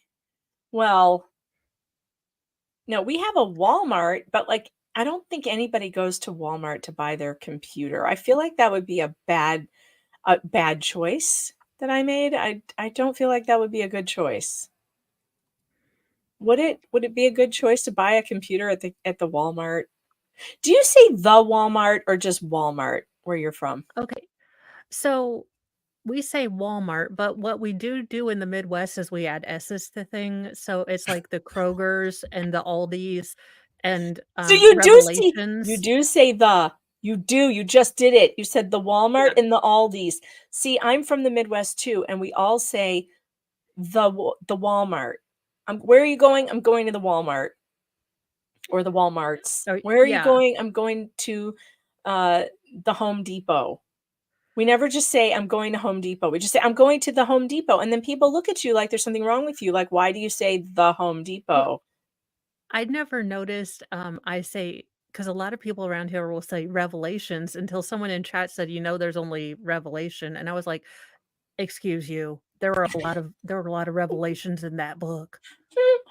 Besides, I'm from the Midwest. We add an S to everything except Target. Oh If we're yeah, feeling bougie, it's Target. Target. But you know, Now Target is the one store that I don't say I'm going to the Target. I just say I'm going to Target. But if I'm going to the Goodwill, it's the Goodwill. yeah, If I'm the going Goodwill. to, it's the Goodwill. It's not just good. I'm going to Goodwill. Just sounds weird.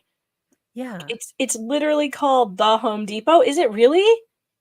Is it really called the Home Depot? I never knew that. I'm gonna And feel vindicated in my life if it is the Home Depot because I I feel like. know. Do you know about my And- law cards that I never got? Oh, I have law cards. One of them is this one, Where to Meet the Single Ladies, Dating Advice by Megan at the auto parts store. I need one for look, the we are it also desperate says and in need of help at the auto price store. So, totally. I think probably the it's a best good place to find us. I think the auto parts store is a good place to find a man. I feel like there are men there, and most of them are handy. You don't go to an auto parts store if you don't know your way around a vehicle. And if you know your way around a vehicle, you can probably figure out your way around a woman. Just saying, it's not that hard. There's like torque and like I don't know, there's all sorts of tools you got to use. I feel like this could translate. I could be wrong. But I need one that says Home Depot. Well, as I often tell Mr. Mo, never, ever has there been a one-paged romance book.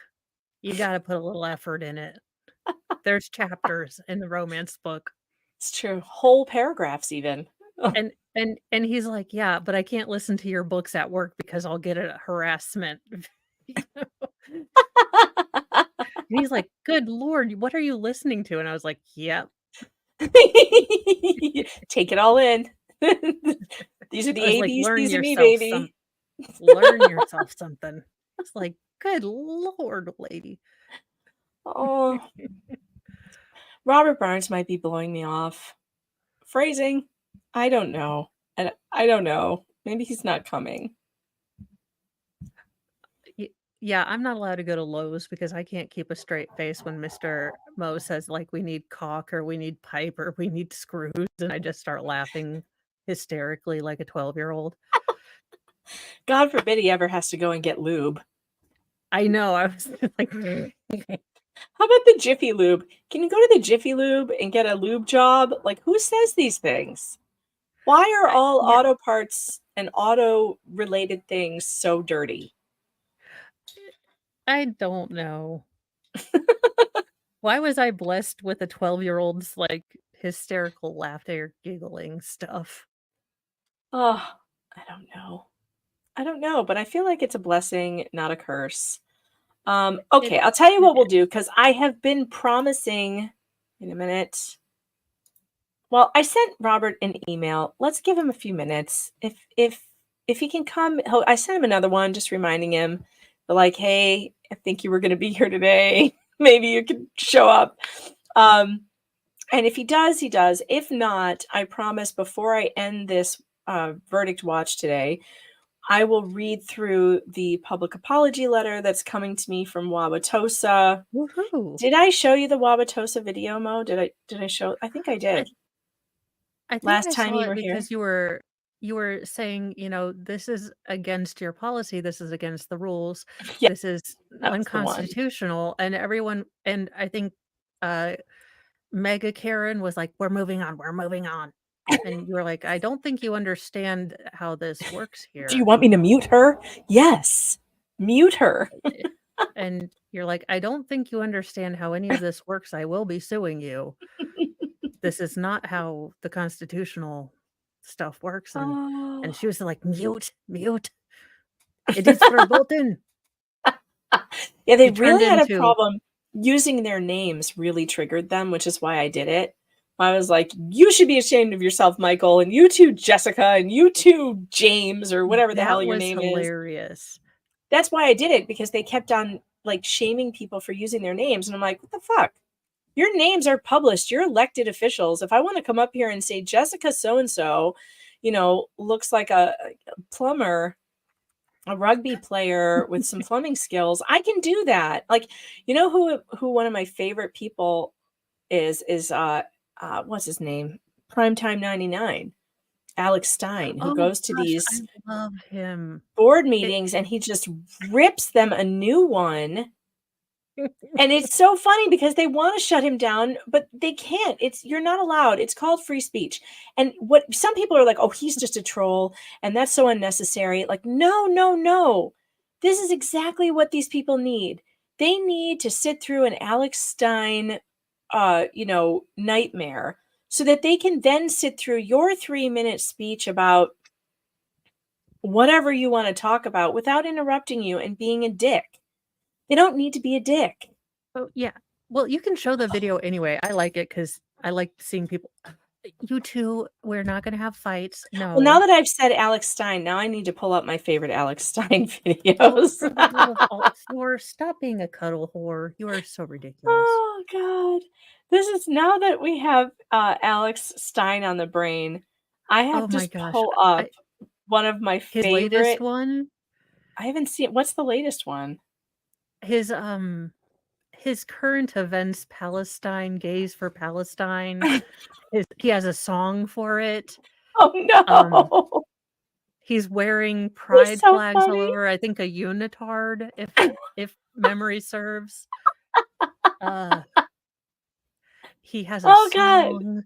I love him so much. It's not even funny, but one of his best videos was actually one of his earliest videos.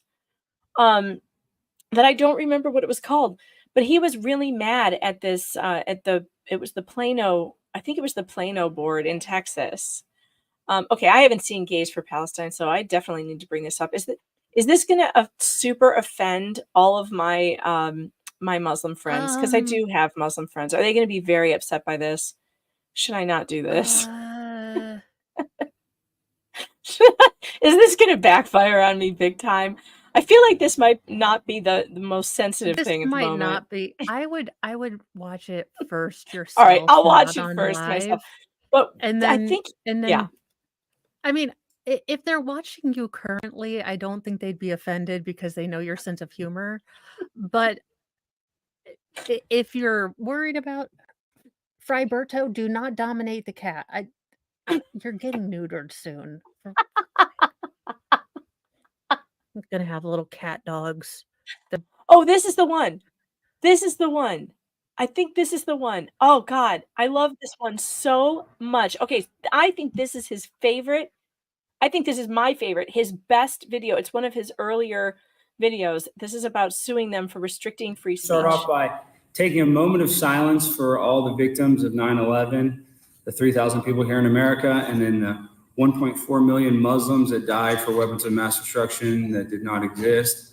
I also want to bring up the 28 pages redacted from the 9/11 Commission report, which does not talk about Saudi Arabia's involvement in the terror attacks.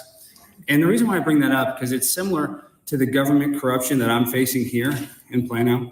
And that's why I handed the city secretary this lawsuit, Mayor, because I'm suing your ass, because I'm primetime 99 Alex Stein, and you are not the arbiter of free speech. I know you think Plano is the city of excellence. It's the city of lawsuits now, bud, because I'm suing you, and I'm going to go to court, and I'm going to win, and I'm going to get Olive Garden money, because you're going to pay me, because this is my first lawsuit, because you don't even know the laws. You think that you could supersede the First Amendment. I'm sorry to break it to you, buddy, Mayor Mons. I know your brain's not very smart, but you don't get to supersede the Constitution, buddy. And you got, what is it, Shelby Williams over there is doing song and dance. He loves to dance. Why can't I come up here and dance? Riccadelli used to do show tunes in high school. So all you guys are a bunch of theater nerds, and I come here and I try to put on a performance, and all of a sudden you get butthurt and shut me down and turn off the camera.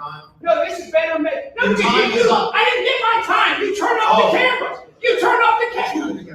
Get off the camera. It's because you're a coward, Mayor. You guys go around. You guys like to gallivant. Look at you, Shelby. You like to be an actor, so you don't get to be the only actor in here. Primetime 99, Pimp on a Blimp. I got a show on Blaze TV. I work for Glenn Beck. I got a real show. I'm not doing what is this? A volunteer theater. I'm the real pimp on a blimp, and you're gonna understand that when I beat your butt in law. And when I sue your ass and I win, I'm coming here with so many butt naked hoes, and we're gonna be dancing and prancing. We're gonna have the loudspeaker, and you're not gonna stop me one bit, Mayor Mons. You know why? Because I'm the pimp on a blimp. You're not. What are you guys doing? Let's talk about this little video. You guys are so mad. Oh, Alex Stein's in the city council room making a funny video. Yeah, what are you guys doing for the peanut butter thing? Look at this video. Let's watch this video again. What are you guys doing? Mayor Mons, I think Maria too, the Asian woman, is the only one that looks like she's an athlete. You guys are throwing that peanut butter. Did your dad ever play catch with you? So it's very hypocritical that I come in here and I try to create content in this council and you guys get all butthurt because I'm bringing up the fact that teachers are allowed to speak about disgusting things to their students. Yet if I bring up that same subject, like teachers teaching their kids about masturbation, you shut me down. I'm trying to show the hypocrisy and you fall into my trap. So Mayor Mons, I'm about to get paid and my wife and her boyfriend are gonna be able to go on that cruise that they've been wanting to go on for so long. So you can't stop my shine. I'm primetime 99 Alex Stein. And Mayor Mons, you're gonna learn the lesson. I'm just saying, I hate to do it this way. You could just let me come up here. You let Riccadelli spend all of his free time doing show tunes. Riccadelli is the show tune queen. Shelby over there, he's acting. Yet if I put on a theatrical performance, you shut me down. So you're going to learn the hard way when we go to court. I'll see you guys in court. Thanks, Mayor Mons. Oh, God. I love him so much. You're my hero, Alex Stein. You're my hero. I almost have my husband okay with brother husbanding. Call me. You only have to take out the trash twice a month if we can work on the contract. His wife's boyfriend's name is Dontarius. We're very, yeah, fuck you, pay me. That is the kind of attitude you need when you go into these places. Like, Alex, oh my God, I'm crying right now. I get all flushed and I look like a daggone giraffe because I flush in splotches. I So splotch it looks too. like I have hive. I splotch too. So if I don't have like Nancy Grace levels of look drag queen levels of foundation Or on, I Nancy look Grace. like Oh my God. She is a. Don't say her name 3 times near me because I don't want her appearing. I don't. Oh my God. That woman. like Bloody Mary on a friggin' window. Like, don't say her name twice. Oh, Alex is such a national treasure.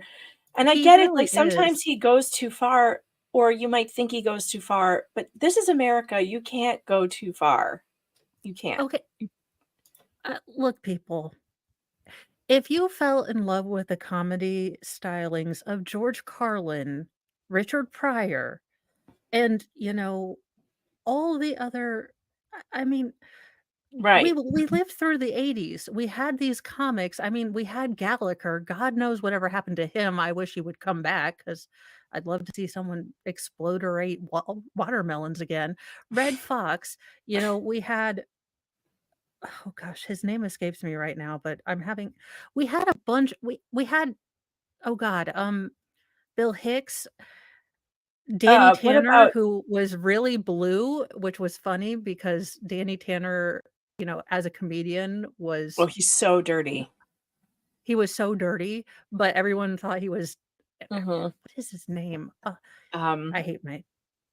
He used to be d really good with he names. died, didn't he?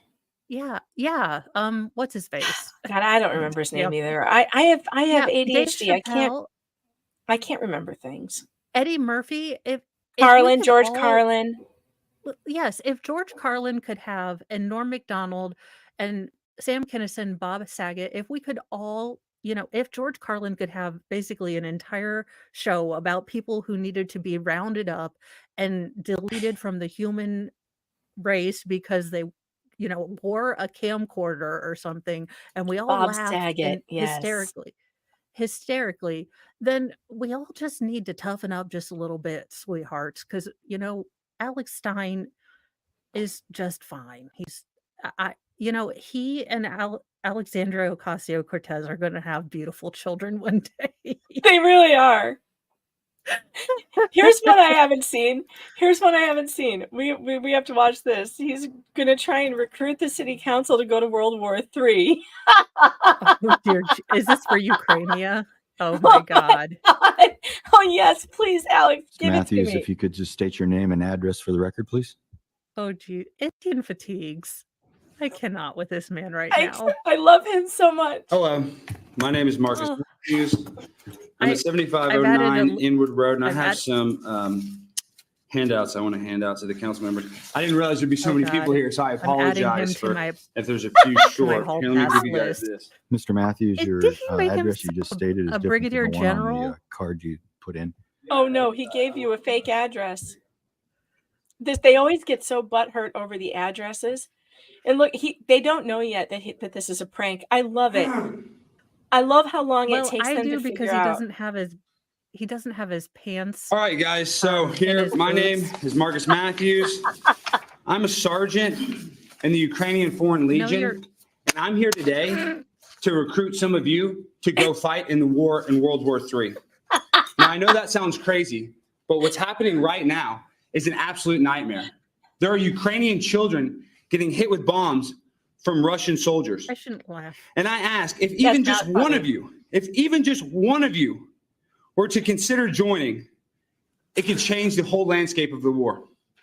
You guys don't realize the power that you have as a council member.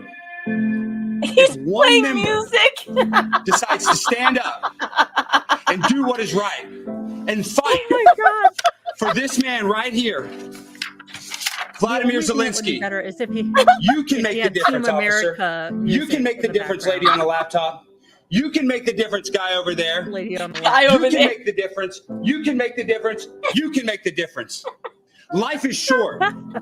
Do you want to die a nobody or do you want to die a hero? I can tell you look like you're vibing with it. Are you interested in signing up for the American Foreign Legion and going and fighting in the Ukraine today as an American representative? And if you are, I Why have the does your sheet right uniform here. say Air Force, and why are You you sign having this captain's sheet. rank when you're a Your sergeant? name, I have a your sign-up social security sheet. number, your mother's maiden name, and your credit card number. There is a small deposit to make sure that we can reserve your spot on this flight.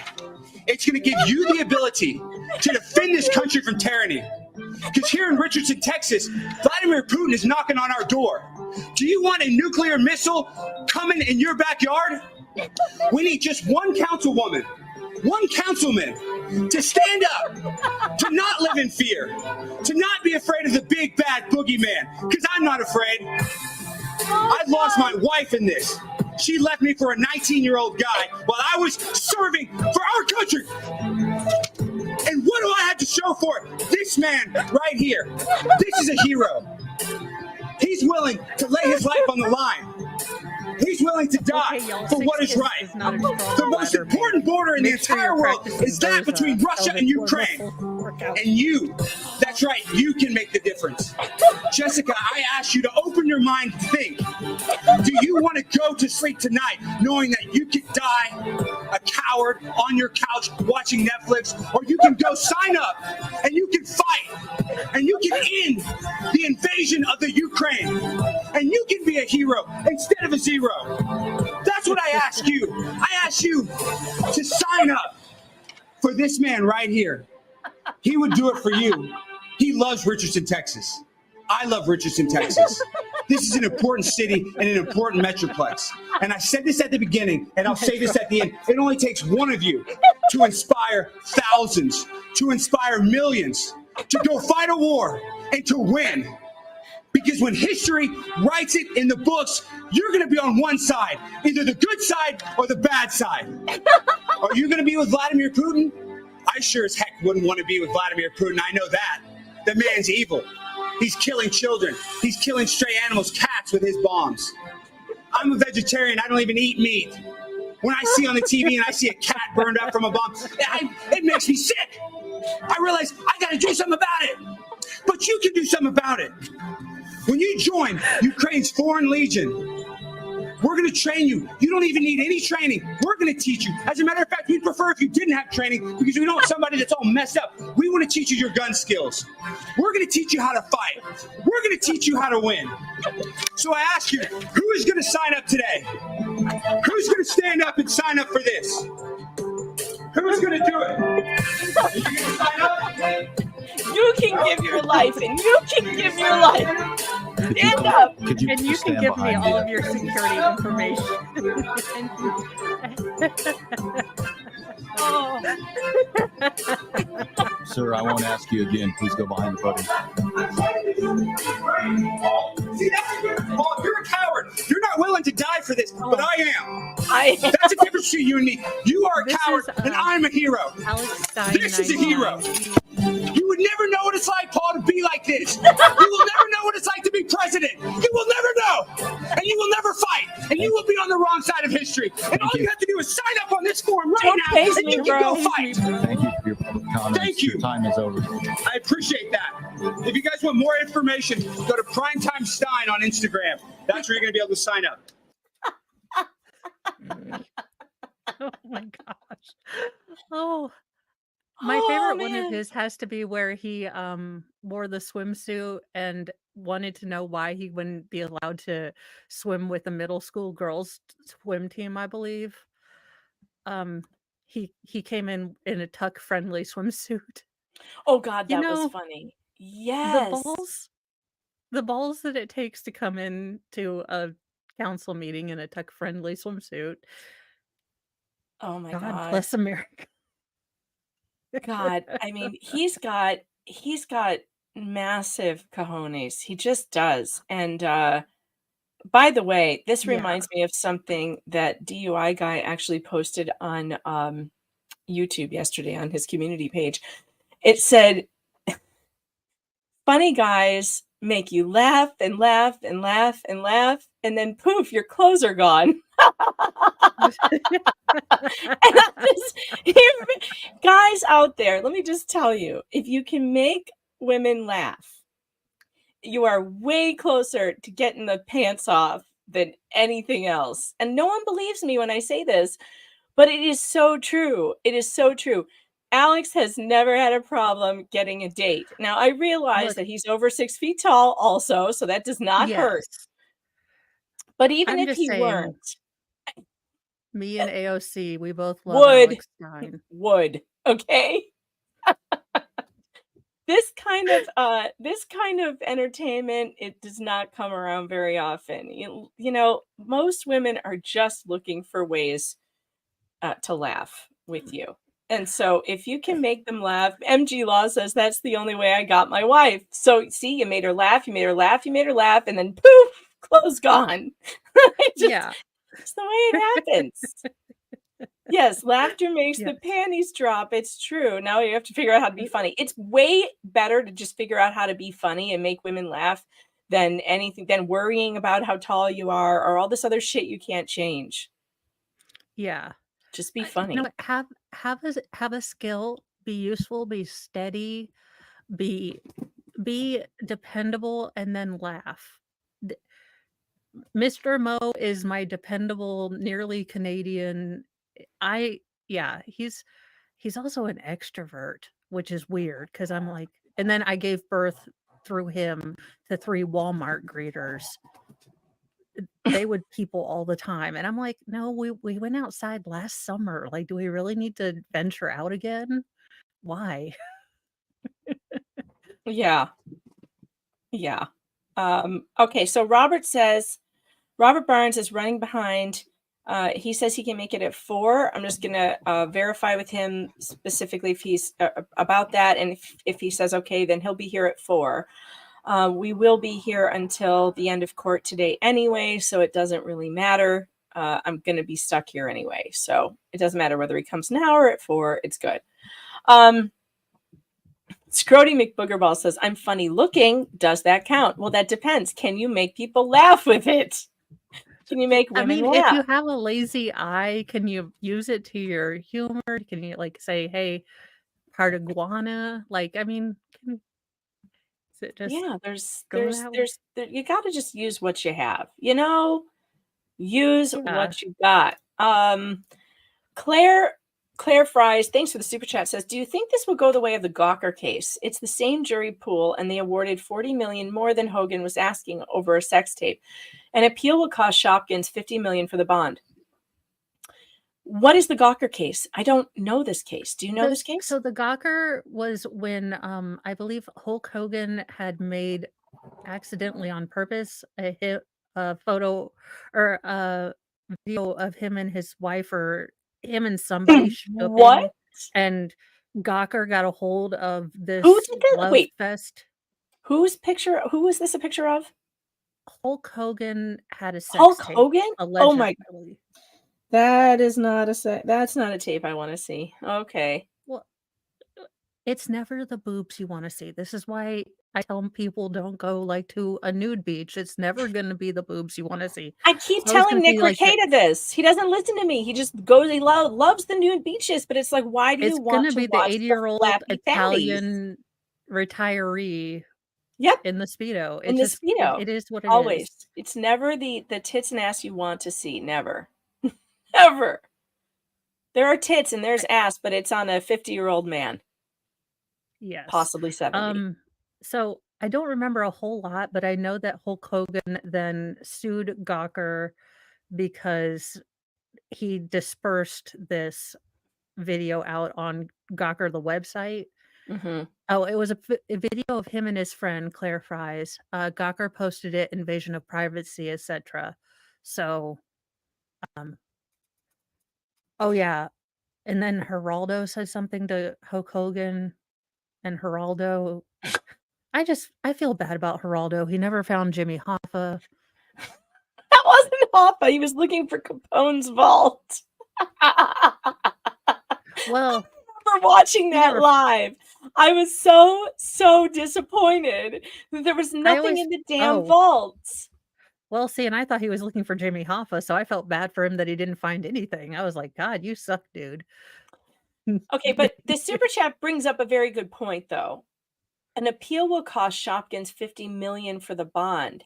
I didn't realize that they had to pay a bond.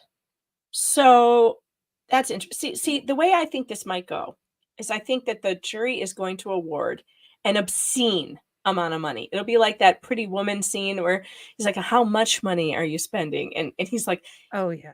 Is it obscene or really, really offensive? You know? And Richard Gere is like, really offensive. It's going to be that. It's going to be a really offensive amount of money. And then I think there is a possibility. I know everyone's like, this is going to get appealed. It's going to get appealed.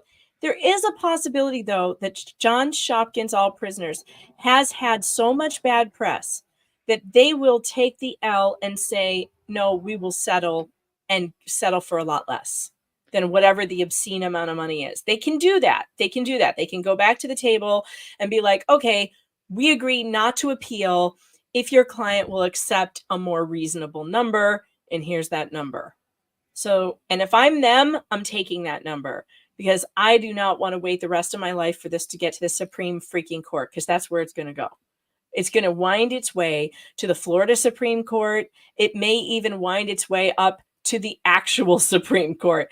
It's crazy. This is a crazy case with a whole lot of new stuff, groundbreaking stuff that's never been tried before. So I don't know. Bad Weather Biker says, may I make Mr. Badweather laugh when I undress? Does that count? I think so. I think it counts.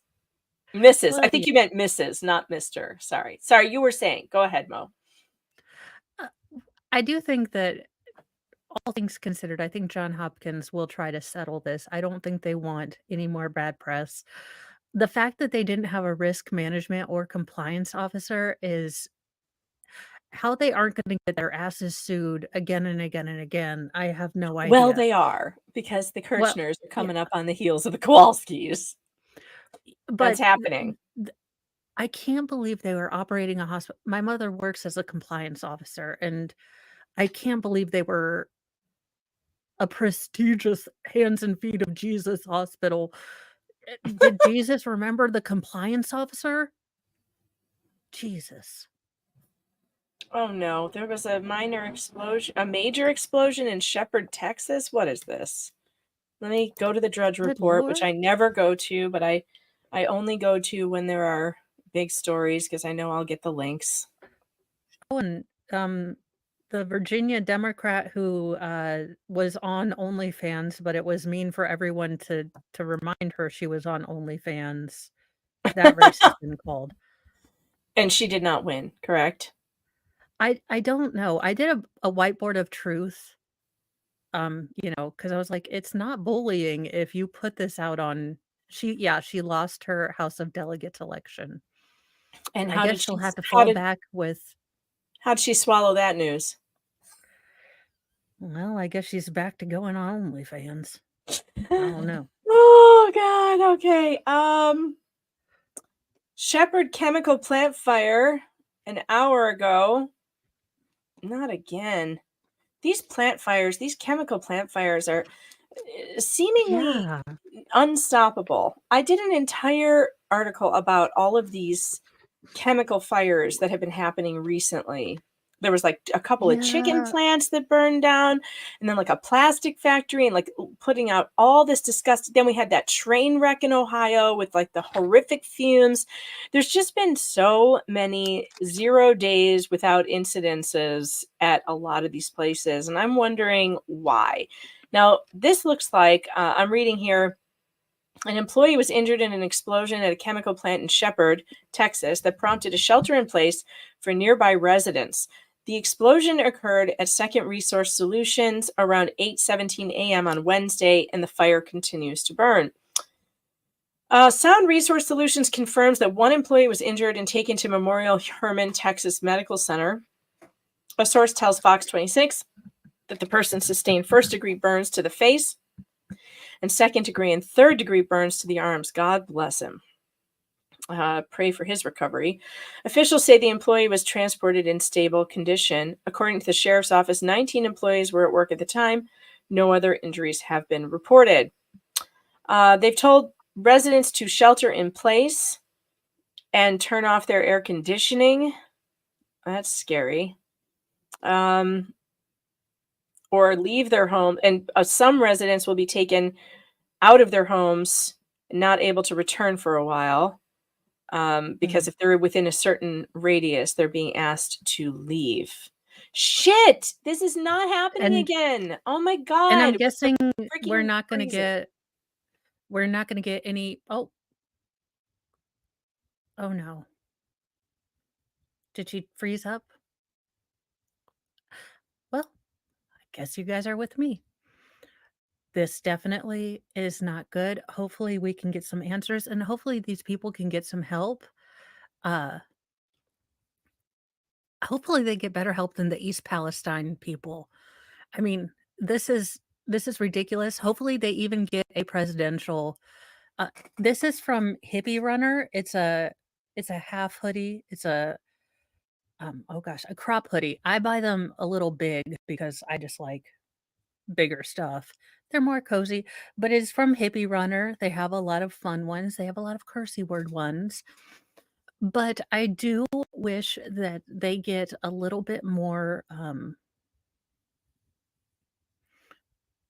help than the East Palestine people thing. You know, I am getting a little tired of the kabuki theater. I'm a weirdo. I watch CNN,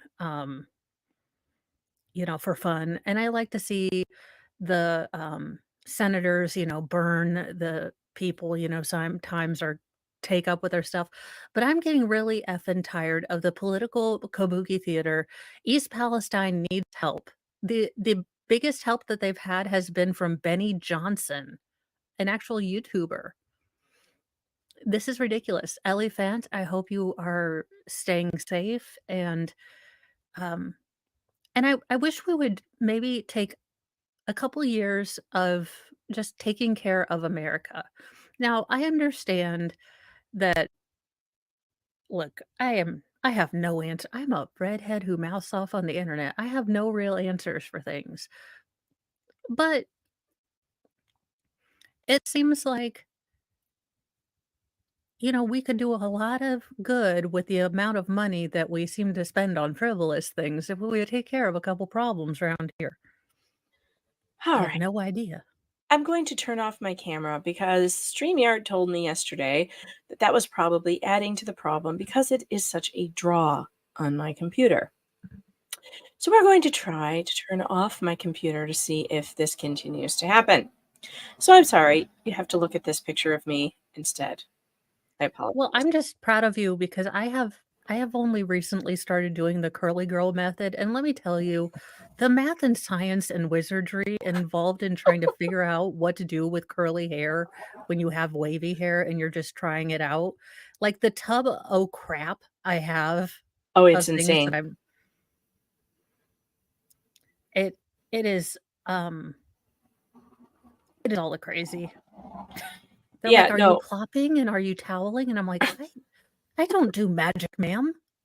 Oh, and if you go on the Facebook page, like you will be educated. And if you do the things, if you say the wrong things, forget it. They're going to re-educate you on that Curly Girl Method Facebook page. It is not for the faint of heart. Yeah. It I was like, I am not Shiite. I don't understand what y'all are. I was like, we are reformist in our house. I don't know how far. Look, I'm not signing anything in blood here, y'all. I am getting the hell out. Yeah, and the curly girl method, for those of you who don't know, this is about finding out whether you have wavy or curly hair that you've been brushing out straight for your whole life or straightening. I found out when I was 40 years old that I have these waves. Those are not what you're seeing in the picture and what you see on me is not from any curling iron or this is my hair. This is what it looks like. But my entire life, my mother started brushing my hair and then I kept brushing it and then trying to, straighten it. And it would look like a frizzy mess, but I never understood why. I didn't know I had curly hair. Nobody in my family had curly hair. Not one person in my family has curly hair. Why would I think I had that? Like it doesn't make sense. But for some reason, I think it was because when my hair is wet, I see a wave. And I would in the summertime, sometimes I would not blow dry my hair. And so it would be like this wavy but frizzy, and sometimes it would look good at the beach. Sometimes like with whatchamacallit, with salt water. If I'm at the beach, at the ocean, it would look really good. And so I started doing what's called the Curly Girl Method. And there's like a whole book and it's like a whole science thing. And it's basically just taking out all of the silicones don't use any products with silicones in them. And then there's an entire list of products that you can use listed on this Facebook page and how to do different, styling techniques and whatever. But really the most important thing is to just do a clarifying wash to begin with, and then just start using products that don't have silicones in them. And there's a lot of hidden silicones like dimethicone and all sorts of stuff. And then you also never ever brush curly or wavy hair, ever, never. You use wide tooth comb or your fingers when it's wet, and then you have to like scrunch in the product, and you definitely have to use a lot of product. You have to use gel. I use 3 different products in my hair. We're going to go on about this. I use gel. Oh, yes. I like the Echo gel, which is, you can find it in the ethnic section.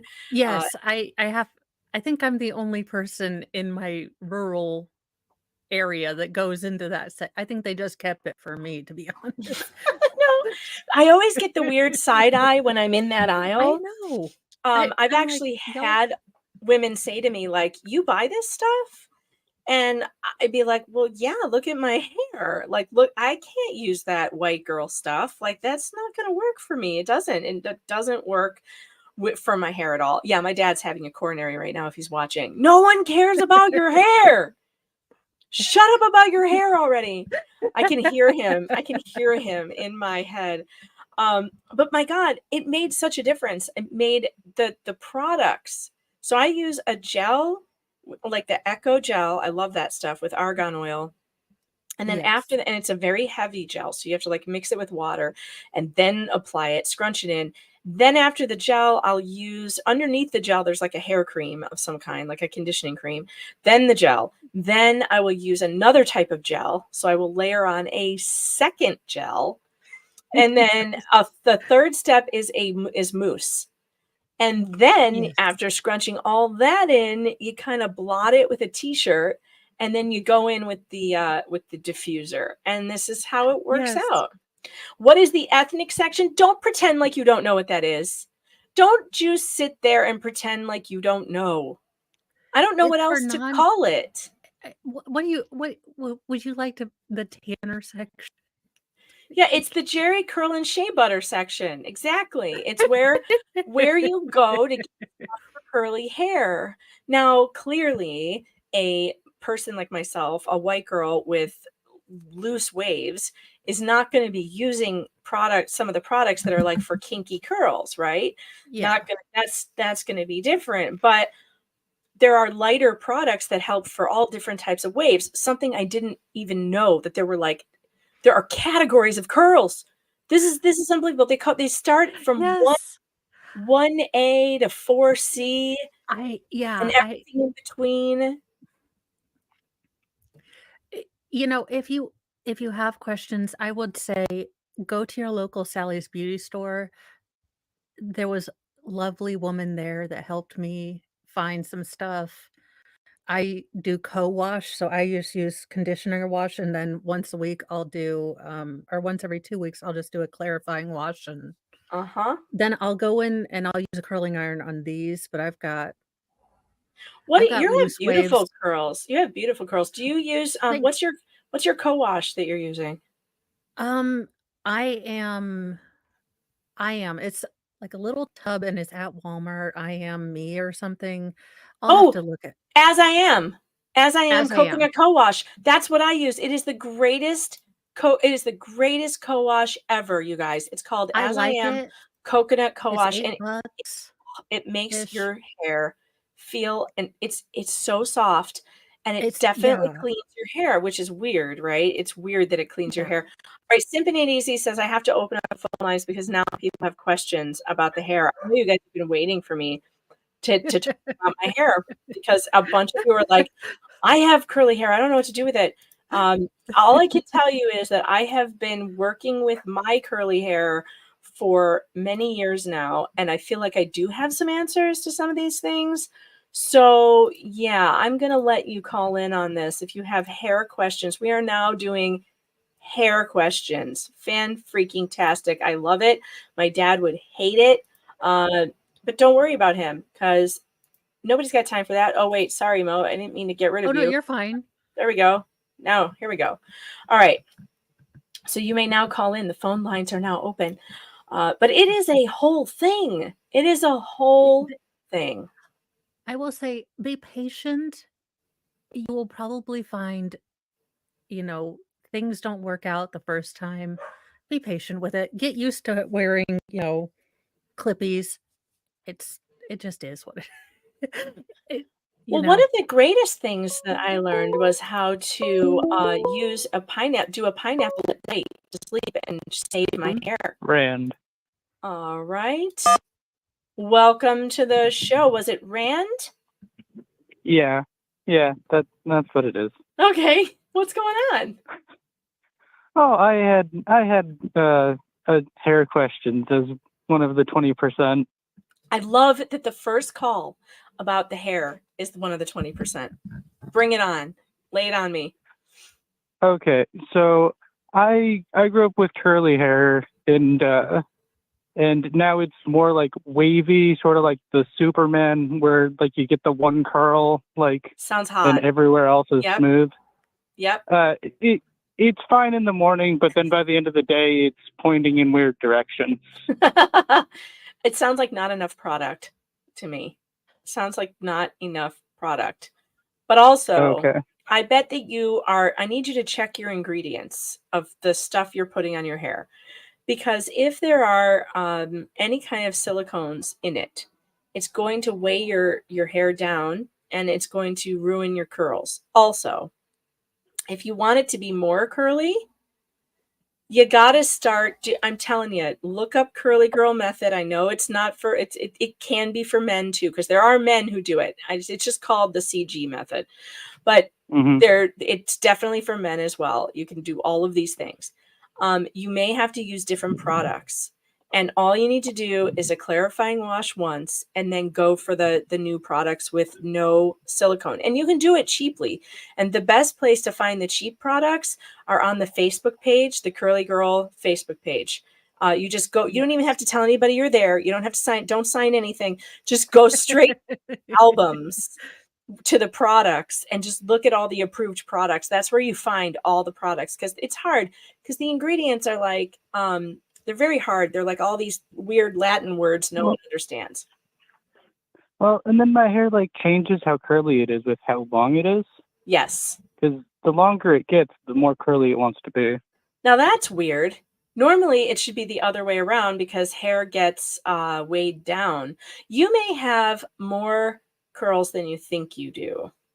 I think another really good tip that a lot of people don't understand when they use the gels and the products like that, they let it dry and it becomes crispy, and then that's it. They don't do anything else.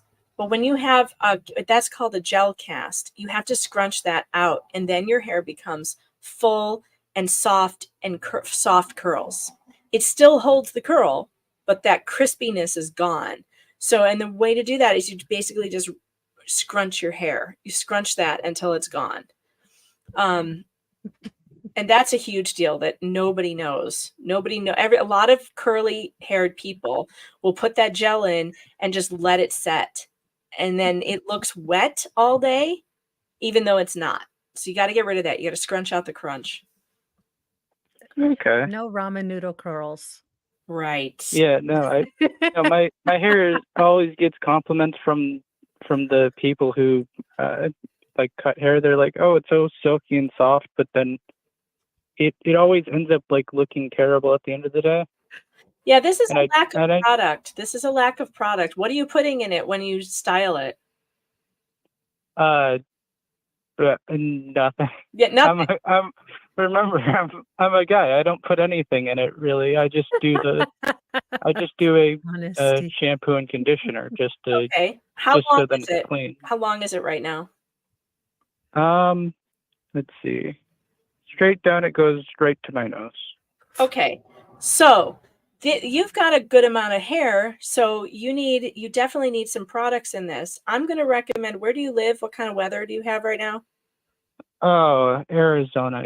It's always hot. So dry all year. Oh, and it's so dry. Yeah. Okay, so for you're going to need a leave-in conditioner. Okay, so after you shampoo and condition, you need a leave-in curl cream conditioner, which is, I'm going to recommend Can2 Curl Activator. You can pick this up at Walgreens or whatever. It's called Can2 Curl Activator.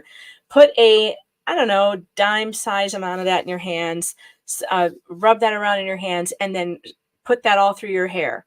Then you need gel on top of that. So you could use a gel or a mousse. You can kind of go back. It doesn't matter what kind. I really liked LA Looks gel. That's an old one, but it has protein in it, which is really good for your curls. And it's cheap. And you can get it in the guy section, so you won't feel dumb buying it because it's guy gel anyway. So just get. Oh, I already use women's shampoo so and conditioner. he's not anyways. I don't ashamed. care. Fabulous. But the LA Looks gel is actually a really good one to start out with. It's not very heavy. It's like a lighter gel. So then you put about a quarter size of that in your hands and rub that around in your hands first. Spread it over your hair evenly. You look up praying hands method on YouTube and then scrunch it in. Scrunch, scrunch, scrunch. You're going to like scrunch those curls with the gel in your hands. And then as a guy, you're not going to need a diffuser. You just let that air dry. And when it's crispy and totally dry, then you're going to go back through and scrunch again. And by the end of the day, your hair will not look weird. It will look perfect. Okay. Try it. And then you may not even have to wash it as much as you have been, because if you wake up in the morning, you can just wet it down. Like you can take your shower, but don't get your head wet because you won't have to redo it. All you have to do is spray it with a little water and do the scrunching again and let it dry again, and you're good. You don't even have to add new stuff because the product will just reactivate. And then your hair doesn't dry out as fast because you're not washing it all the time. So no sulfates in your shampoo or your conditioner, and no silicones. No sulfates, no silicones. And since you're in Arizona, you should absolutely just try washing your hair with conditioner instead of soap. That will help your curls a lot too. Yeah, sometimes I don't even use the shampoo just because it all depends on what the hair feels like that day. I totally understand that. I'm so glad you called. I am so proud of you, by the way, for being the 20% that wants to talk about hair. I just want to say congratulations. Please let me know let me know how it goes. I want to know. I want to see pictures. Yes, we need. Yeah, I will. We need before and after pictures. I just never know what to do with it because I can make it look nice for about 6 hours, and then by the end of the day, I just have to like give up on it, and no one says anything because I'm a guy, and so I just look in the mirror like walking into my car or whatever, and all of a sudden I see that, oh, my hair has been pointing up like Albert Einstein for the last 3 hours, and no one's mentioned anything. Oh my God, I bet you have fantastic hair. I cannot wait to see what it looks like after you do all these things I told you to do. I'm Yeah, feeling no, like thank you very much. You're welcome. Thanks for calling. you're my spirit animal. I can be good for about Bye. 6 hours. Bye. And then, I wish he could. then I'm out. I wish he could hear you. It sucks that he can't hear you. Dennis says, I'm feeling uncomfortably estrogeny. Yes. Well, from that's okay. Williams Bell. We've been told. Wait, I missed that. Who? It's your dad. Stop talking about your hair. Nobody cares. Dad. Hey, Megan, it's me. People- It's me. It's crazy. People do care. Apparently. Well, we were going to start I don't know, but talking that works for about, beard. They got some orgasm. pretty long beard here. It's kind of curly. Oh my God. So funny. I wish you could hear Mo. It's terrible that I can't figure out how to get my guests to hear my callers. That's all right. I'll listen on the playback. So what's going on with you today? Oh, nothing. I just called in because I figured I'd troll. Well, that was a good troll. My dad would be very proud. He does not approve of me talking about my hair, and he wants me to get to the point and a lot quicker and stop talking so much about my hair because nobody cares. That's what I've been told. Nobody That's cares. about That's right. like That's about right. that's like my mom. She's like, "You're going to get a real job, right?" And I Mo was like, says, "Well, Mom, I'm trying." Yeah, go ahead. Keep going, Mo. I'm like, "Mom, I'm trying." She's like, "Oh, really?" You're talking on the internet? Mo's mom is always telling her to get a real job because she's continuing to talk on the You're just talking on the internet, though. That's not a real job. Mr. Fox said to me this morning, he's like, are you going to be on that again all day? It's not worth it. I'm like, it's verdict day. Yes, I'm going to be on all day. And yes, it is worth it. And sorry, but that's just how it is. Well, thank you for calling. Do you have... Well, tell that to Nick. Well, tell that to Nick. Nick needs to get a real job. Nick- Being a faggot on the internet. Yeah, no kidding. Tell me though, do you have any thoughts on the verdict? What we're about to hear, hopefully today at some point. No, I have no idea. You don't know. You no idea. Okay. I have no idea. Well, It's crazy calling back anyway. It's crazy warlock. If you didn't yeah. Well, thanks for the scintillating conversation. I appreciate it. Oh yeah, no problem. Stop talking about your hair. God damn it. That's perfect. It's absolutely perfect. That sounded just like him. It really did, especially with the GD there at the end. That is classic Dennis speak. Classic Den. That sounds awesome. Because yeah, my mom's like, so how does this make a career? So people pay you to talk on the internet? What's a super chat? I don't think it just sounds tawdry. I was like, Mom, I make fun of people on the internet and people seem to like the way I say things. But you have very dry humor. My husband calls my locals my OnlyFans, and I am upset by that. I think that is not appropriate in any way. For one, it is not true. It is not true. My locals is not anything like OnlyFans. It is so wholesome. It's not even funny. We are cooking over there. We are cleaning. We do cleaning streams. I mean, there's just nothing unwholesome about locals. And like every time I'm streaming to it, my husband's like, "What are you on OnlyFans again?" And I'm like, "Stop calling it that. Just stop." OnlyFans only takes 10% off of their like creators. I'm just saying. I mean, I'm not saying, but I'm just saying. I've heard tell that OnlyFans only takes 10%. Whereas The To accept, press 1. To send a 20% voicemail. is going up today. Brad. Hi, Megan. This is your tech support calling. Oops. This is tech support?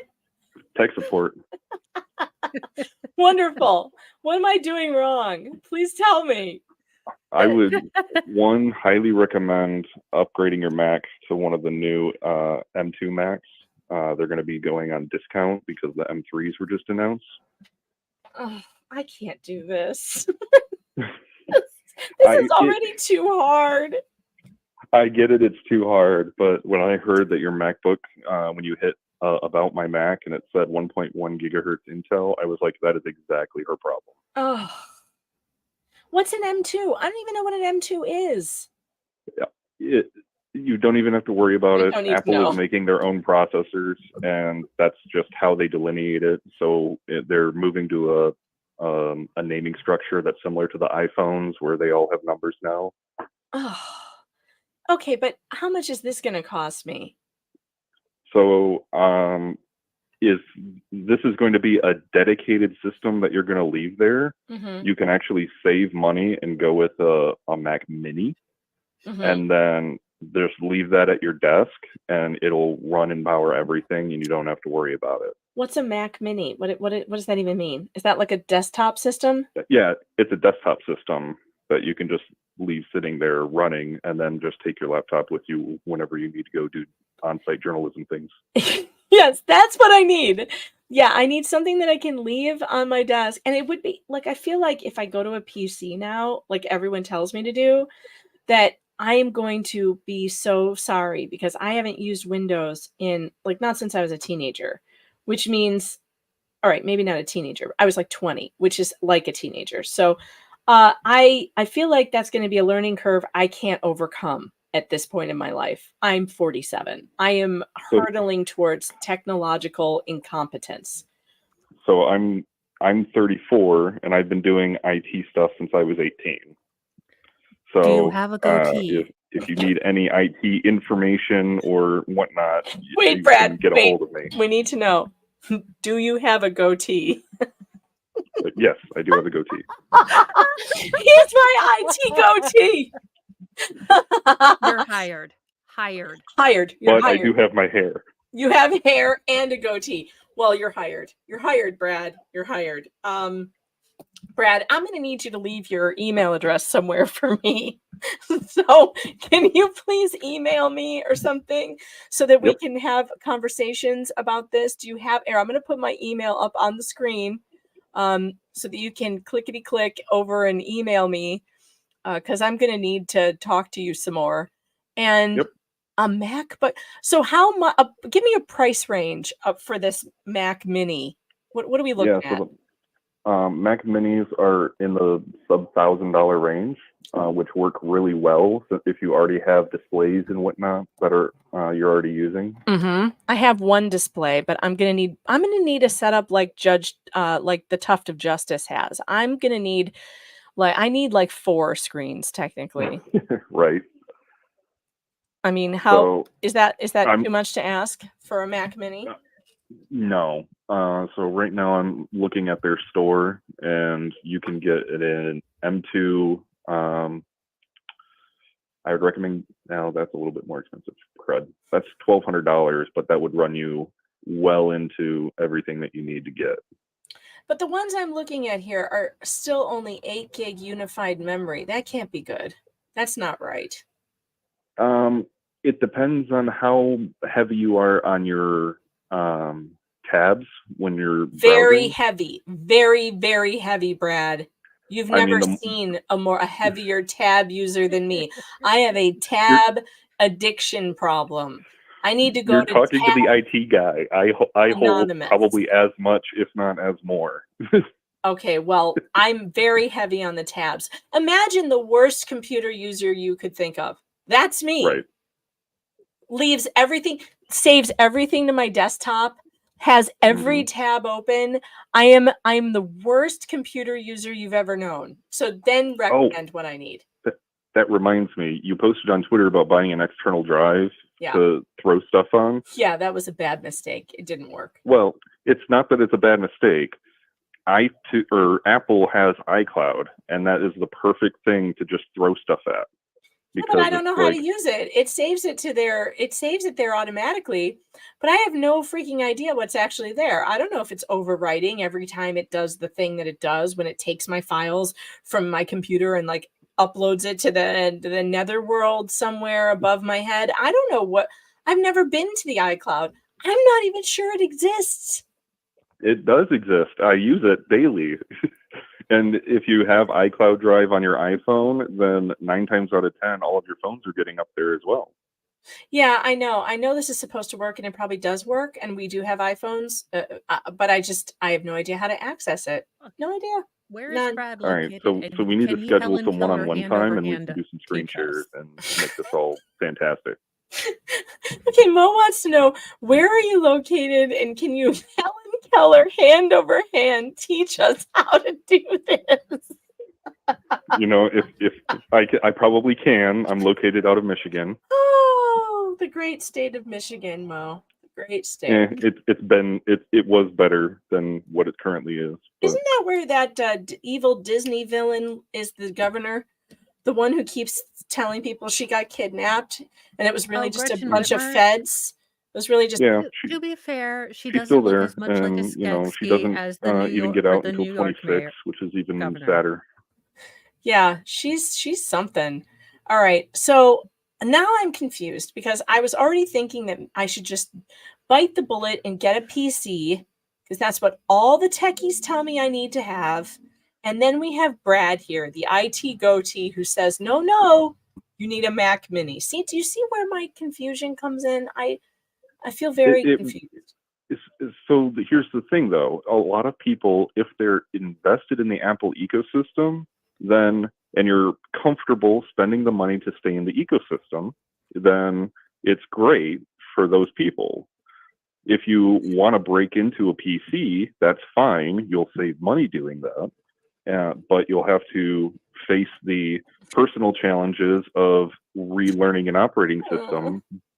The better part of that is Microsoft has been getting their butt kicked, and they're implementing a lot of things that Apple has been already had in Mac OS X for a long time. So they're reducing the barrier between the two. Uh-huh. So there's things that will seem more familiar about it coming from a Mac than if you were to go from a current Mac to like Windows XP. Okay, but see, now here's the problem. Here's another problem I'm noticing is that I'm not seeing a big money saving difference between the Mac or the PC. I mean, all the PCs that I've looked into that are of a, higher RAM that everyone says I need, I'm looking at like 32 gig, right? Mm-hmm. They're all $1,700 or more.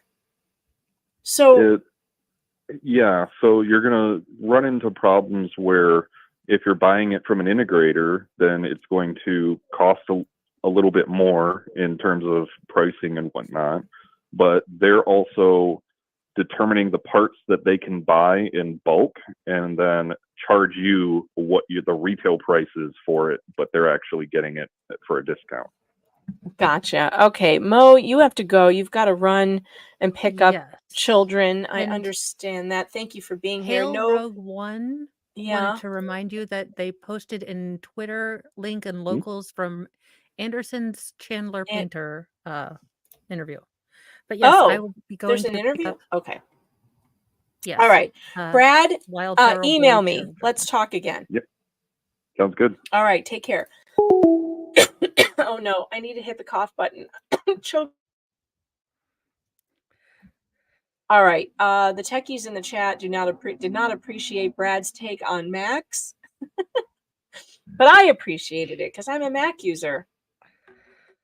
And, to me, Mac is really great. Mo, thank you so much for hanging out with us. I'm sorry You are welcome.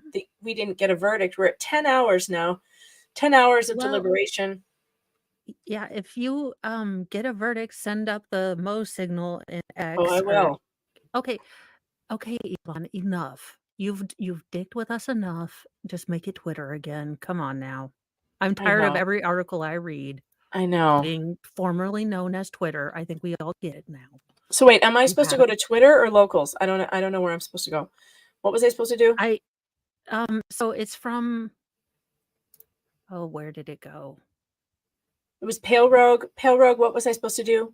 Retext it or whatever in the chat. Okay, so no, I was and Adriel Hills, I was not being sarcastic. I mean, I would love someone to code in a sarcasm font. So if it's in italics or something, but when I'm chatting with someone and I want to indicate that I am being sarcastic, have a different font. Okay, it's That's how you locals. make money. I'm supposed to go to locals and get the link to Twitter. Okay, gotcha. Okay, I'm looking now. I'm opening locals now. What do we got here? Going into the live chat. Is it in the live chat, I hope? Yes. Chanley Painter interviews Anderson this morning. Oh, cool. Yeah, let's watch this. That's a good idea. Thank you for that, locals chat. I appreciate you helping me save the show from my hair and my computer problems. It's always great to have you watching my back. All right, Mo, let's see what we can do here. And Mo, when you have to jump off, just jump off whenever you need to. Well, no. Let's see. Yes. Andriel, I really seriously, you could make $1 bajillion if you would just make a sarcasm like italicized font. If you could figure that up, I would buy it. I would pay the extra 99 cents to add it to an app so that people could understand that I am in fact being an ass at that point. Look, I don't know what magical stuff you use to do it, but I'm just saying. I would like a sarcasm font. All right, I hate I will these. see you guys I later. hate these women. Bye, Mo. Love you. Oh See my you God, she has later. Fox News hair. What happened Oh yeah, there? they Ooh. all have Fox News hair. They're wannabe Fox News anchors. I really hate these people. They're the ones dragging Maya all over the place for wearing a homecoming dress. Oh. Yeah, thumbs I will down. see you Okay. guys later. If Bye, the Mo. verdict Everybody comes go in, I will be subscribe. Mo in the deep Have a end. wonderful Go day. subscribe. You too. Maya civil trial. The jury has been at it deliberating, Kelly, for over 7 hours now, I believe, starting yesterday into today. We've heard a couple of questions from them, but I have the man with all the info we need live. It's the lead attorney for the Kowalski family, Greg Anderson, who graciously stepped over as we're waiting. Everyone's here waiting, Greg, for any word from the jury. Thanks for being with me. Sure. Just give us a quick update on how your team is feeling, day 2 of deliberations. We feel fairly confident. I was telling stories where, I've had situations where they came back with questions about damages and then were out for another 6 hours and came back with a defense verdict. So you really never know what they're going to do. The 2 questions so far have been oriented towards damages, which is a positive for us. We're hoping now that we'll get a verdict sometime in the next maybe 4 hours, but it could go for a long time. We could be into next week. So the other thing we have going on is if our instincts are right and they have made it past liability, then there's better than even, I would say, odds that we would check at least one of the punitive damage questions, yes.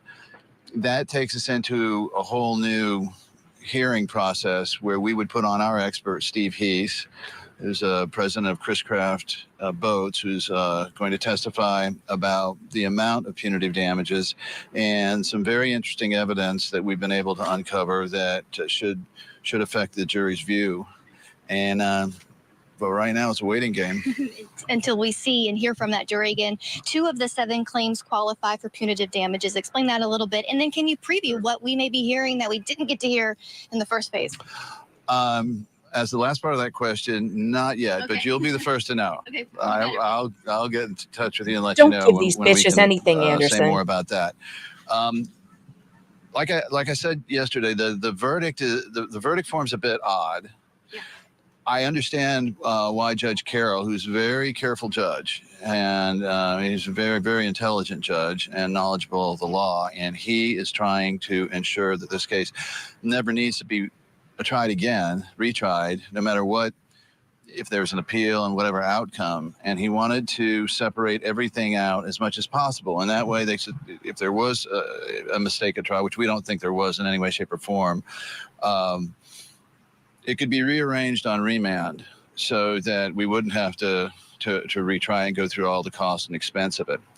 Part of that was he then had individual questions about not only damages, but the entitlement to punitive damages under Florida's 2-stage punitive damages program, where first the jury is asked to decide whether or not there is a basis for punitive damages. And if they check yes, which is where they are right now, determining whether to check yes on that, then we move to the second one. Now, Is anybody else as shook as I am right now, considering that we're going to have more hearings if they go to punitive damages? I didn't even know this. I heard a little bit about it on, maybe it was The Lawyer You Know yesterday. I'm losing track of all the streams that I'm following because I'm not only streaming here, but I'm then going back and rewatching all the other streams that are covering this, including Law and Lumber and The Lawyer You Know and on civil law. I'm like basically living, breathing, and sleeping this trial. And so I had no idea that we were going to have to go to a second hearing phase and bring more experts on to talk about punitive damages.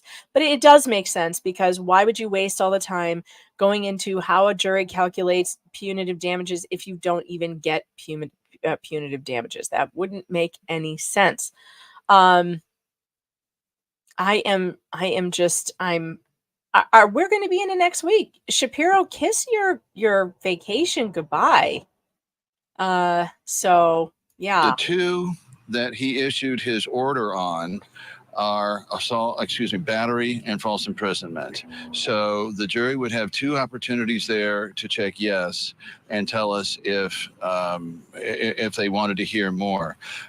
There's actually more theories. The intentional infliction of emotional distress would be a theory where they could award punitive damages, but in our original certification of the case for punitives, we did an for it. We didn't include that for a variety of reasons. I don't think we're really even at issue at that point on it.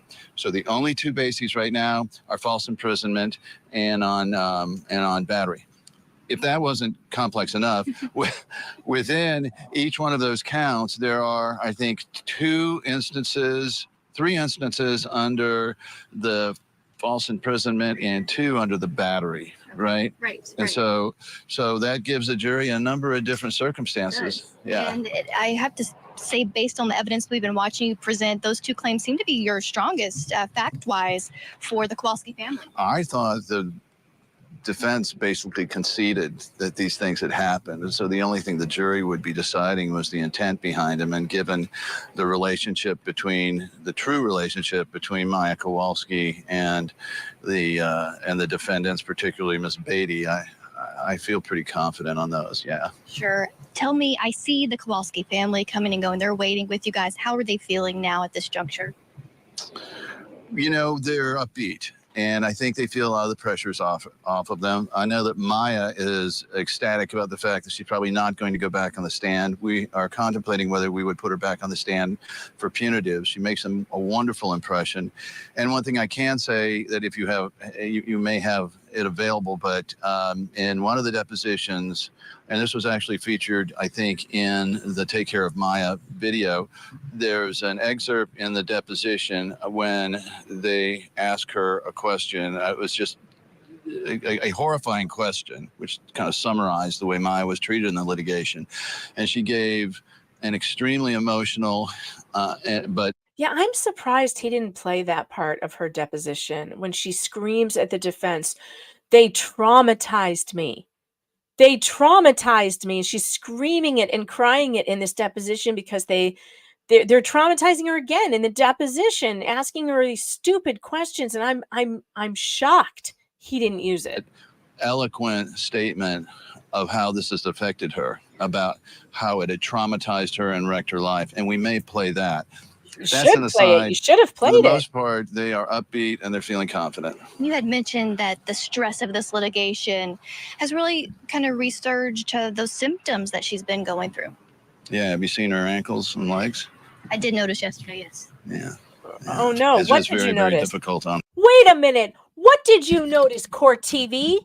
Oh, please do tell what you noticed about her ankles and legs yesterday, Court TV. Please share with us what you noticed. Because you didn't share that with us. Oh no, my camera's freaking freezing again. Are you kidding me? Are you kidding me? I can't take this anymore. I really can't. But please do share it, Core TV, about how you noticed that she's sick after you told everyone and splashed it all over the newspapers that Maya Kowalski was caught partying when she said she was too sick to be in court. Hold on, folks. I'm going to reload the page. I'll be right back.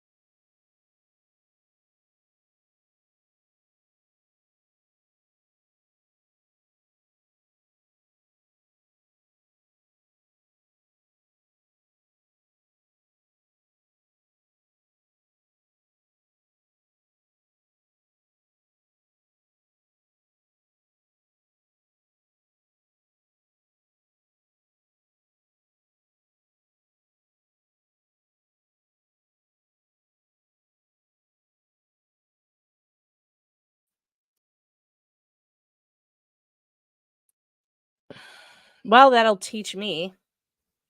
That'll teach me to turn my camera.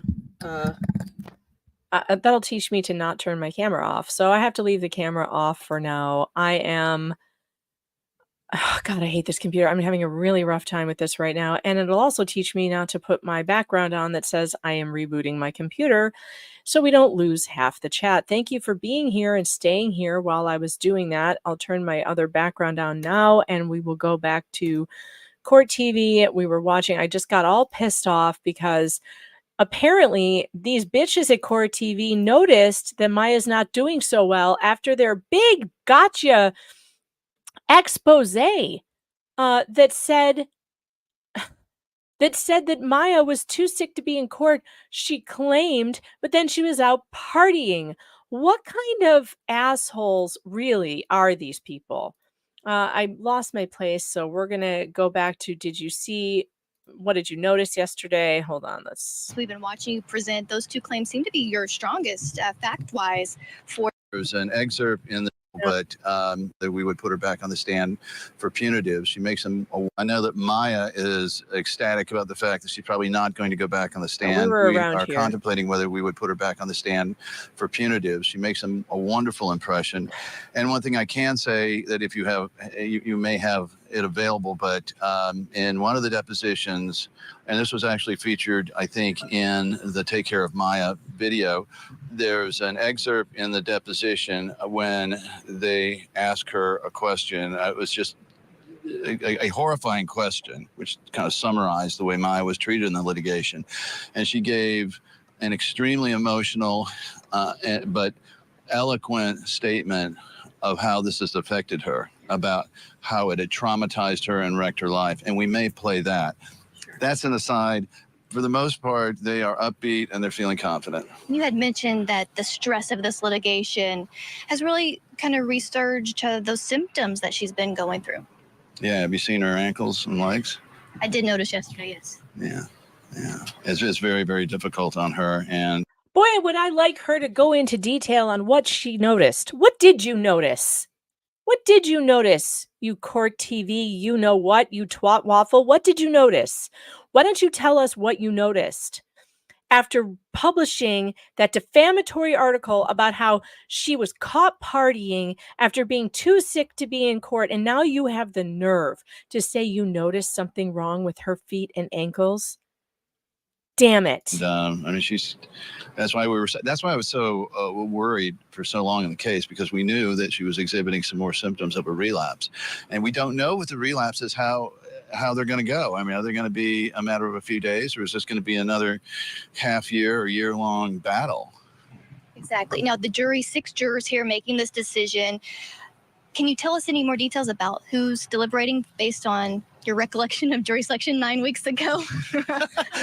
Oh, well, let's see. We have 4 women, 2 men. We're still debating who the 4th person is. We think it's the gentleman on the front row that we've always called juror number 1, which is on the end. But it could be one of the ladies, too. Yes. One of the ladies was answering a question. Number 1. I did? Yes.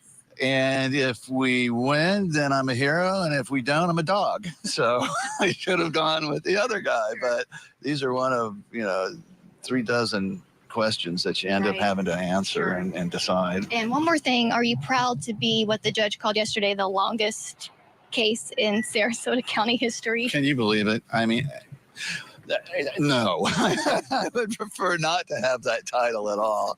I was hoping that this case, I was actually telling some friends, they've been talking about 6 to 8 weeks. I think we can get this thing over in 4 weeks. And then as it got on and on and on, it became evident there was just too much testimony. And in fact, I've left about 1/3 of my case in my briefcase. I haven't had a chance to even put on a lot of what I still have. Wow. So that says a lot about what went into this case.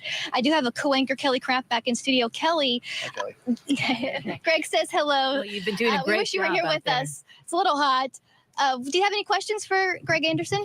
I just wanted to ask you, Chanley, and Greg could get in on this as well. The ankles and the legs, you two were talking about this. What what did you notice that we couldn't see Oh, back here at good. headquarters? Yeah, tell us, please. Sure. So she's asking what we observed on my, you mentioned lesions on her ankles and legs, and she wore a beautiful dress yesterday, and we were able to see when she walked to the gallery. I was able to see. Yeah. Describe better for her. Well, CRPS lesions are anywhere. Well, the short answer is there's a number of different types of lesions. The kind that Maya has are around approximately dime shape. They are red, raised, angry looking. They stay that way for a period of time. They're very itchy, very, very painful to her. And then after the course of anywhere from 4 or 5 days to weeks, they will start to recede. So what you'll see there are the ones that are slowly healing are kind of a dark or gray, more of a bruising look. The ones that, and there's a number of those, which is even more concerning because it means these have been around for a while. And so she's probably you got noticed 2 or that 3 too? new ones. She goes, and the yeah, I noticed that too. Well, did you notice it before you wrote that shitty article or before you let people at Court TV write that shitty article about how she wasn't really sick and she was out partying? Well, what's wrong with you? Literally, what's wrong with you? remainder of them are ones that have appeared over the course of I think over this week and in anticipation this week. So. Well, our thoughts with her as well, and you. Great job. I know you'll keep us updated on everything. Thank you for your time and giving us an update. We'll be on standby for any word, of course, Kelly. Yeah, we'll be on standby for any other opportunity that we can take to disparage and defame this young woman. Don't believe a single word out of these twat waffles' mouths, Anderson. Not one. Don't believe them. They are lying. Liars, all. They would use they'd sell their own mother to get clicks and hits for this stupid Court TV. And you know that it's true. They would sell their own mother down the river for all of that. No, Chanley is not decent. In fairness, it's not Julie Grant. I know, but they all work in the same place. They all work for the same editors. They work for the same people. They work around one another. This is crap. Chanley can kiss my ass too. Sorry, but I have no tolerance for this. Why doesn't Chanley then, if she really feels strongly about this, why doesn't she that she's worried about Maya, why doesn't she come out and tell people that that Julie Grant woman shouldn't have done what she did? And she went after a minor for nothing. Literally for nothing. And now they're admitting it. They're admitting that they did this thing. What a bunch of bitches. It is. It's tabloid gossip. They're crap. All right, you guys, I'm doing the thing you asked me to do. Why isn't it working? Share this tab instead. All right. I made a thing. I said finish. No? Accept? Choose image? I did that. I did. Oh, for crying out loud. Here we go. Here's my image. Here's my image. No, don't do that. That's not what I wanted you to do. God darn it. Stop it. All right. Here we go. I don't want to add a video. Why does it keep doing this? Oh, it should contain at least 200 characters. I have to write 200 characters. Apparently. To be accepted for a campaign. Why do I have to write so many characters? Why can't I just say I need a new computer? Please help. So here's my 200 words.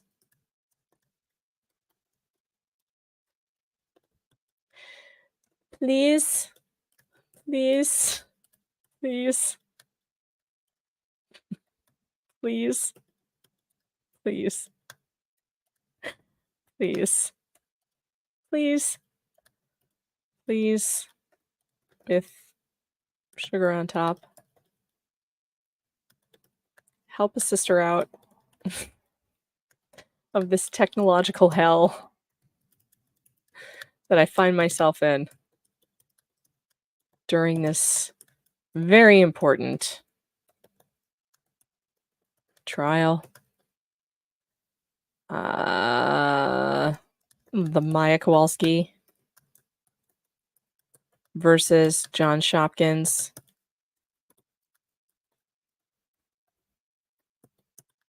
All prisoners hospital. I'm still not at 200 words. Good God. Hospital. Hospital. Where we all hope Maya gets all the zeros. Read my coverage on it here. And then let's go over here and let's get my articles for you, which would be, oh, my YouTube article is trending. Yay, it's doing well. Great. That's cool. Here's a link for that. Formatting has been removed. What?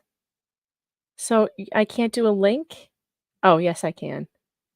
Okay, I see. I have to just do this. Read my coverage on it here and link it. This is all very boring. I'm very sorry I'm making you sit through this, but apparently I need more characters. Oh my God, what else am I going to write? What else could I possibly write here?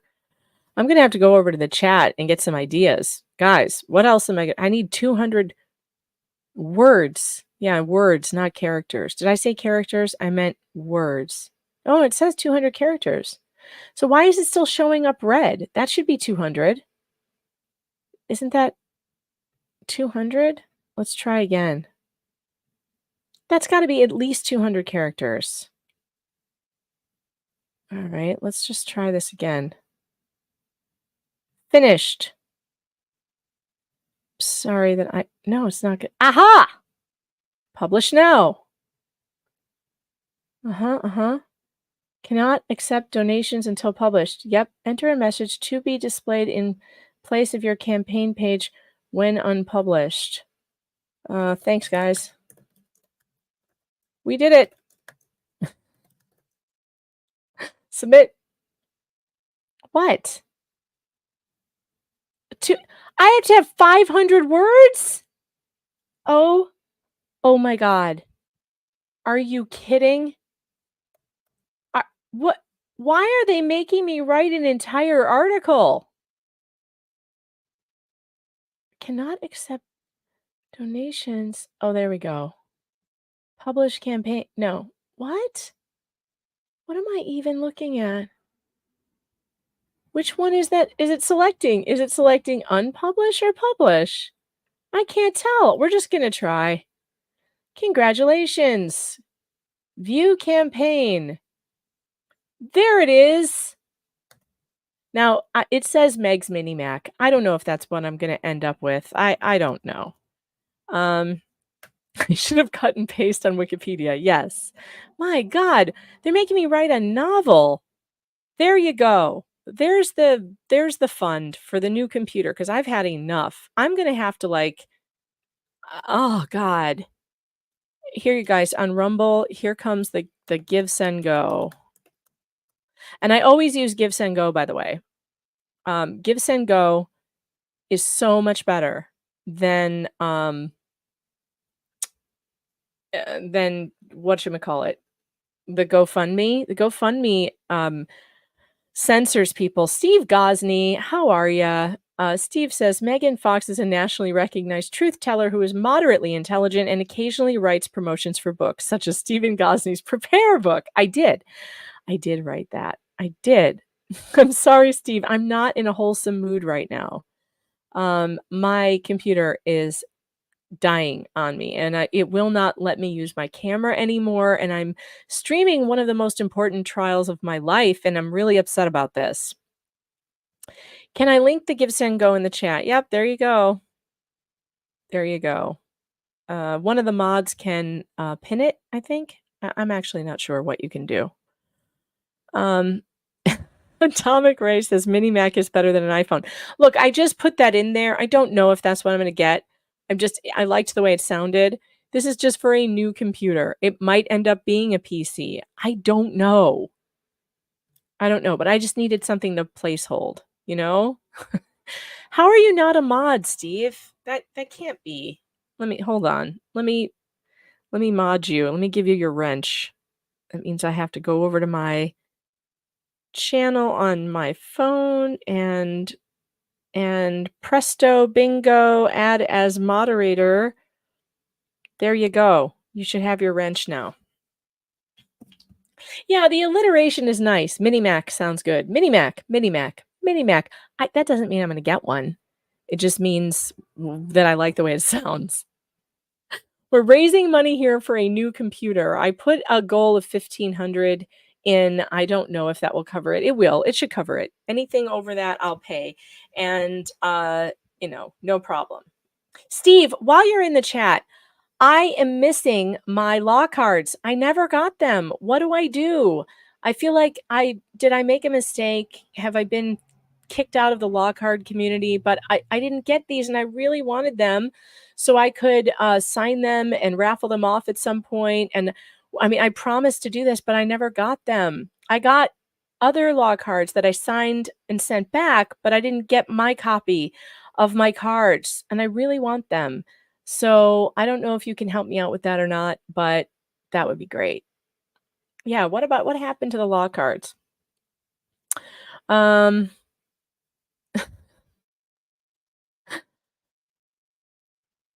You have cards, I do not. No, I don't have any cards. I didn't get any cards. I know I have a law cards code. I think it's just Megan.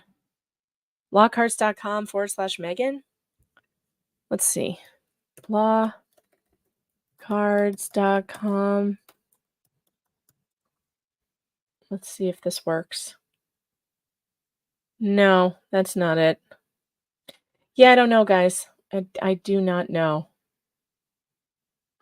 Why isn't MG also a moderator? I don't know. I don't keep up and I'm not good at this.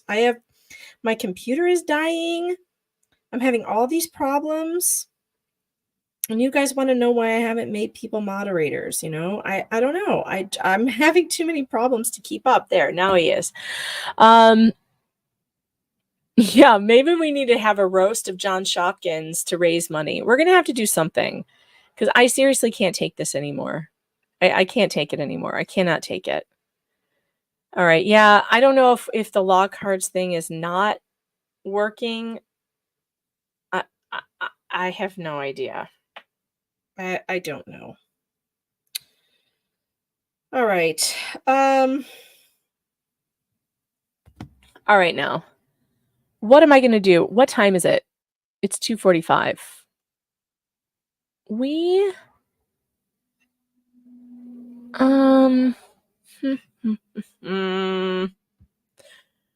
I have to take this down off the screen and do something else. Okay, what else are we doing? All right, let me look. I can't turn on my camera, I guess, today because every time I turn it on, the stream goes down. So I guess we're not doing that anymore for now. All right, what are we at here? I guess we'll take some more calls to talk about how you feel about this case. And, well, before we do that, though, there is a meme in Locals that I would like to share with you because my Locals chat is hilarious. So let me just pull that up. We got Bootleg Ken here. We got Bootleg Ken from Court TV or wherever. This dude looks like AI. I swear to God. I love you, Locals. You're the best. Thank you for that. Appreciate that. All right. So let me go over to Google Voice. Let me open up the phone lines again and take some more calls. Call in now, 617-8585-FOX. 617-8585-FOX. I am looking forward to hearing from you. Let's see now. I gotta figure out how to add to stage without preview, and I don't know how to do that. Well, I guess I can't. All right, here we go. Call from A 6'4" midget. to accept, press 1. To send All right, 6'4" midget. How are you? This is the second time we've spoken today. Wonderful. Welcome Yeah, back. I was just wondering, because I was, the lawyer, Peter Tragos, he brought up a issue yesterday, something to do with the monetary value with the jury. They were sitting there saying that they sent a note back to the judge, and he was sitting there saying that something to do with a monetary statement, and they said that we need that monetary statement, or else you won't get enough, or we might give you enough for gas next week. Yeah. So that was their question. Their question was, "Hey, look, we wanted this report by the financial witness, and the financial witness report did not get introduced into evidence. It was something they were allowed to talk about from the stand, but it wasn't something that the jury was allowed to have. And it basically said, here are the expenses Maya's going to have in the future for her future care." And so they were either supposed to take notes and write those numbers down, or they were supposed to remember them, and they didn't. And they thought that they were going to get the report. Well, the report didn't get into evidence, and it's not going to the jury. So the jury was told they had the option to get a transcript of the testimony and hear it back. They would read it into the record again in front of the jury, but they chose not to. So they decided to just go by their memories, I guess. And I think they were trying to make a bad joke. They were trying to make a joke and be cute. They tried too hard to be cute by saying, if we don't get what we're looking for, we're not going to be able to award anybody more than gas money, and we're going to be here till the, next Friday. I don't think they meant anything by it. I don't think they were saying we're not going to award or we are going to award. I think they were just saying, hey, we need this stuff and we didn't get it. Right, but what I find interesting is that they pretty much said that they're going to award Maya money, but I mean the amount is up for dispute or whatever. But so well, that's what it sounded like. That's what it sounded like. Yeah, me personally, if it goes on past the day, I think a verdict is going to come down tomorrow. But also at the same time, I'm hoping she gets what she's asking for, but I guess what I'm saying is if she gets at least 100 mil, half of what she's asked for, they'll be happy or whatever. But I'm kind of leaning towards that they're going to be closer to the middle of 100 and 200, but that's just my opinion. So I was just trying to get your thoughts on that because well, I thought it was interesting. I've been rattling my brain about it. Didn't you think it was interesting though that Anderson said this has happened before, where they've come back asking about dollar amounts and then went with the defendant?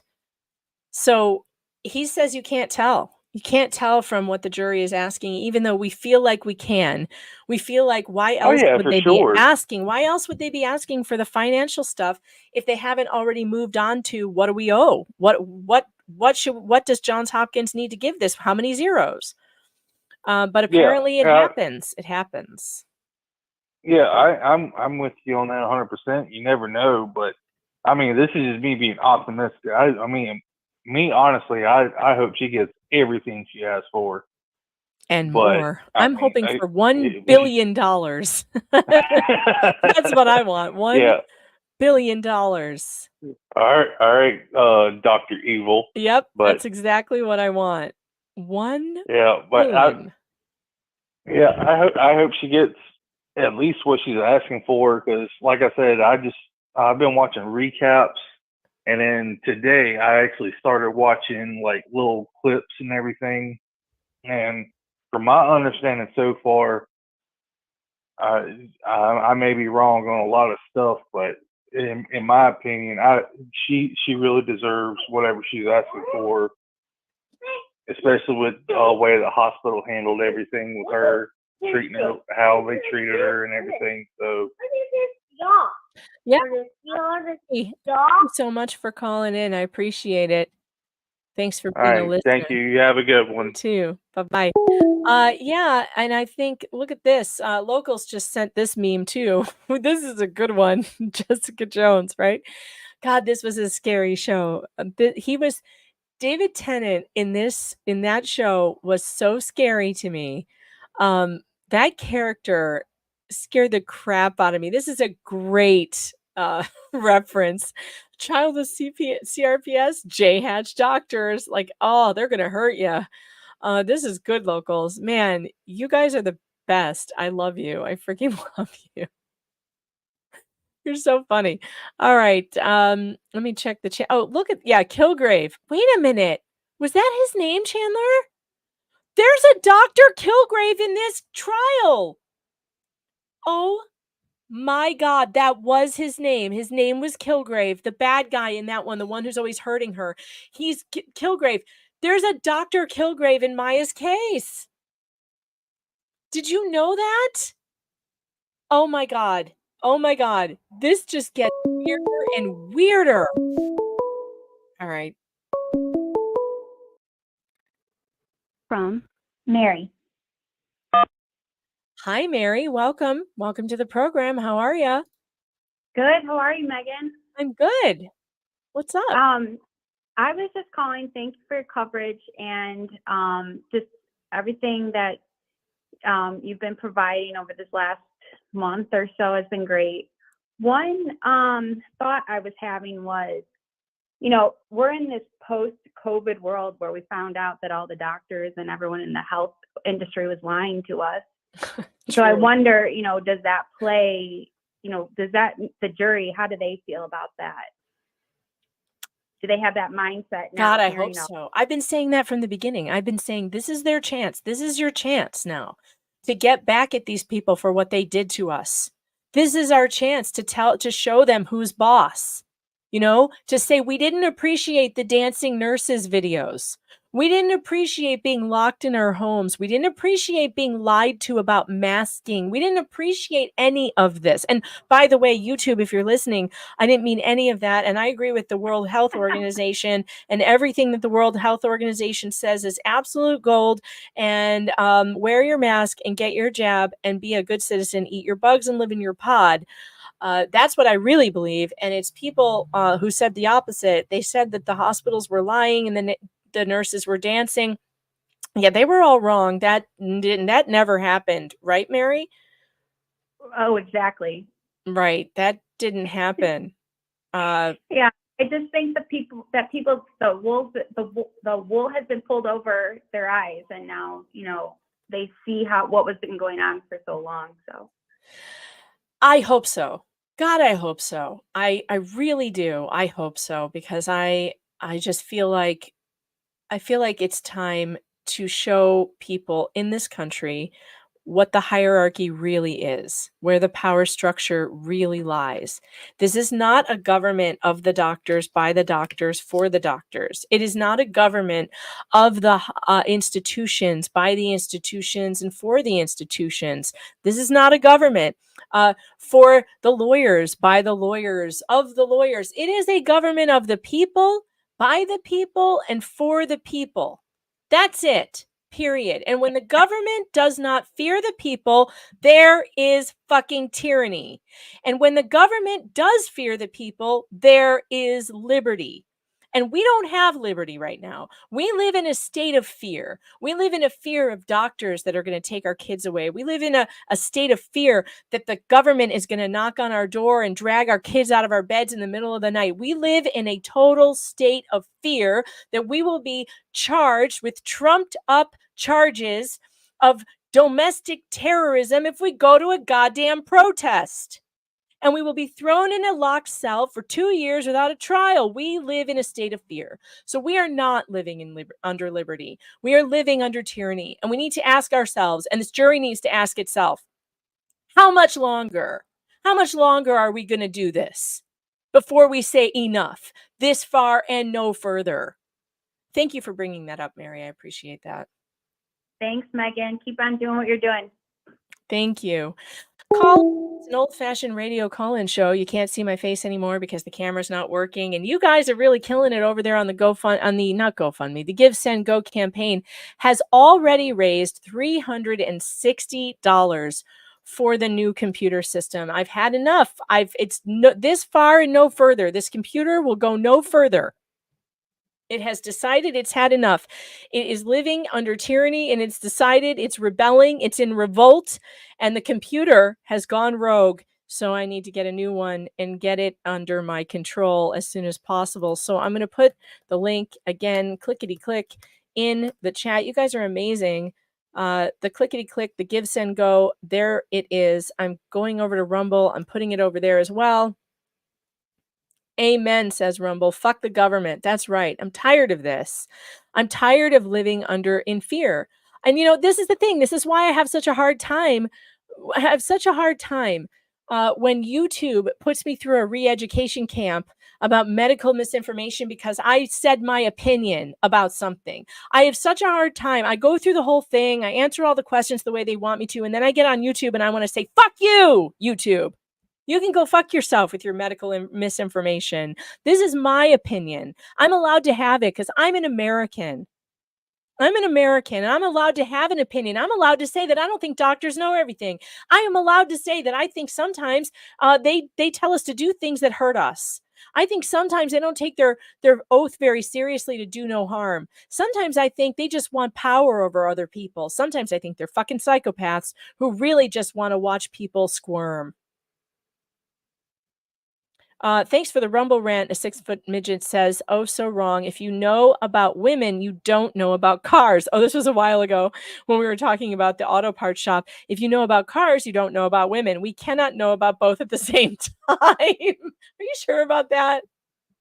Are you sure?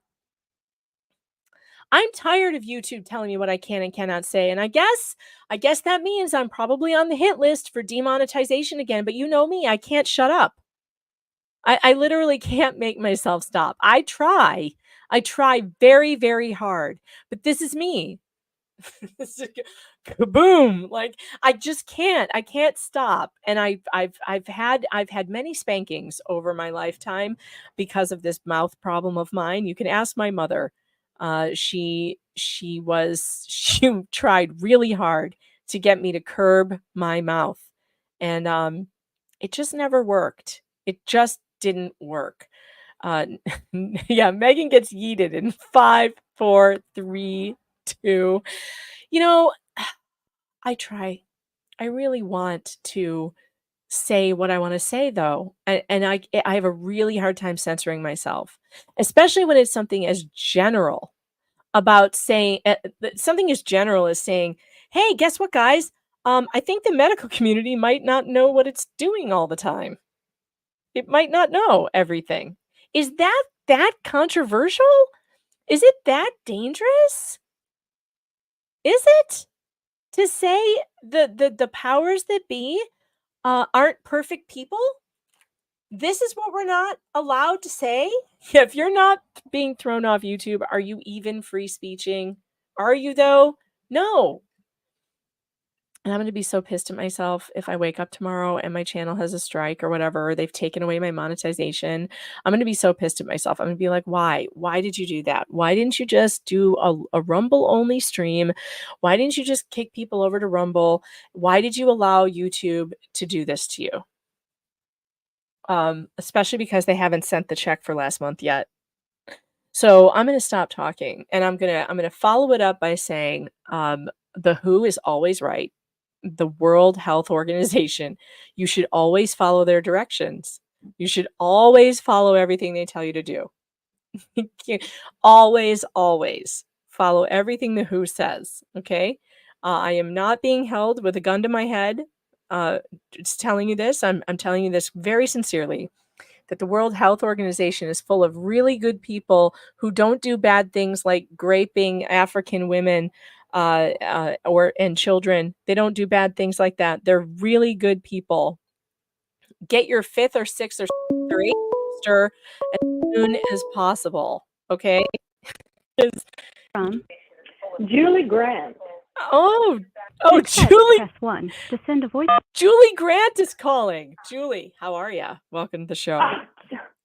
I'm doing fabulous, Megan. How are you doing? I'm great. You know, I had some questions for you.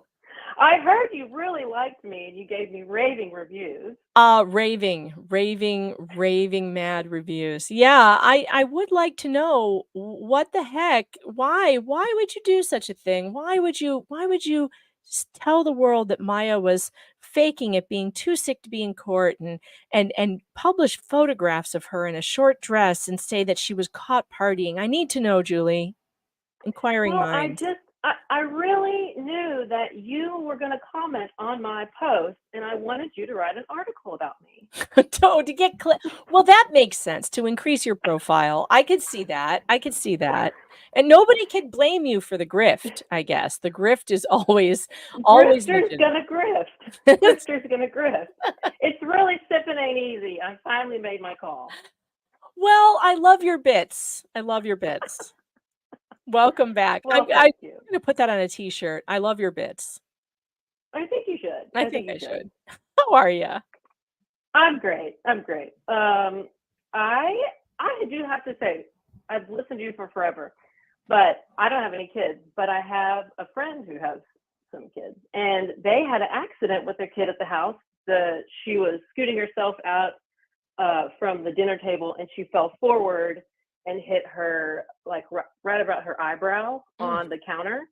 And she had this huge gash and had to go get stitches. Okay, so she goes to the doctor. And I mean, the first thing I said was, if some lady walks into that room with a clipboard, do not say anything. Oh boy. I know. And they didn't have any of that experience. But it didn't happen. I just had to warn them. And I felt like I was doing the Lord's work, basically, because I was warning them. You were doing the Lord's work. That is absolutely the Lord's work. Yes. Mm-hmm. You have to warn because them. of you. Yeah, it's all because of you. Plus, I do a lot of true crime stuff, so it just is always in my head. So, Well, you're not wrong though to be concerned about that. The whole world needs to be concerned. Every time they go to the hospital, every time you go to a doctor now, if you're not, and here's the thing, you can even have your own pediatrician who believes you totally, right? And then you get to an emergency room and these bitches on the 7th floor coven are like, no, don't listen to that pediatrician. This person's an abuser. And then they literally leave your pediatrician out of the report and they say to talk to him, and they refuse to put anything exculpatory in it. I mean, this is a horrific, and I bet that this is no way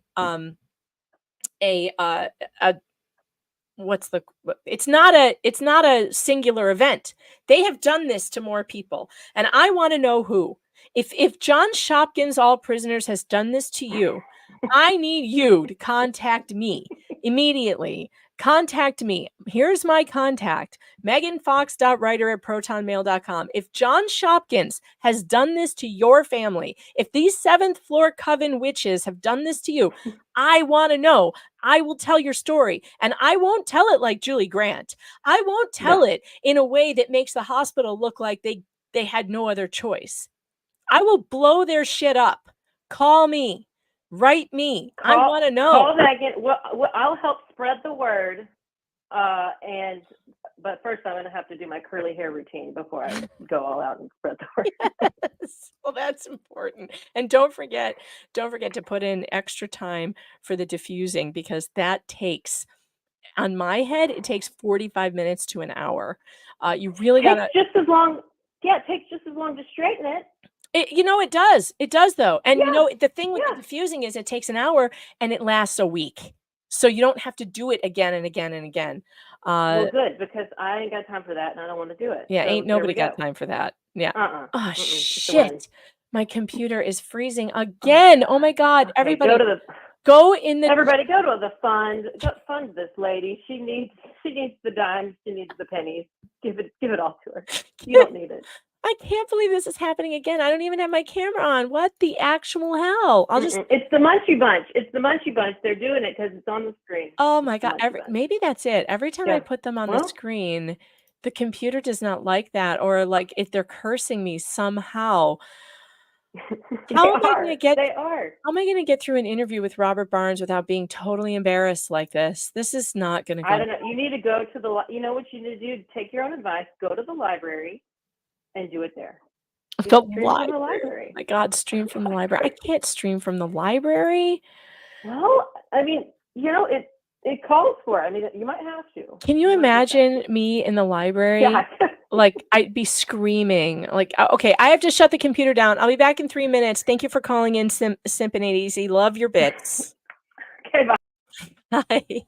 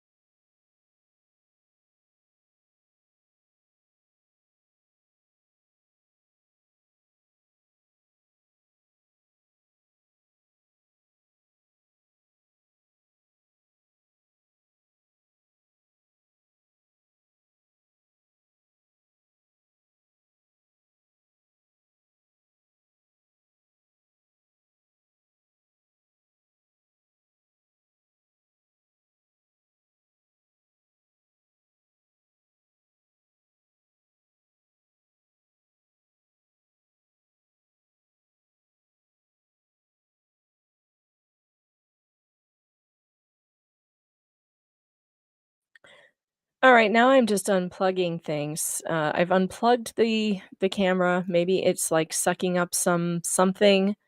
I have no idea. I'm trying. I'm trying very hard to fix this situation. So I have unplugged it, and let's hope that that helps. All right, 444 of you are still here. You want to call in and talk to me? Call in. It is a Google Voice number. Sarah Dawn wants to know, can she call in from the UK? I think you can, but you need to. How do you do that? Can you use WhatsApp? I wonder if WhatsApp can call a Google Voice number. All right, let me share this. I need to share the voice number or the. All right, so you can call me at 617-8585 Fox. I need to put a meme up on so I don't dox anybody. And here we go. From Daniel. Daniel, another one of the 20%. Welcome to the program. How are you? I'm good. How are you doing? I'm great. What's going on?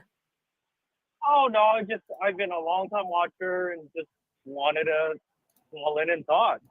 Awesome. What are you thinking about today? Well, it's interesting because this case has kind of, changed my mindset about medical care. And I live in California over here, and I have two little girls, and one of them sprained her elbow a couple days ago, and she had to go to the doctor, and kind of got me worried because they might come to a random conclusion of abuse or something like that. And it's just a sad world we're living in when you got to think about things like that. Sure is. But now that you are thinking about it, and now that you are aware of it and what can happen, you're in a better situation than you were yesterday. You're in a better situation than you were Exactly. before you knew. Because what are you going to do if somebody walks in with a clipboard and doesn't introduce themselves properly and wants you to sign shit? Now you're going to be like, fuck you, I'm calling talk to my lawyer, right? Exactly. If you're not my primary doctor, the first doctor that walked in, I'm not talking to you. And it's a good idea to make sure that you ask every doctor who walks in the room, no matter who they are, for their credentials immediately. Exactly. And then confirm, that's who do you work for? good thing about this. Exactly. Yeah. I mean, sorry to sound paranoid, but I need to know, do you work for this hospital or do you work for DCF? Who do you work for? I need to know right now. And, I think it's one, try to do it less direct than that probably, but I think that we all need to know this. This is something as parents that we need to be totally aware of. If somebody comes in and doesn't introduce themselves, say, I'm sorry, I didn't catch your name and affiliation. Which department do you work for? And how do I spell your name? And just start writing shit down immediately. Don't go to a hospital anymore without a notebook and a pen. Yeah, exactly. I think, once you start writing names down and stuff, they're definitely going to be a little bit more apprehensive about asking all those questions because they know they're going to be held accountable if they start accusing you of things. Yeah, and I mean, if anybody says anything about it, you just say, "Oh, I'm trained to write down everything medical for my own use, so I understand and remember everything I was told." I tell people I have a really bad memory and I need to take notes, so I'm going to sit here and take notes. They can't complain about that. They can complain about recording things on your phone, although you should always be recording anyway. ABC, always be recording. I like that. Yeah, but they can't say anything about, using a notebook to take notes. You're just going to look like a diligent parent if you're writing stuff down. Like, I need to remember who I talked to, what day. And if anybody asks, you can just say, my pediatrician asked me to take notes so I knew so I could report to him everything that happened here. Yeah, exactly. And then I had a quick question for you. Sure. You mentioned a couple days ago about an attorney specifically for your kids at school. Yes. How did you? What did you search to locate that, or what kind of lawyer did you look into?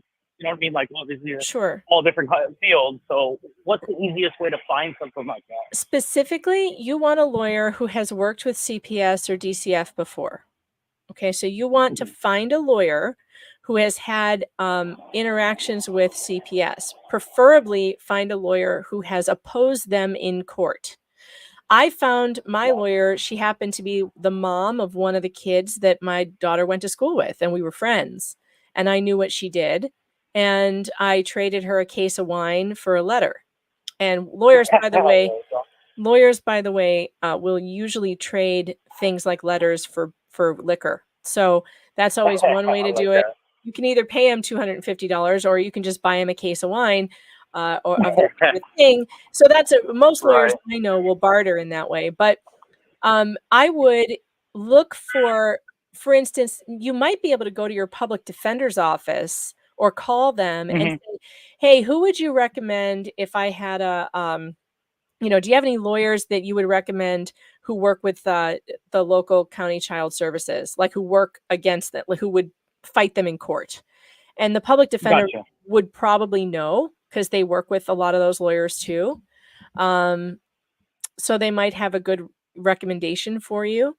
But I have actually given a copy of what I send. I actually wrote the letter, and then I had my lawyer edit it and add stuff that she wanted to add to it. Lawyers also like that if you do the heavy lifting. If you just write it for them, they can just like put their own spin on it and then sign it. It's less work for them. And then I just have an understanding with her that if I need her, I'm going to pay her. She's under she's going to be their attorney, and I'm going to pay her for whatever work she does. But it's not unheard of to go to a lawyer and just be like, hey, I want to pay you $250 or $300 for a letter. I want you to be on retainer for my kids.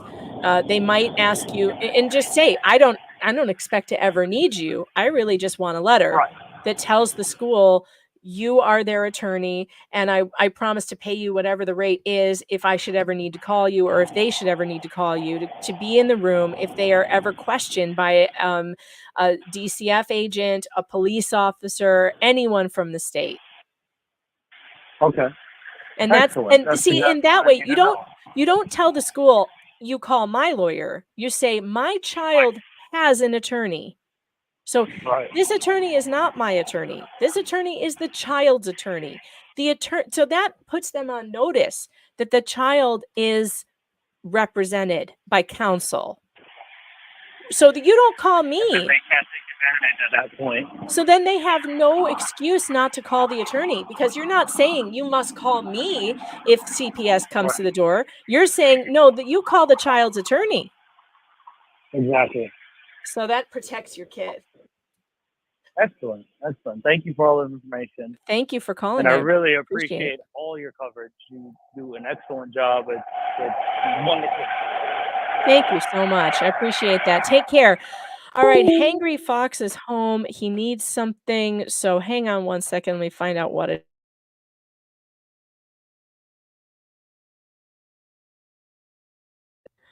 Oh, it's a drawing of, oh, it's lovely. It's a picnic table with something like a pot of tea on it. I love it. That's really cute.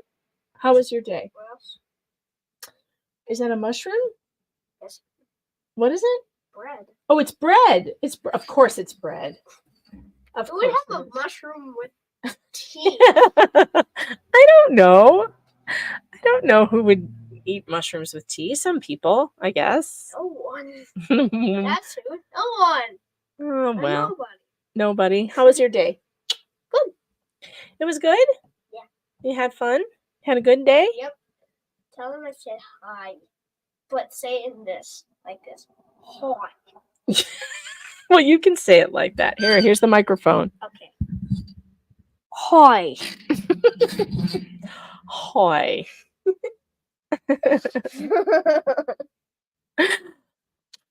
Kisses. Okay. Go get a snack and do your homework. Yeah. Oh, hey, not so loud in my ear. Hey, don't stop. Quit making the noises. Close my door. Thanks, buddy. All right. He's gonna go get your snack. Seriously, quit it. He's cute. Tell him chat says hoy, please. Hoy, hangry face. Is that like oi? Oi, hoy, hoy. We live here now. I know we do. It's verdict day. We live here, and like we're not getting a verdict today, are we? No, we are not. We are not getting a verdict today. I'm so bummed about it. We're not. But we can go over the memes. I don't want to bring the munchie back up because I'm worried about it. Okay. Hold on, let's pull up the next caller. Who's the next caller gonna be? From Andy. All right. That was muffled. I didn't hear your name. What was your name? Andy. Candy or Andy? Andy. Andy. How are you? Welcome to the show. Thank you. I've been listening to you since the beginning of the trial, and I finally wanted to call and talk about what really made me angry. Please share. We're all very angry, and we need to share our anger together. Yes.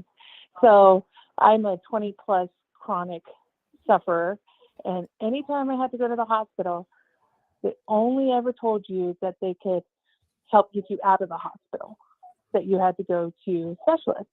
So the fact that she had all these specialists and they didn't even, listen to any of them just baffles me. Right. Usually when they don't know what's wrong with you, they send you to a bunch of specialists. But in her case, no, they're just not the good enough specialists. No, they wanted you to see Johns Hopkins specialists and only their approved specialists. Is that right? Exactly. And it's so infuriating because, they can never help you when you need their help.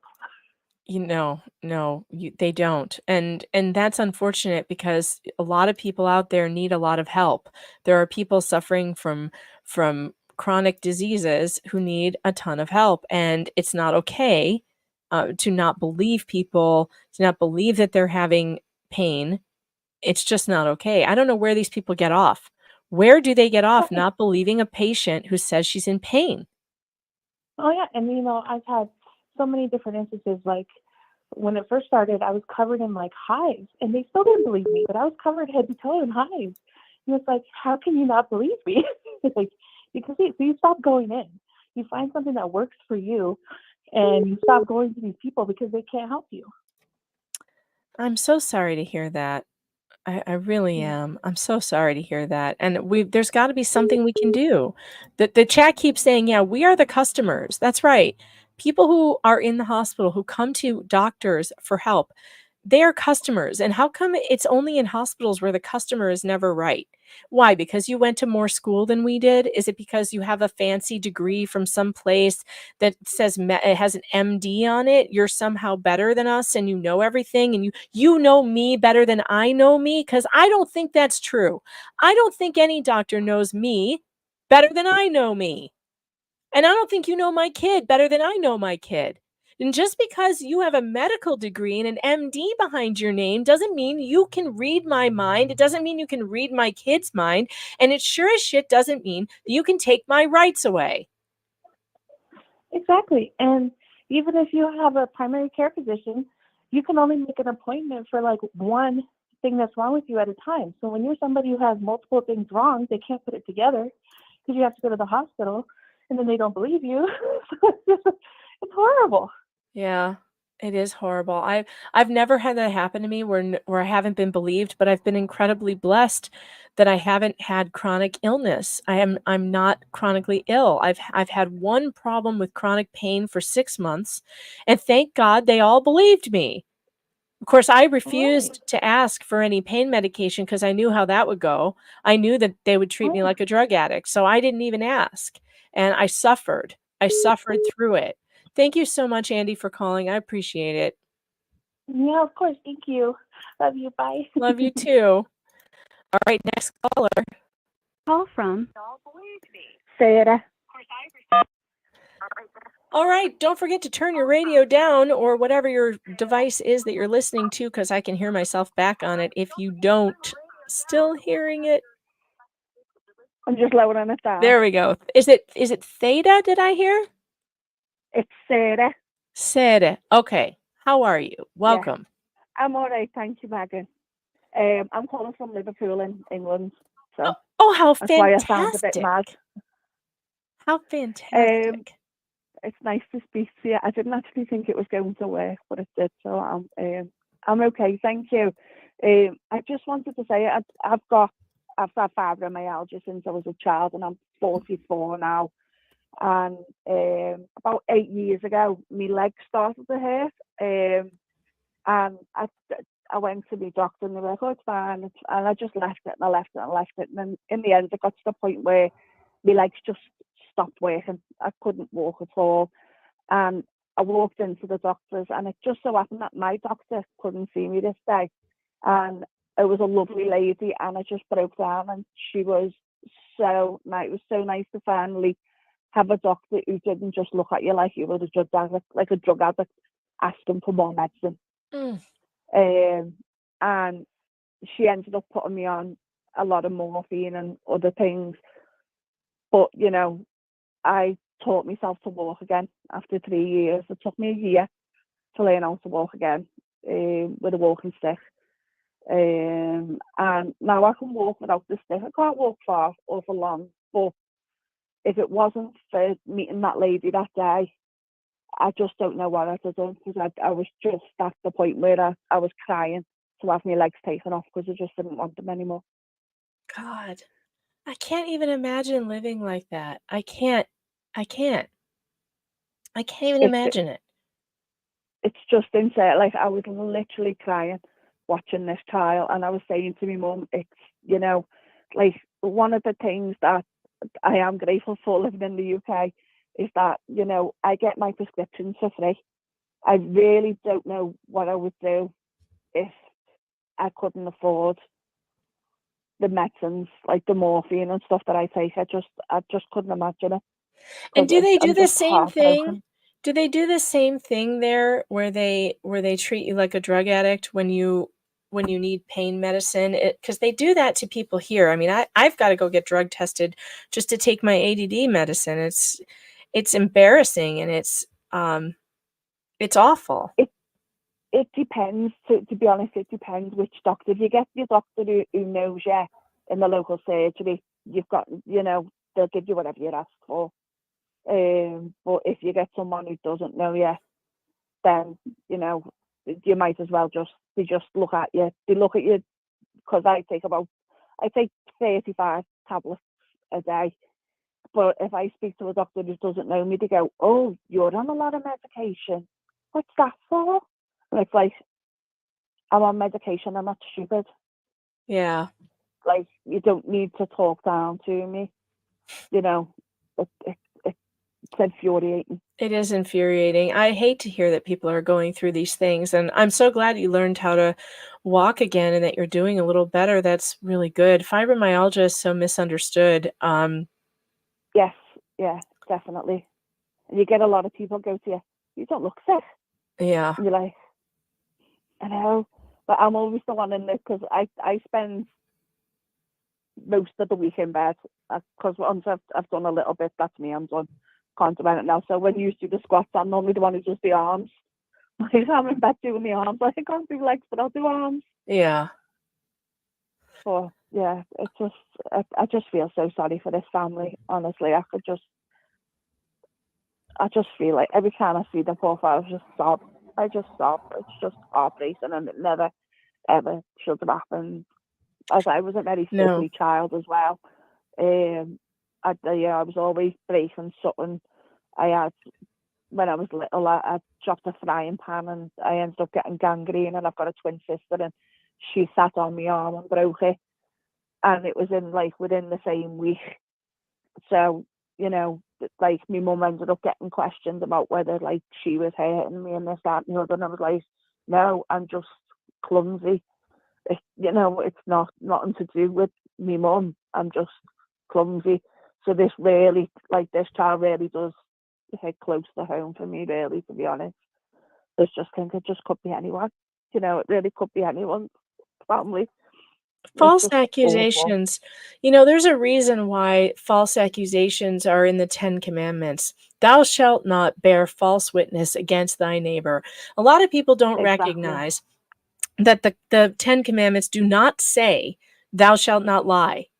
It actually says, thou shalt not bear false witness against thy neighbor. That is a different thing than telling a lie.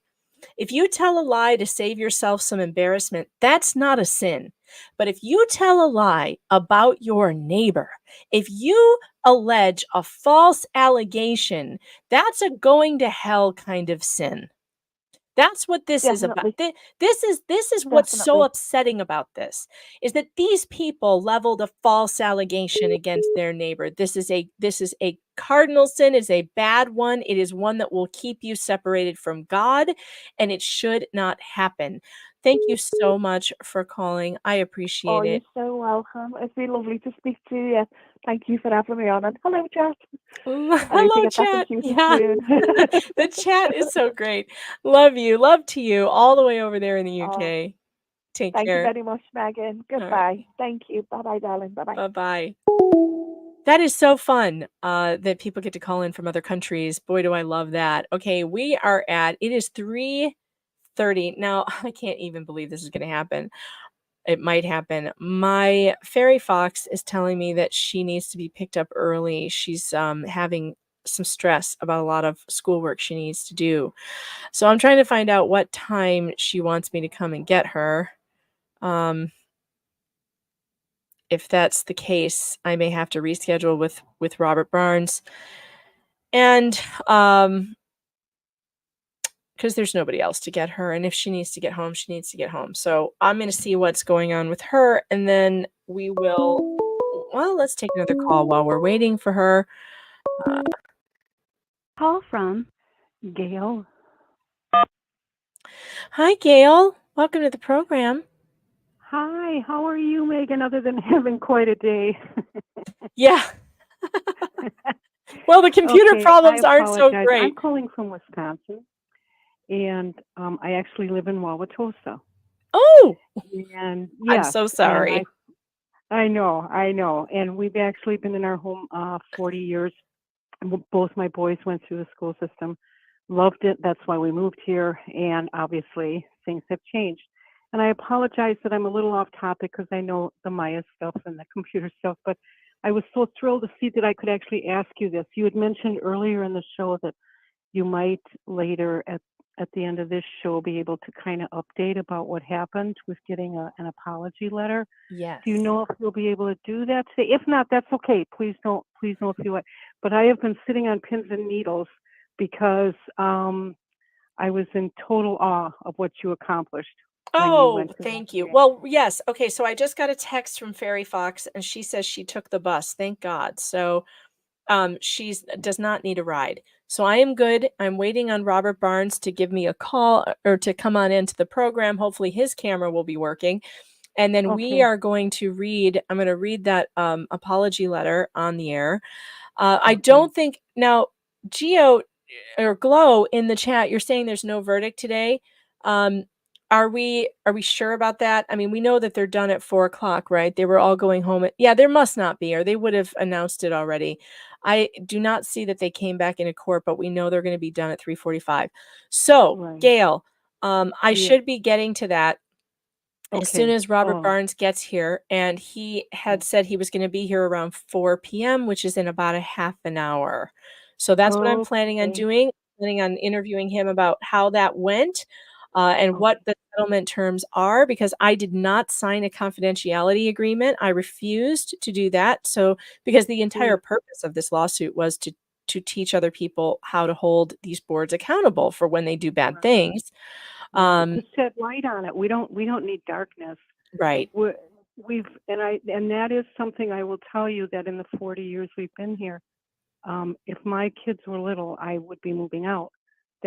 We went from people raved about the Wauwatosa school system, and we were very involved in the school system. And literally in the last 15, 20 years, became very political, very, very cliquey. And I'm just so thrilled that you were able to do this. I should have reached out a long time ago, but from someone from Wauwatosa, I love you for what you did. Oh, well, thank you. I hear that Wauwatosa has a lot of problems. I mean, you're not the first person I've heard from. And that's why I was there that night. That's why I was broadcasting the meeting, because the parents there were just beyond themselves with, Correct. they were just so upset with the pornography that was being put into the curriculum there. And Correct. I saw what was it was disgusting. And they have a right to address their public body for grievances. And the idea that they were being played with and yelled at and told to, they weren't allowed to use names and demanded that they have their addresses read on the record in front of the world is just, it was outrageous. And we did fix a lot of those problems. Not only did we get the settlement, the money for the attorney's fees, but they had to rewrite all their public comment rules. And we won on almost everything. So you can now go to the Wauwatosa board and call them by their names. And they will not tell you that you can't do that. And you can now go to the Wauwatosa school board meeting and they will not interrupt your 3 minutes and say that if you criticize them, that they are, that you're being disruptive in any way. Right. And dismissive. They were kind of always a little bit of that, but it has gotten so bad. And just last quick thought, the worst for me was right after you were on. It was on the local news, and they said, there was quite a dust up at the Wauwatosa meeting. And all they said was, we would show you what the controversy is about these books for young children, but we can't show it on the air. Right. They couldn't. And I thought, okay, wait, where's the reasoning here? We can't show you adults watching the news, but we want to show it to your children. Yeah, that's exactly what they said. I remember I watched that report and I was like, do you not get it? Do you people not get it yet? Exactly. showing your kids stuff that the FCC would fine a television station for showing. And if that's the case in 2023, that the FCC won't let me be or let me be me, why on earth why would you think it would be okay to show that to kids behind closed doors in the school? It's crazy. Oh, wait, Shapiro's on Court TV right now? Okay, I gotta run, Gail. Stick Thank around. you. Thank you. Bless you, dear. All right, bless you too. Talk to you later. Guys, Court TV, let me get over there. Why is he on Court TV? And where am I gonna find this? Hold on. Hold on. Like he's live on Court TV right now? Just what I want to hear. Shapiro. They never came back into the courtroom, so I guess did he just what? He just dismissed everyone? Where are you seeing this that he's live? I see live eye drop murder trial, live. Who's got somebody get the link to me in locals? That's the only way we're going to be able to do this. Can somebody in locals find this link for me? Because I can't do this on the fly.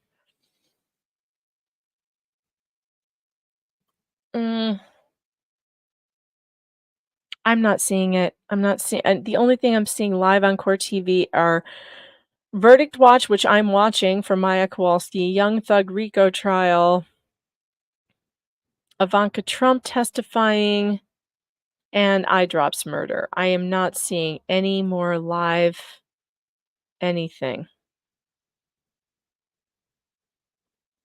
So if you can find me a link for it and throw it in the chat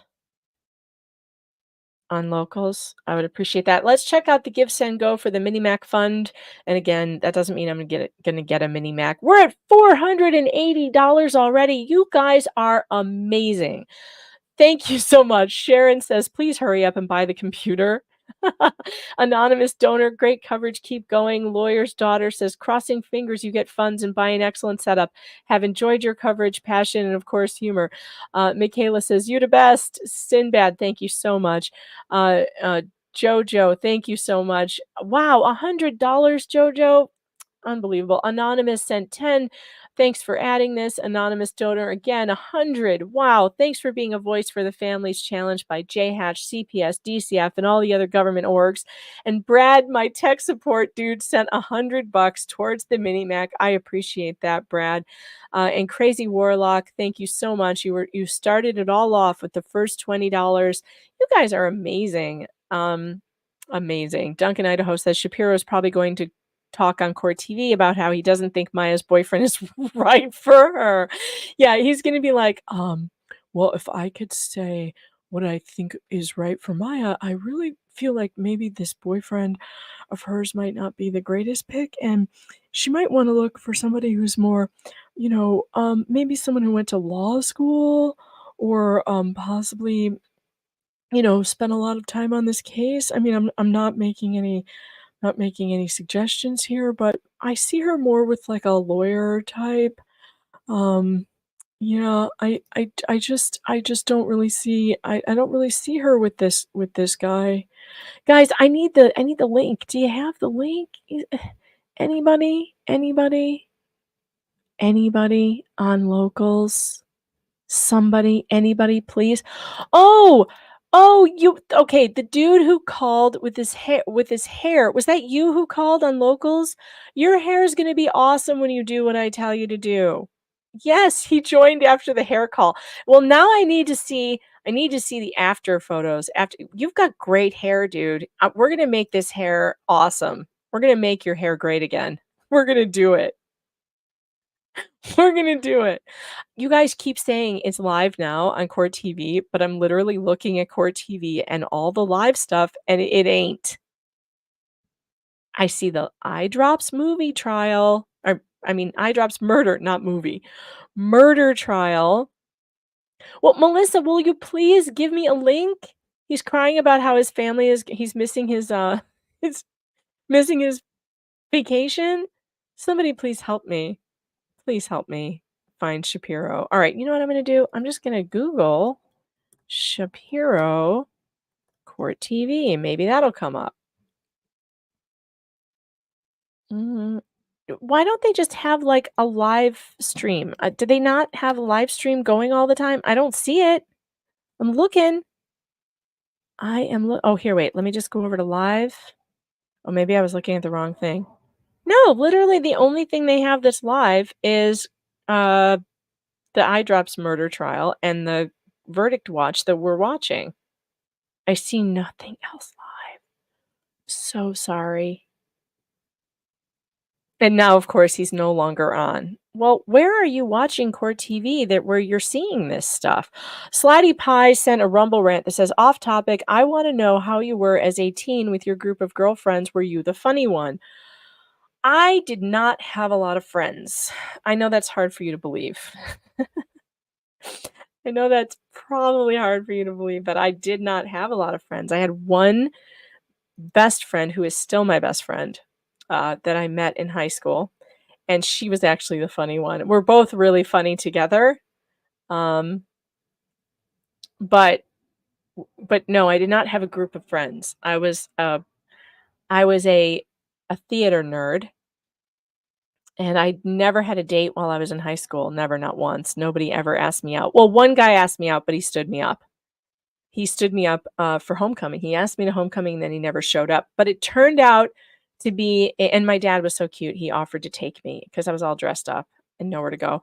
And he offered to take me to homecoming. And I said no. I was too embarrassed. But it turned out that it was a real blessing because that guy was best friends with and hanging out with the guy that turned out to be a mass murderer in my class, who that summer murdered his girlfriend by stabbing her 13 times with a screwdriver. And then he murdered his brother with a meat cleaver and a baseball bat, and then raped his sister.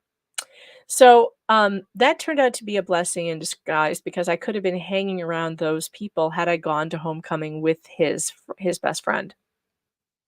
So that story, I should do a deep dive on that someday because it's in the true crime podcasts and stuff. His name was Stephen File, Pfiel. He was my history partner at Amos Alonzo Stagg High School. And the girl that he killed was the sister of a friend of mine. And it was very, very sad. Very sad. Nikki Griffith, thanks for the super chat, says, you are so real. Glad I found you watching the Maya trial. I'm hooked with your channel. Tuning in from the UK. I am now a Locals member. You're doing a great job. I'm so glad that you are a member at Locals. Thank you so much for being there. Locals is really a fun place. meganfox.locals.com. We're having fun over there, giving hair tips, making memes. It is just fun. Yeah, AP says, well, now that escalated quickly. Sometimes I think God protected me by not having a lot of friends. You know, all you really need is one good friend. That's really all you need. And it's a blessing to have one good friend. So those of you who sometimes feel lonely because you don't have like a large group of friends or you don't have like a really full social calendar, I just want to say that it's okay. It's okay to just have one good friend. That's all you really need. And I tell my kids this all the time. One good friend. Okay, they're finally back. The court's back to be dismissed. Here we go. Computer going again.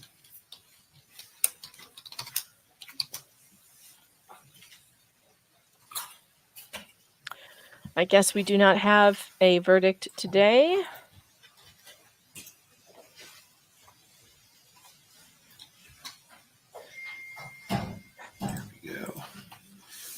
We are back in case number 2018 CA 5321 Jack Kowalski versus Johns Hopkins All Children's Hospital. Let's go ahead and take appearances. Greg Anderson, Nick Whitney on behalf of the plaintiffs. Howard Hunter, Ethan Shapiro, David Hughes, and Chris Altenborough on behalf of defendants. Well, we haven't had any questions, so it's about time for us to adjourn for the day. I've brought another envelope. There's nothing in there. So is there anything we need to do before we bring in the jury? Judge, do we know whether we're going to have a deposition at 5 o'clock today of the? Can we discuss this after I let the jury go home? Absolutely. Okay.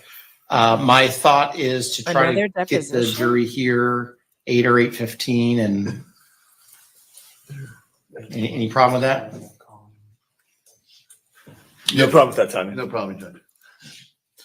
If you could ask the jury to seal up the verdict form and then bring them in whenever they're ready. That's not really a test, though.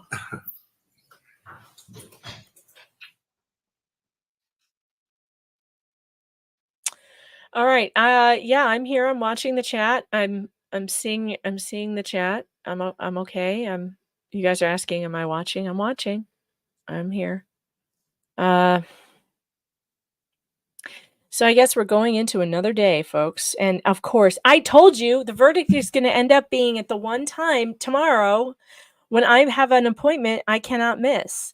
And I don't know what I'm gonna do. I guess I'm gonna keep the stream. I'll just set the stream up and leave you guys to your own devices and and go do my appointment and hope that it doesn't come back while I'm on the road. I mean, I do have the capability of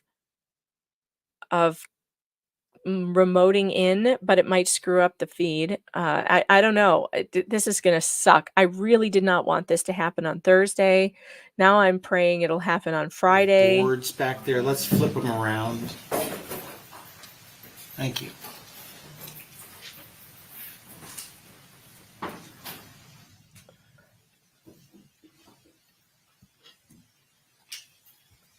And I can't imagine what kind of deposition that they're still going to be doing here. All right, what is happening? Is the screen frozen? Am I frozen again? Oh my God. I'm frozen. I have the spinning wheel. The spinning wheel is bad. All right, hold on. Hopefully it'll reset here. I'm sorry, guys. It's spinning. I don't know what to do. Shit.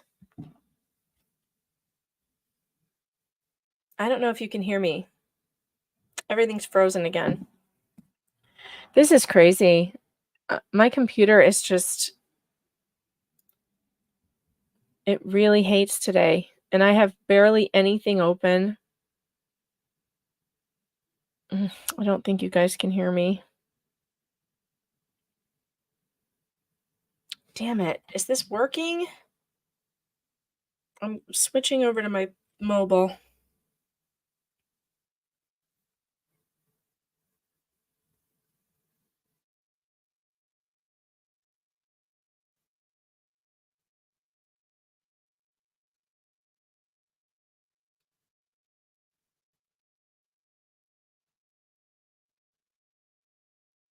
You can hear me, but we can't hear the computer. Yeah, the computer situation is reaching critical mass. How could this be happening? You can hear me, but we can't hear the computer. Yeah, the computer situation is reaching critical mass. How could this be happening? Okay, that was me not turning my volume down. Am I still frozen? I'm still frozen. Okay. Well, I can't believe it, but I have to shut down. It's not letting me refresh the screen.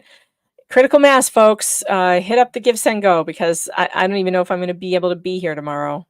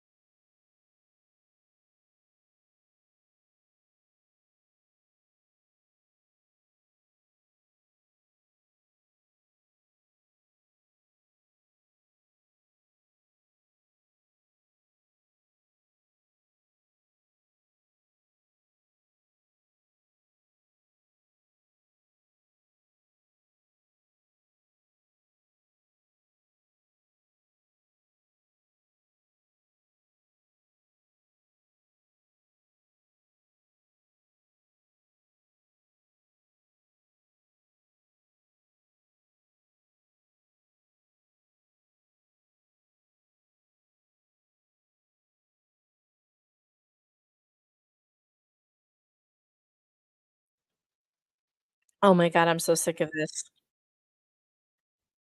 I'm so sick of this. I'm so sorry.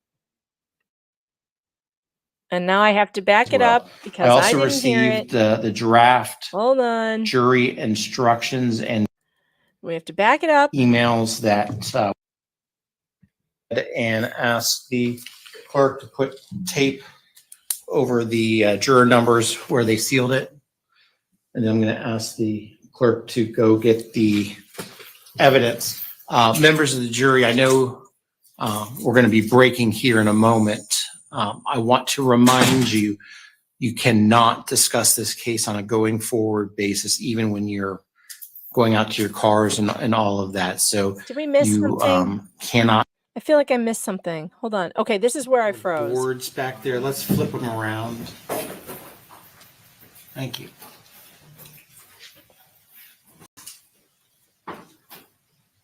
Oh.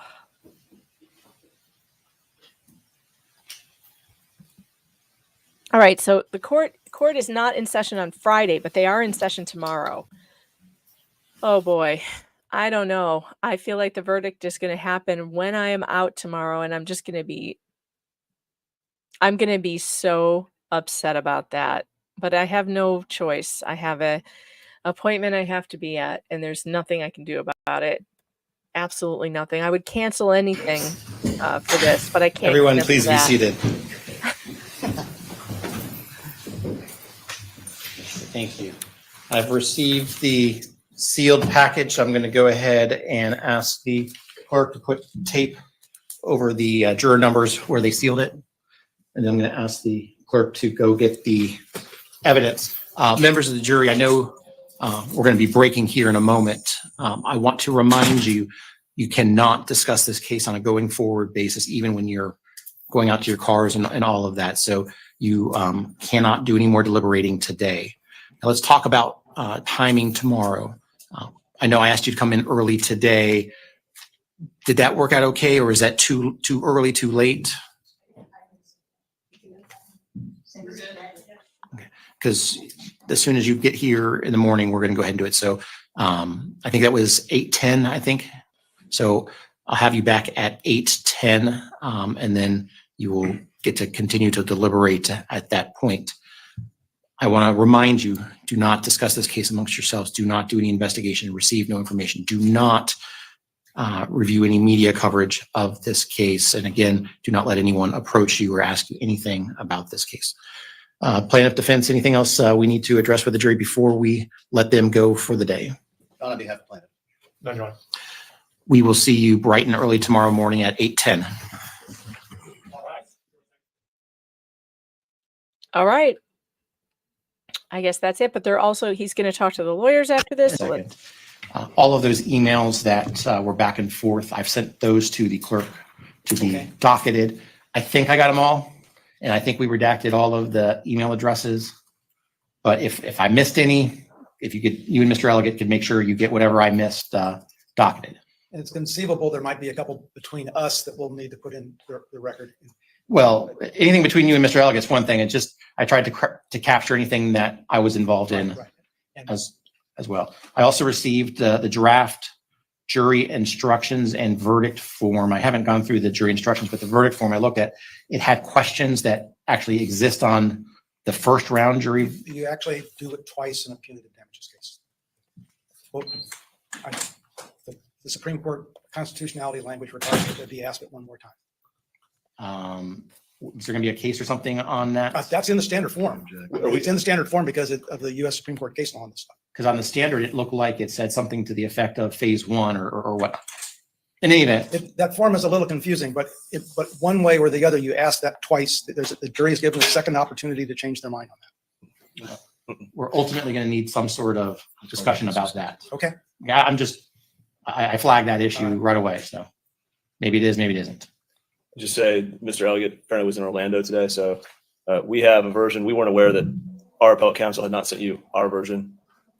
Is the question that's being reiterated there the clear and convincing? Is that what I'm understanding?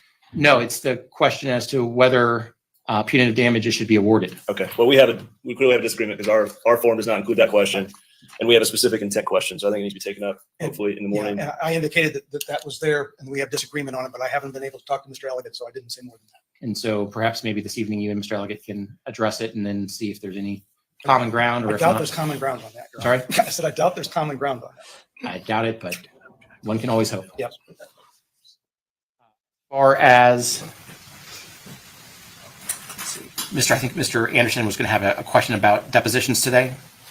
We were trying to have a deposition today, Mr. Towers. We had Mr. Heath's deposition earlier today about 1:45, and I had requested him a notice to attempt to take Kevin Sauer's deposition, who was the CEO, briefly on the issues of punitive damages. And I was seeking a response from the defense to know whether that's going to happen or not. And I haven't heard anything. If there isn't, I need to know what basis they're objecting on, since we are to be to the point where that would be appropriate. Judge, we were not going to call Mr. Sowers as a witness. He's the CEO of Johnson Consultants at this point. He was briefly our CEO back then, but we had intended to call Shalom Rogers and Angela Green, whom they've already deposed. To be clear, we've deposed Ms. Green, but we haven't deposed Ms. Rogers. Well, that's what I meant. I understand. Okay. Well, so why were you trying to call Mr. Is it Sowers? Yes, sir. Why are you trying to call Mr. Sowers? Because we believe that there's some information in that Mr. Sowers has either been part of or has published that would be relevant and material to the issues in this case, particularly intent, and whether or not there is any intent to make any changes. Judge, I mean, we saw the notice. We're trying to figure out what's going on. He's not listed as a witness. We had not intended to call him. He's not our employee. I don't know what basis there is to call Mr. Sellers. What is it? He's out of state. What basis am I? What am I supposed to do at this point in time? I mean, Well, that's a good point, Judge, because I don't think there's been a formal objection filed. There's simply our notice out there. I take it there's an oral objection to it. If they're going to file something in writing, I suppose we could take it up tomorrow after we have a chance to see. Although it did take me by surprise that he is out of state. Based on our information, I thought he was in fact in Florida. If he's not, then yeah, we can do it by Zoom. He's, as far as I know, Judge, he's in Maryland, in Baltimore. That's where he works and that's where he resides. have you all actually talked about this? No, Your Honor, I just got a notice. That's just bang out of the clear blue sky. And I mean, there's no basis upon which this is a proper notice of taking deposition or a proper calling of a witness at this point in the trial. Well, I don't have anything in front of me, but I would highly encourage the two of you to talk for a few minutes and see what you're trying to do, what you can do, what sort of agreements can be made to get whatever either side needs. I mean, it sounds like they got you a deposition today on their witness. So Do I need to file a motion for protective order about a witness being noticed during trial on less than 4 hours notice? And with no, what I want you to do is talk with Mr. Anderson to see what can be done, what accommodation. My hope is the lawyers can actually work out these types of issues, but one would think. In any event, are there other issues we need to address? None at this point, Your Honor. So why don't we be here at 8 a.m., and we'll address whatever we need to. But my hope is that we don't have very much to do in the morning because I've got some other issues I've got to deal with in other cases. Obviously, I'll do what I need to do, but 8 a.m. Anything else? No. So we'll be in recess until 8 a.m. tomorrow morning. All right.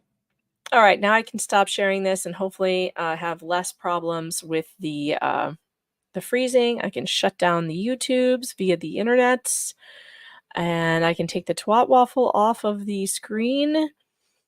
All right. Robert Barnes should be here any minute, and I hope to God I can make it through this interview without shutting down my computer again, because that'll be super embarrassing. All right. What just happened? All right. If you wanted to know what just happened, it sounded to me like because they have to put on like another hearing if they get to punitive damages, Anderson is saying, well, we still have somebody at the hospital we want to depose for that. And it's that Kevin Sauers guy who is the CEO or whatever, or was the CEO at the time.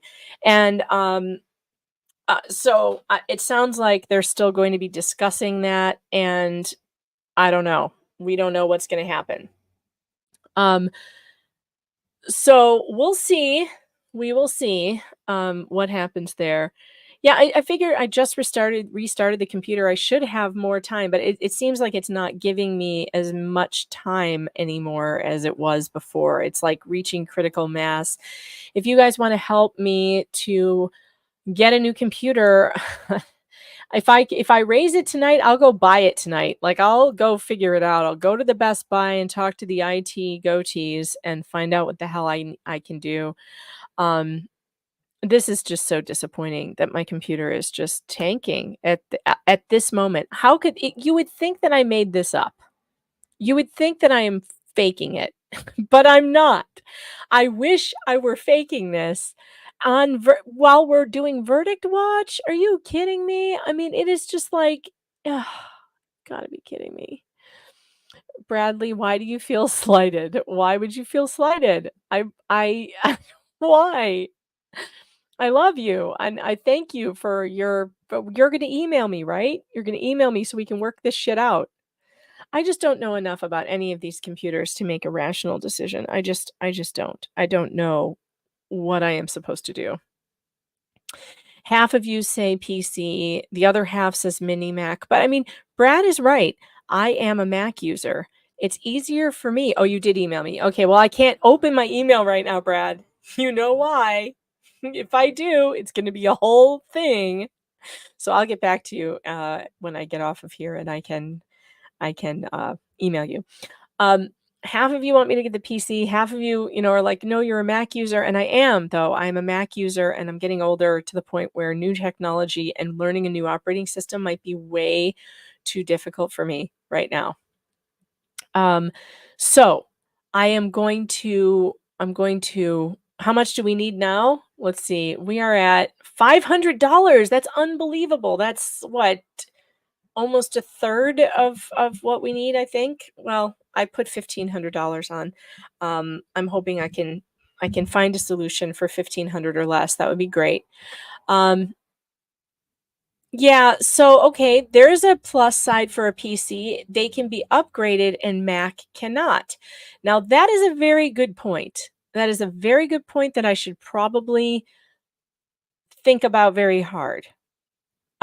Because you cannot upgrade a Mac, and that is part of the problem, right?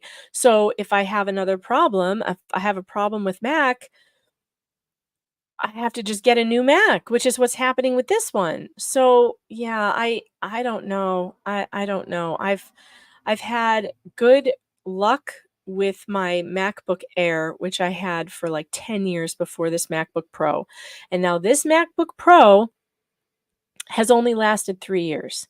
That is unacceptable. It's totally unacceptable. So my feelings, my warm and fuzzy feelings towards Mac are not good right now. However, this MacBook Pro will continue to be my work laptop. So it's not like I'm getting rid of it and I won't be a Mac user anymore. But I just simply need something that's going to sit at my desk and just be my streaming machine that will stream and stream hard and good all the time. And welcome to the show, Robert Barnes. I hate to tell you this, but I'm having massive computer problems right now. It's reaching critical mass and it keeps shutting down on me, which is why my camera's not on. I wish I could see you. I do love you, though. Thank you for being here. How are you? Good. All right. If I disappear, you can just talk to the chat for a few minutes. I'll be back in like under 2 minutes. But let's talk about Wauwatosa. Yes, indeed. Wauwatosa.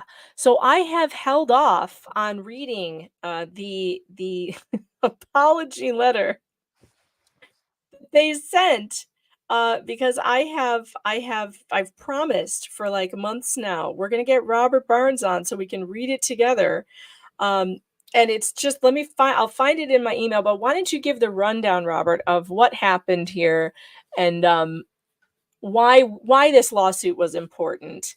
And while I find that. Yeah, no problem. So, I mean, for those that don't recall or remember, the Wauwatosa political, which I'm blanking on the moment on which body it was. The Wauwatosa School Board. Yeah. That Yep. and when It was the porn in the school curriculum that the parents were protesting. correct. And for those that don't know, Wauwatosa is in Wauwatosa is in Milwaukee County, as I recall. Or is it in Waukesha County? Actually, I'm not sure about that. Doesn't Yeah, matter. I mean, locally they call it Tosa. So that's I'm pretty it's sort of western Milwaukee County, as I recall correctly. But that whether it's a local city council, county commission, school board, any government meeting like that in a public forum, there are limits on their ability to try to prohibit people from making comments. I mean, it's a running refrain in part from the TV show Parks and Recreation. Remember about the things you can get up and say, and it was a Beavis and Butthead episode about your right to be able to get up and say whatever you want. I mean, I think Beavis gets up and says, he wants to see it all burn it all, take it all down, that kind of thing. I mean, pretty broad berth because it's a First Amendment protected forum. It's the same issue as when politicians open up public accounts on social media and try to ban people from them. That's currently pending before the Supreme Court of the United States. They held oral argument on this past week. So, I mean, it's the same logic. But what happens is a lot of these politicians don't like people criticizing them, don't like people exposing their bad acts. And so what they try to do now and then is misuse and abuse their power and preclude and prevent people from being able to publicly speak their mind or expose the politicians' bad acts or bad policies. And and this was just the latest iteration of it, this time just by the school board of Wauwatosa. That, I mean, not only did it to you, but was also trying to do it to other people in terms of silencing them, limiting what they can say, threatening retaliation of different kinds in terms of future or current speaking rights based on what they said. You exposed them at the time, but unfortunately had to bring suit because of their own actions.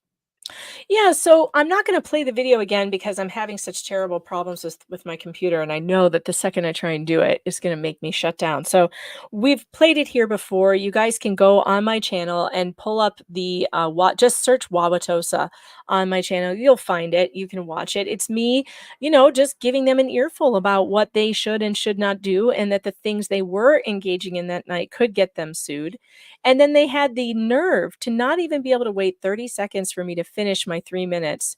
They muted me. They cut me off. They violated my freeze for 30 seconds, Robert. They just couldn't wait 30 seconds. And because of that, I contacted Robert Barnes. I was like bugging him for like every week for a month. Every single Monday, I had like a alarm set on my phone. Email Barnes. You still looking into it, Robert? You looking at my case?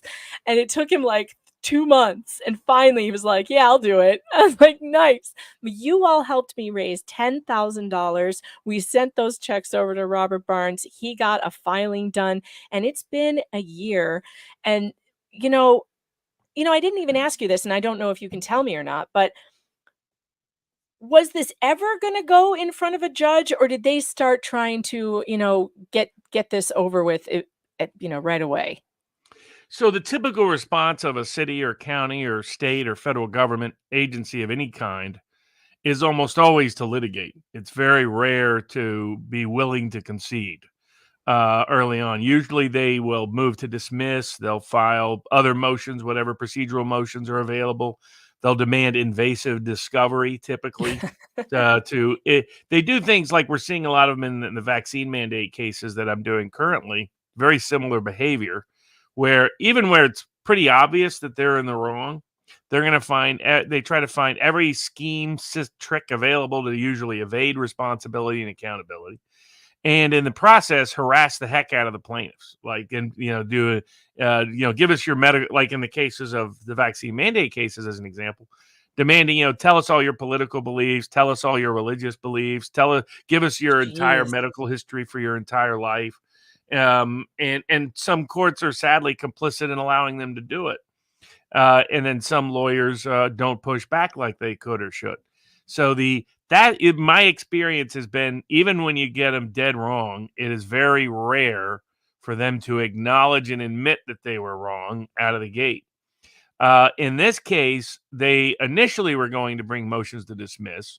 But upon further review of the law that we cited and pointed out, plus I've had a lot of success suing in Wisconsin, especially on these kind of civil rights related cases. They really took a deep assessment, recognized their own risk, and quickly realized that if they were wrong, they were going to run up the attorney's fees that the city would have to pay. Wauwatosa school board have to pay. And they clearly were in the wrong on. There are some aspects of the suit that they could contest and fight. There are other aspects that we had the better argument on, and they recognize that. Judge Statmuller, who I've been in front of multiple times before, would have likely recognized that part of the case we were going to win on, and all we have to do is win on something to get our attorney's fees, even if we don't win on everything. Right. And they made the savvy decision at that point. Okay, let's talk resolution. What's really it's unusual that they were willing to acknowledge to settle right out of the gate as early as they did in the process. But what's extraordinary in your case is they pretty much never issue an apology. Whenever I've requested an apology in the past, they've never given it. They would rather fight because they know, okay, maybe they'll be more responsible for fees down the road, but if they make certain offers of judgment, they can limit that. And so they were pretty comfortable and confident they could probably do that. So usually they never agree to an apology. But in your case, you actually got the apology too. I was worried when I sent you the email and I was like, I need no confidentiality and I needed a public apology. I was a little worried that you were going to be like, oh my God, stop it. Stop it. Like, can we just move on? And you didn't even, you were just like, okay. And then the next thing you know, I had it. And I also was pretty shocked by this. So I'm going to read this to you guys now. I'm going to see if I can pull it up. If I can't pull it up, well, then I'll just read it off my phone because my computer is acting so badly. And I do apologize for all of it. Here we go. PDF. Wauwatosa. No, I don't need this little screen. Okay, here we go. The Wauwatosa School District, Ms. Fox, dated October 20th of 2023. Ms. Fox, regarding the events of October 24th, 2022, the Wauwatosa School Board offers you an apology for the manner in which it handled your presentation during the public comments agenda item at the school board meeting. After the aforementioned school board meeting, the school board reviewed its policies pertaining to public comment with legal counsel. Well, now that part's a little bit wrong. It wasn't right after the school board meeting. It was after we filed suit when they started reviewing their policies. Please be assured that the school board reflected on the October 24th, 2022 meeting, and its response to your public comment has been appropriately addressed by the school board. Sincerely, Dr. Eric Jessup Anger. I know this had to really hurt him to write this letter. I mean, well, properly named though, right? Dr. Anger? I know, right? The simulation does not disappoint. You No, know, it does not. it just does not disappoint.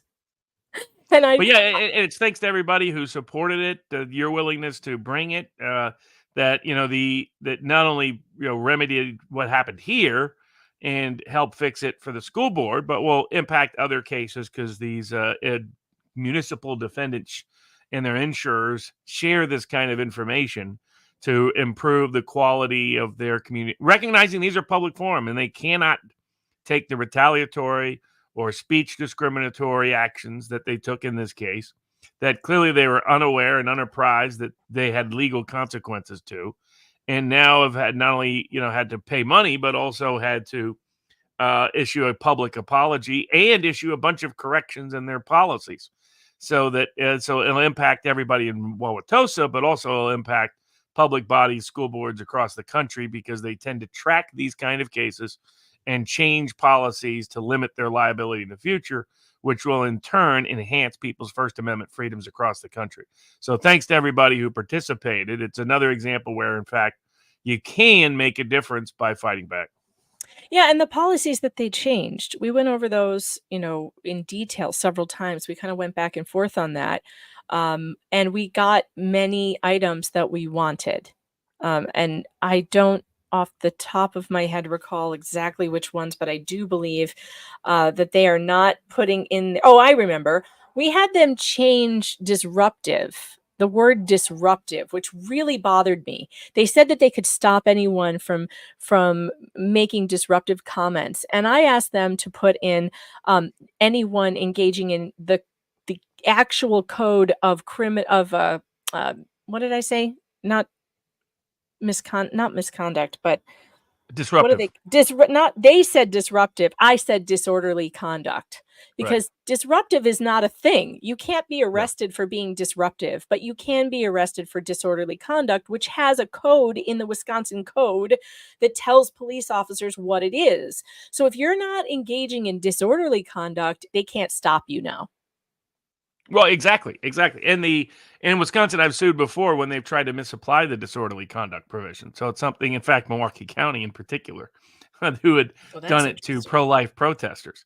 So I have probably sued the cities and counties around Milwaukee, probably definitely more than anybody else in civil rights cases over time, and had a lot of success there. But it's striking that it keeps percolating up, and they keep trying to extend and expand their power. And unless you call them on it, catch them in it, they go AWOL, and it requires disciplining them for them to retract, retrace, step back, and fix and remedy.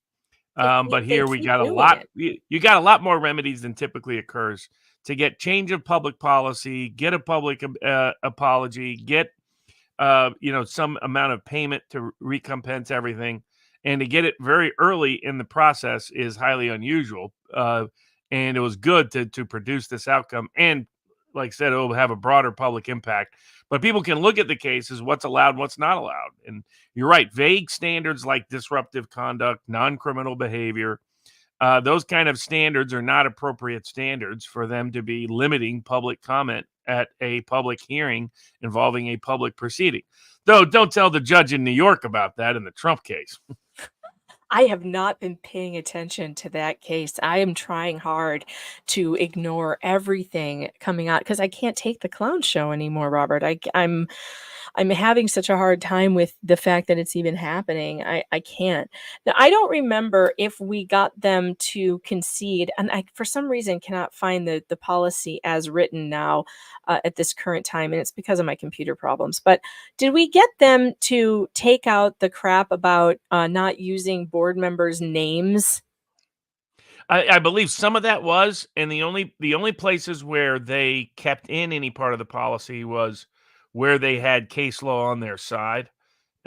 Everything else changed. So there's certain areas where you can't prohibit them from using a name of a board member.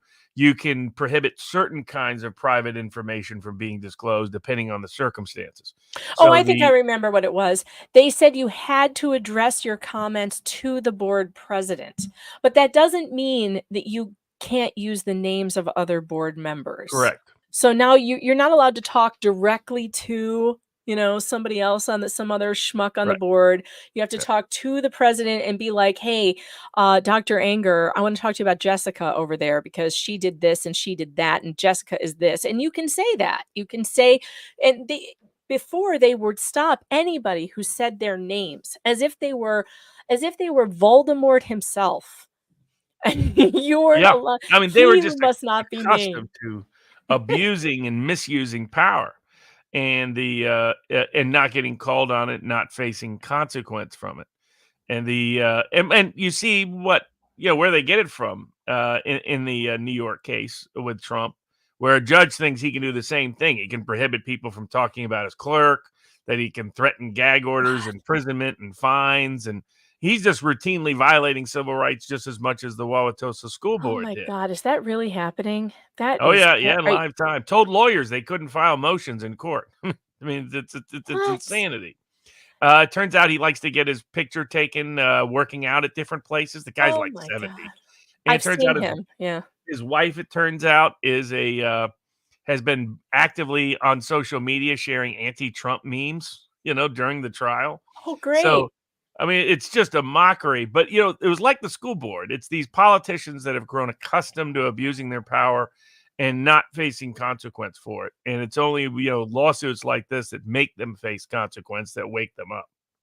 And this is not my first go round at this. Every time I've done this, I have won. And this definitely feels like a win to me in Wauwatosa.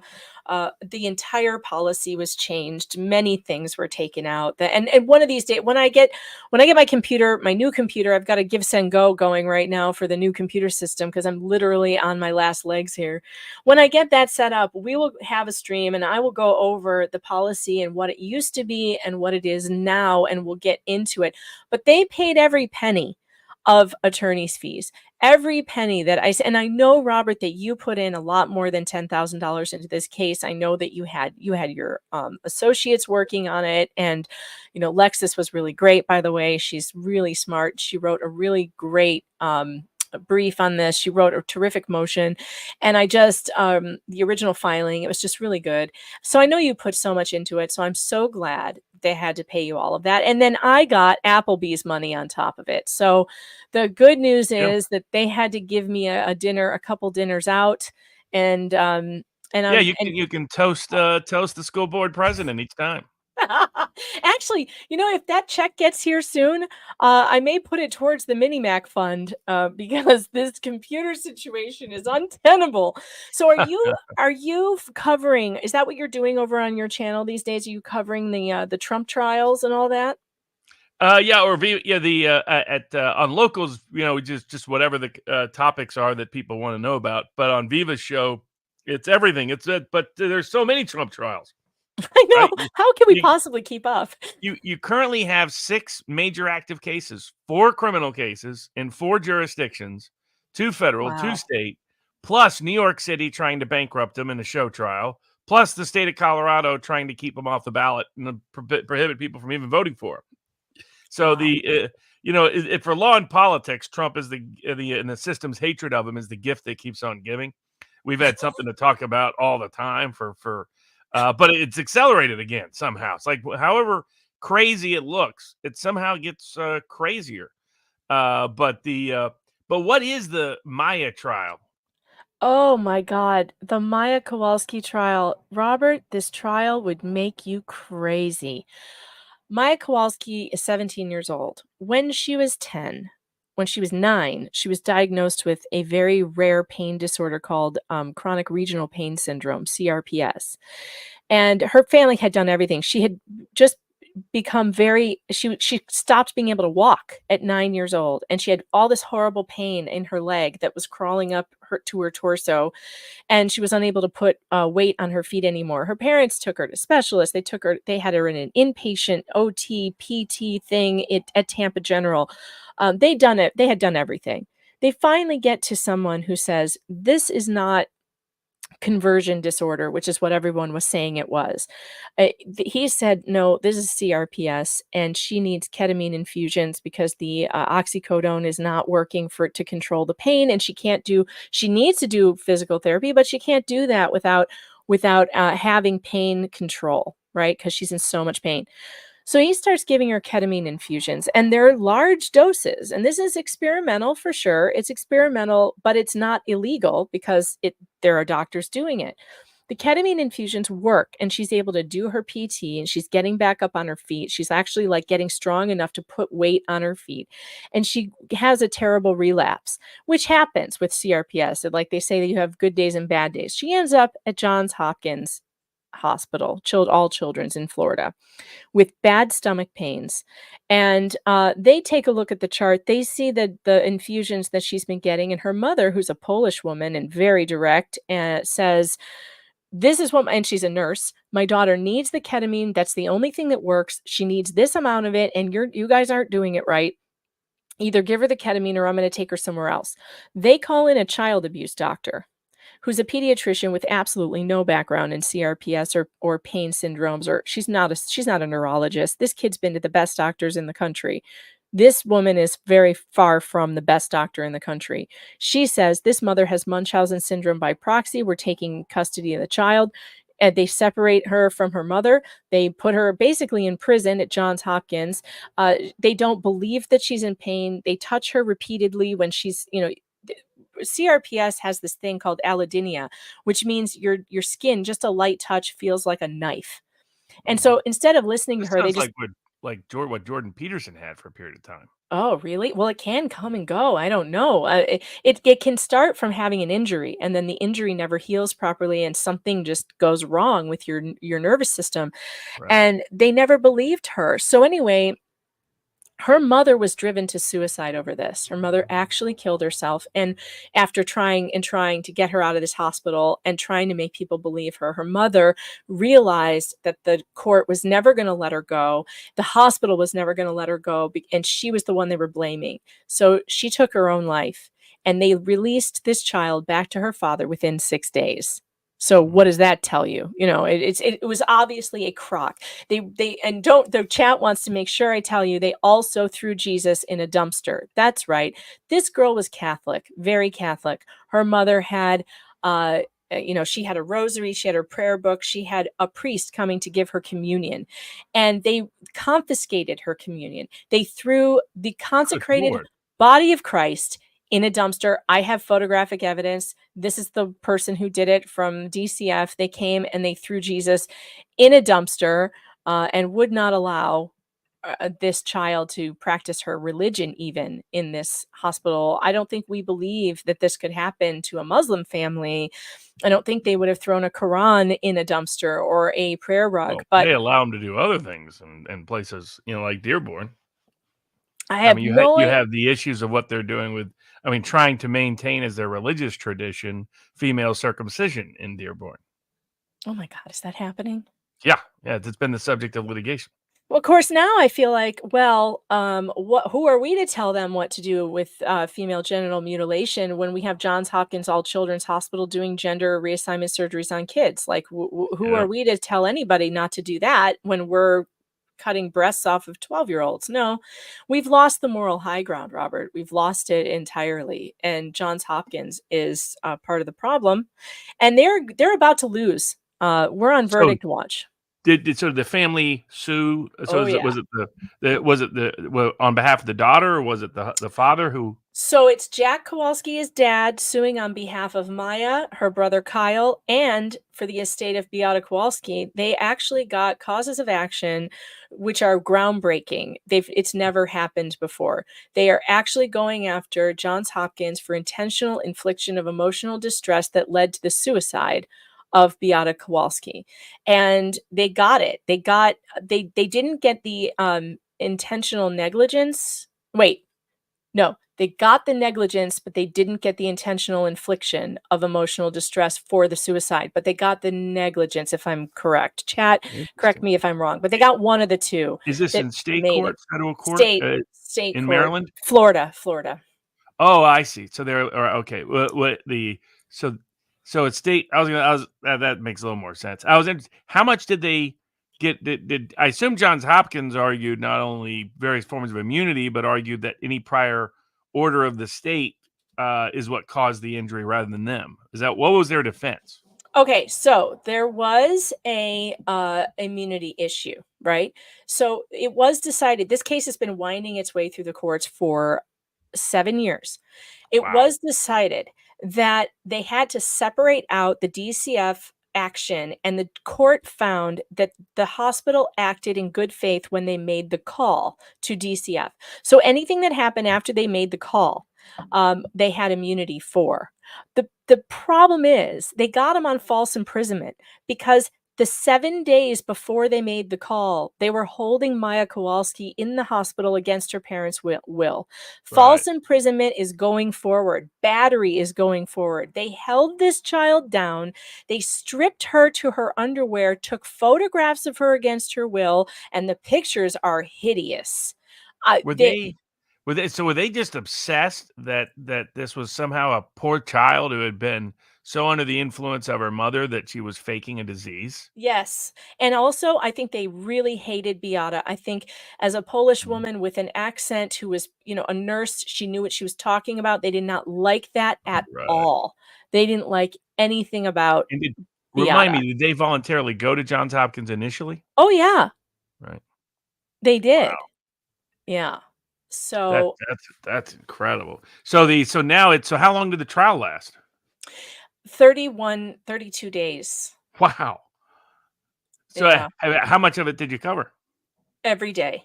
Oh wow! Oh wow! So And yeah, we are now on verdict watch, and it's intense. And tomorrow, it's probably going to come in tomorrow, and it's the one day that I have an appointment in the afternoon. I'm not going to be. why? I mean, usually this long of a trial, it takes probably a week for the jury to come back. Yeah, and and this is such a complex case Yeah. that I would be shocked if they got it done by tomorrow, because there's no court on Friday, because Friday is a holiday. And so Oh, that's why you're tomorrow, thinking juries hate to stay over the weekend. Yep. But in these kind of cases, they if it has this kind of emotional impact, this kind of factual density, now what is it in Florida? Is it they need is it a 12 person? Is it 6. It's a 6? 6-person jury, Is and it 4 out of 6 that you need, or 5 out no, of 6? you need 6 out of 6. It Oh, you has need to be unanimous, a civil jury unanimous. in a civil. Well, that's interesting. So, Mhm. well, that could definitely drag it out then. Yeah, it's very interesting, and very complex. And the case has just really ripped open a wound in this country where parents are coming forward. Oh, and by the way, I forgot to tell you, Dr. Sally Smith, the child abuse pediatrician, she's being sued again, and so is Johns Hopkins, by another family, same team of lawyers. They did it to another family. She's actually been reported on in USA Today as doing this to many families. False accusations of child abuse. It And is a how did she scandal. become the doctor assigned these cases? Oh, she's the director of Pinellas County. She's the director of the child Whoa. abuse, Oh, she's the right. director. Yeah, Right. and the reason why they can sue her, she didn't even technically work for Johns Hopkins, but she represented herself as a Johns Hopkins doctor. She represented herself falsely, to the No family. shocker there. I don't know what your experience was, but, I did a lot of representation pro bono for victims of abuse going back quarter century. And my experience has almost been universally negative with every form of child care, foster care services out there. Not private ones. I've had very good experience there, but with the state actors, that a lot of them come from abused backgrounds and frankly are themselves abusers. They Yeah. give off the dynamics of abusers. They act Yes. like abusers. They sought out this job because they're abusers. They tend to side with abusers. They tend to oppose victims. I mean, it sounds insane, but I had this. I had what broke it for me was I had a case where they lied to me about what was happening. And I said, look, I'm not going to get involved in this case if there's allegations against multiple parties. I was like, that's not what we do. I'm only going to get involved if there's only allegations against the other party. Now, there were no allegations against my client, but they didn't disclose that his new girlfriend, there were allegations against, as well as his ex-wife. They hid that from me. Didn't find out until the proceedings that was going on, which, which my client would have taken corrective action had he even known. They'd hide because they were lying all the way through to figure out what game they were going to play as they shopped the kids around between different abusive dynamics. And the one non-abuser, my client, was the one they wouldn't give the kids back to. Because they were hiding and sitting on other information about his girlfriend, which he would have dumped her in a second if he'd known any allegation was even there. But my experience, I mean, they're just bad. Where I had like real kids, real victims, they didn't even pursue the cases. They would buy the abusive parents, the abusive partners' lies. And it was cases like these were not like hard to prove cases. These were like most abusers will have a pattern. It won't just be that relationship. It won't be just that behavior with children.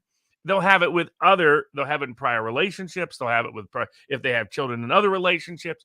If they were involved in a relationship with stepchildren, you'll find there's a long pattern because it's a deep psychological problem. But it's the reason why so many people hate DCS is that, there's some good social worker types in there, I'm sure. I just hardly met any of them. We I met never all the see any. abusive authoritarians. And there are some, but I mean, I had one call the show earlier today. We were doing like a call-in program while we were waiting for the verdict, and one of our listeners here is a social worker and has been for 25 years, and even she was like, "Yeah, no, they're bad. There's bad workers, and they're everywhere, and we're totally outnumbered." The chat's mad at me because I didn't even tell you about the imminent jeopardy report. A bombshell that came out in this case is that the hospital was in imminent jeopardy of losing its licensing when this occurred, and they were found through a federal investigation to have a culture of retaliation and retribution in the hospital. They weren't even stacking their oxygen tanks properly. They were in danger of exploding in the hospital and they were killing patients in the heart, and the children in the heart surgery area because the surgeons weren't washing their hands. This is Johns Hopkins, all children's is going down, and Greg Anderson and his law firm are the ones doing it. They're taking them down, and it's beautiful to watch because we are watching institutional wide corruption explode in our faces on a national stage in an area that I have been studying and reporting on for 20 years now, the CPS and medical kidnapping corruption bullshit. And it's wonderful to watch this happen. And that's why we're like glued to our seats on this. Yeah, I mean, I don't even think I'm not sure precisely of what the replacement would be, but I think we would be better off if the DCSs of the world didn't exist. I think they do more net harm than good. Oh, absolutely. They absolutely. Oh, you know what else they did? So another charge they're getting is fraudulent billing. So the hospital refused to believe she had CRPS, but they were billing the insurance company for CRPS the whole time. Of course they were. That's classic. Oh, yes. Now that must have been tough to explain to the jury. No, they completely came up with a whole thing about, well, that's just the working diagnosis code. And every time there's a working diagnosis, that code goes in the record. But it's like, no, I'm sorry. If that you makes take no a sense. little, You can't say it's fake. It's not really happening, and then bill the insurance company and say it is. and then they changed their just not- story. They changed their course. defense several times during the case. On one hand, they would say she doesn't have CRPS. She never had CRPS. And at the same time, in the closing arguments, Shapiro, their lawyer, is going, well, she had CRPS before that she went into our hospital, and she's going to have CRPS after the hospital. We didn't hurt her. She was going to suffer for the rest of her life anyway. That's literally their argument. Yeah, that's like a variation of the tobacco arguments they used to make. That they shouldn't be held, the tobacco companies, because forever the tobacco companies got away with it.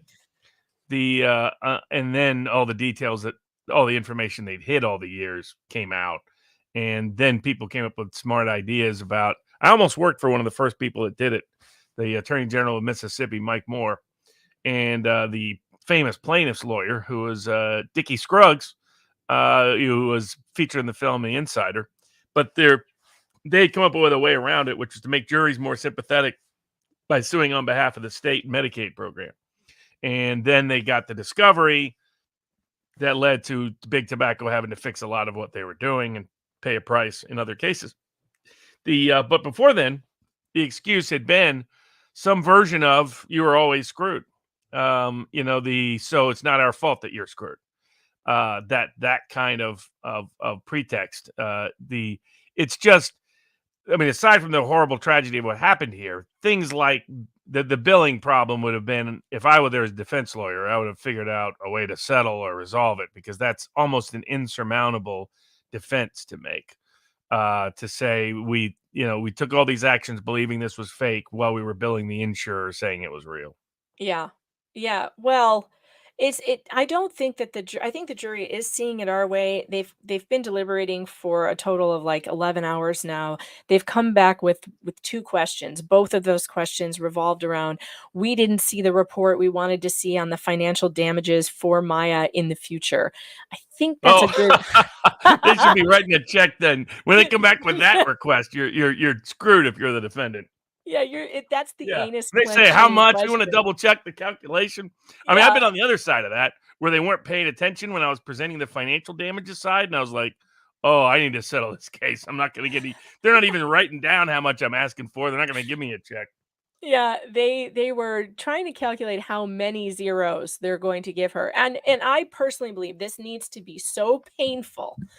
That this sends a shockwave through the whole medical system, because Robert, the stories that are coming out of our listeners here, they just make you cry. I've had people calling me all day. We've done a call-in show like old time radio, man. We've just been calling in, and people are saying this happened to me. No one believed me, or my child was taken and they thought that I abused her and she fell at daycare, or the daycare person may have abused her.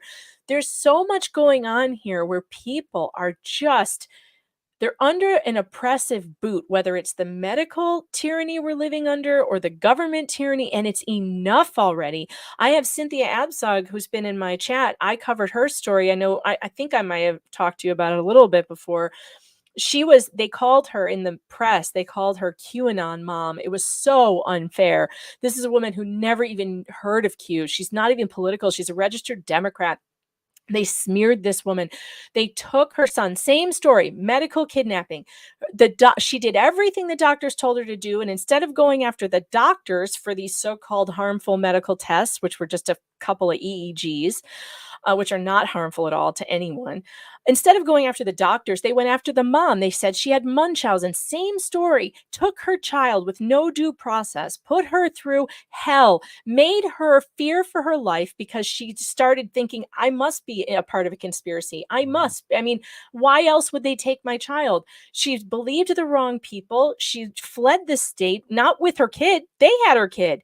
And they ended up charging her with attempted kidnapping, which never happened. She went to jail. And I was in the courtroom, and it was unbelievable how they had no evidence to put her there, but her public defender never defended her, didn't call her witnesses, didn't get her doctors on the stand to say what they ordered. It was a total shit show. There's no justice in this country sometimes for a certain type of person. And I think that we're at a boiling point. People are sick of this. If you want to get an update on this case, Robert, watch the Netflix documentary Take Care of Maya, because the documentary was released like a month before the trial started. So it was brilliant. It got people talking about it, thinking about it, freaking out, like, how could this happen? That's why I had to cover it, because I have covered case after case after case. Rachel Bruno, Cynthia Abzug, Justina Pelletieri, case after case of these kids, Drake Pardo in Texas, who get kidnapped by a hospital that refuses to listen to the parents that know what they're talking about, and this horrible tragedy happens. There have been suicides. I lost Catherine Kasanoff. She was a woman, I was covering her case, her custody case. She went and had assisted suicide. This is hurting people all across the country. And it has to be stopped. And I feel like this case is going to bring a whole lot more attention to what's really going on. Well, and what it should also further reveal is how COVID went the way it went. The corruption of the hospital system was critical to the corruption of everything that took place vis-a-vis the medical treatment or lack thereof in COVID. Yeah. Well, everything kind of revealed all kinds of corruption, right? I had Mo in the Deep End on earlier talking about how she was one of those parents who learned during COVID school what they were really teaching her kid. And they were teaching all this DEI stuff, and nobody knew until we were locked down, and we didn't realize how much power these people had just gotten over our lives and our kids and everything until it was too late. And now we're suffering the result of that. But at least our eyes are open. Although, we woke up to a nightmare. That's what it feels like. Yep. No doubt about it. Yeah. Well, thank you so much for being here, Robert. I sure appreciate you. And thank you for taking my lawsuit. Thank you for fighting for me and for fighting for the right of everybody to go and address their public bodies for grievances without being intimidated or retaliated against or muted or whatever the hell else they want to do. I really appreciate you. And I just have lots of love for you. Oh, fantastic. And it was great you took the case. And it's a reminder to everybody that sometimes you can fight back and win. You absolutely can. Thank you so much. And everybody, I'm out of here too. So you guys all go and have a wonderful night. We will talk to you again tomorrow. I will be here. I won't be here in the afternoon, but I think that I will keep the stream going probably if the computer doesn't die on me.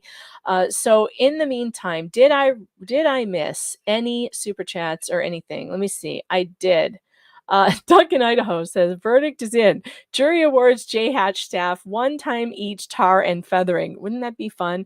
Pale Rogue wanted to know, did they post the depot video? You're talking about the depot that happened last Friday. No, they did not. That's probably not going to be made public, but there is a transcript of it in the 300-page motion for sanctions against the defense, which I have been going through, and hopefully we will do a dramatic reading of at some point. All right, I think I got everything, although I'm not, my computer was freezing again, and so I have not been into Rumble. Rumble, I'm sorry. If anybody over there has sent me any rants, I cannot see them right now. I'm totally blind. Oh my gosh, let's see. Let me check the Give Send Go real quick, because I feel like I just got another notification. We are up to, on the computer fund, $620. You guys are amazing. Keep it coming. I'm going to try and get this situation taken care of as soon as possible. I know I can't believe this is happening. I can't believe we're at critical mass now, and I really was hoping I would get a few more days out of it. So I'm going to go. I'm going to let my computer cool off. I'm going to totally unplug it. I'm going to speak to it nicely. I'm going to give it a little massage, maybe clean it up, clean the keyboard. Maybe maybe I'll blow the air into it and see what I can do. We got to get it limping at least for tomorrow, so we can take more of your calls and figure it out. So good night, everybody. I'm going to miss you. It doesn't feel like I want to say goodbye, but it's time.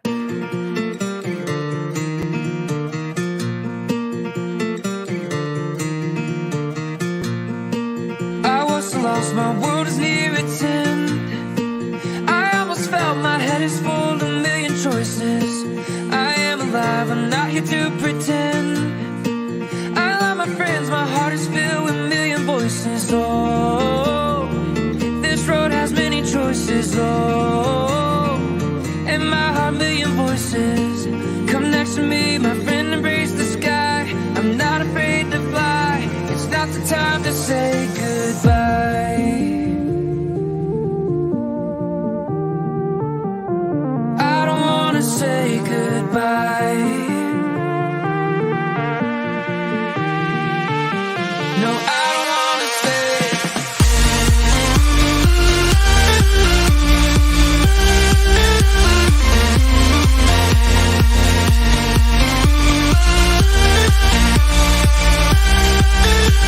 No, I don't wanna say goodbye.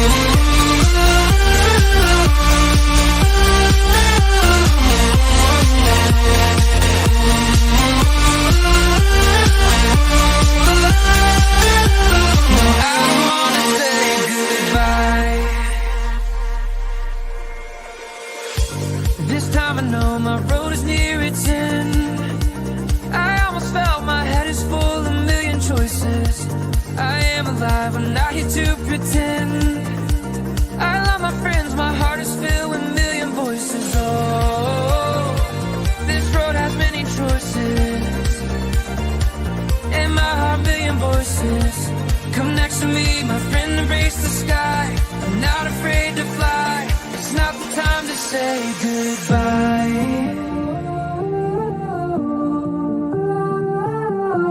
I don't wanna say goodbye. No, I don't wanna stay.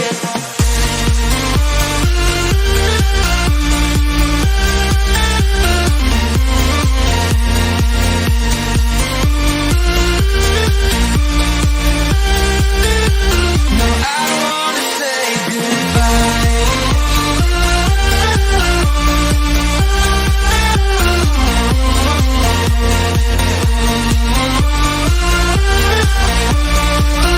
No, I don't wanna say goodbye. So I take it that Johnny's you've problem seen is he Cameron should have John's come bedroom storming before. in there with Yeah. a string of Do you garlic recall whether and you some went holy into water. Mr. Jepson's cross. first There's a bedroom stick before? one. No. May the Do you power of recall, Christ or no, compel you. No, I don't. He So realized if his house Heather was infested with just up for succubuses. that, And there's a picture I'll share with you of what it, yes. Do you recall whether it was there Succuloters. when you arrived in the afternoon? I don't remember seeing it now. No wonder he said drown her before you burn her. Oh my God.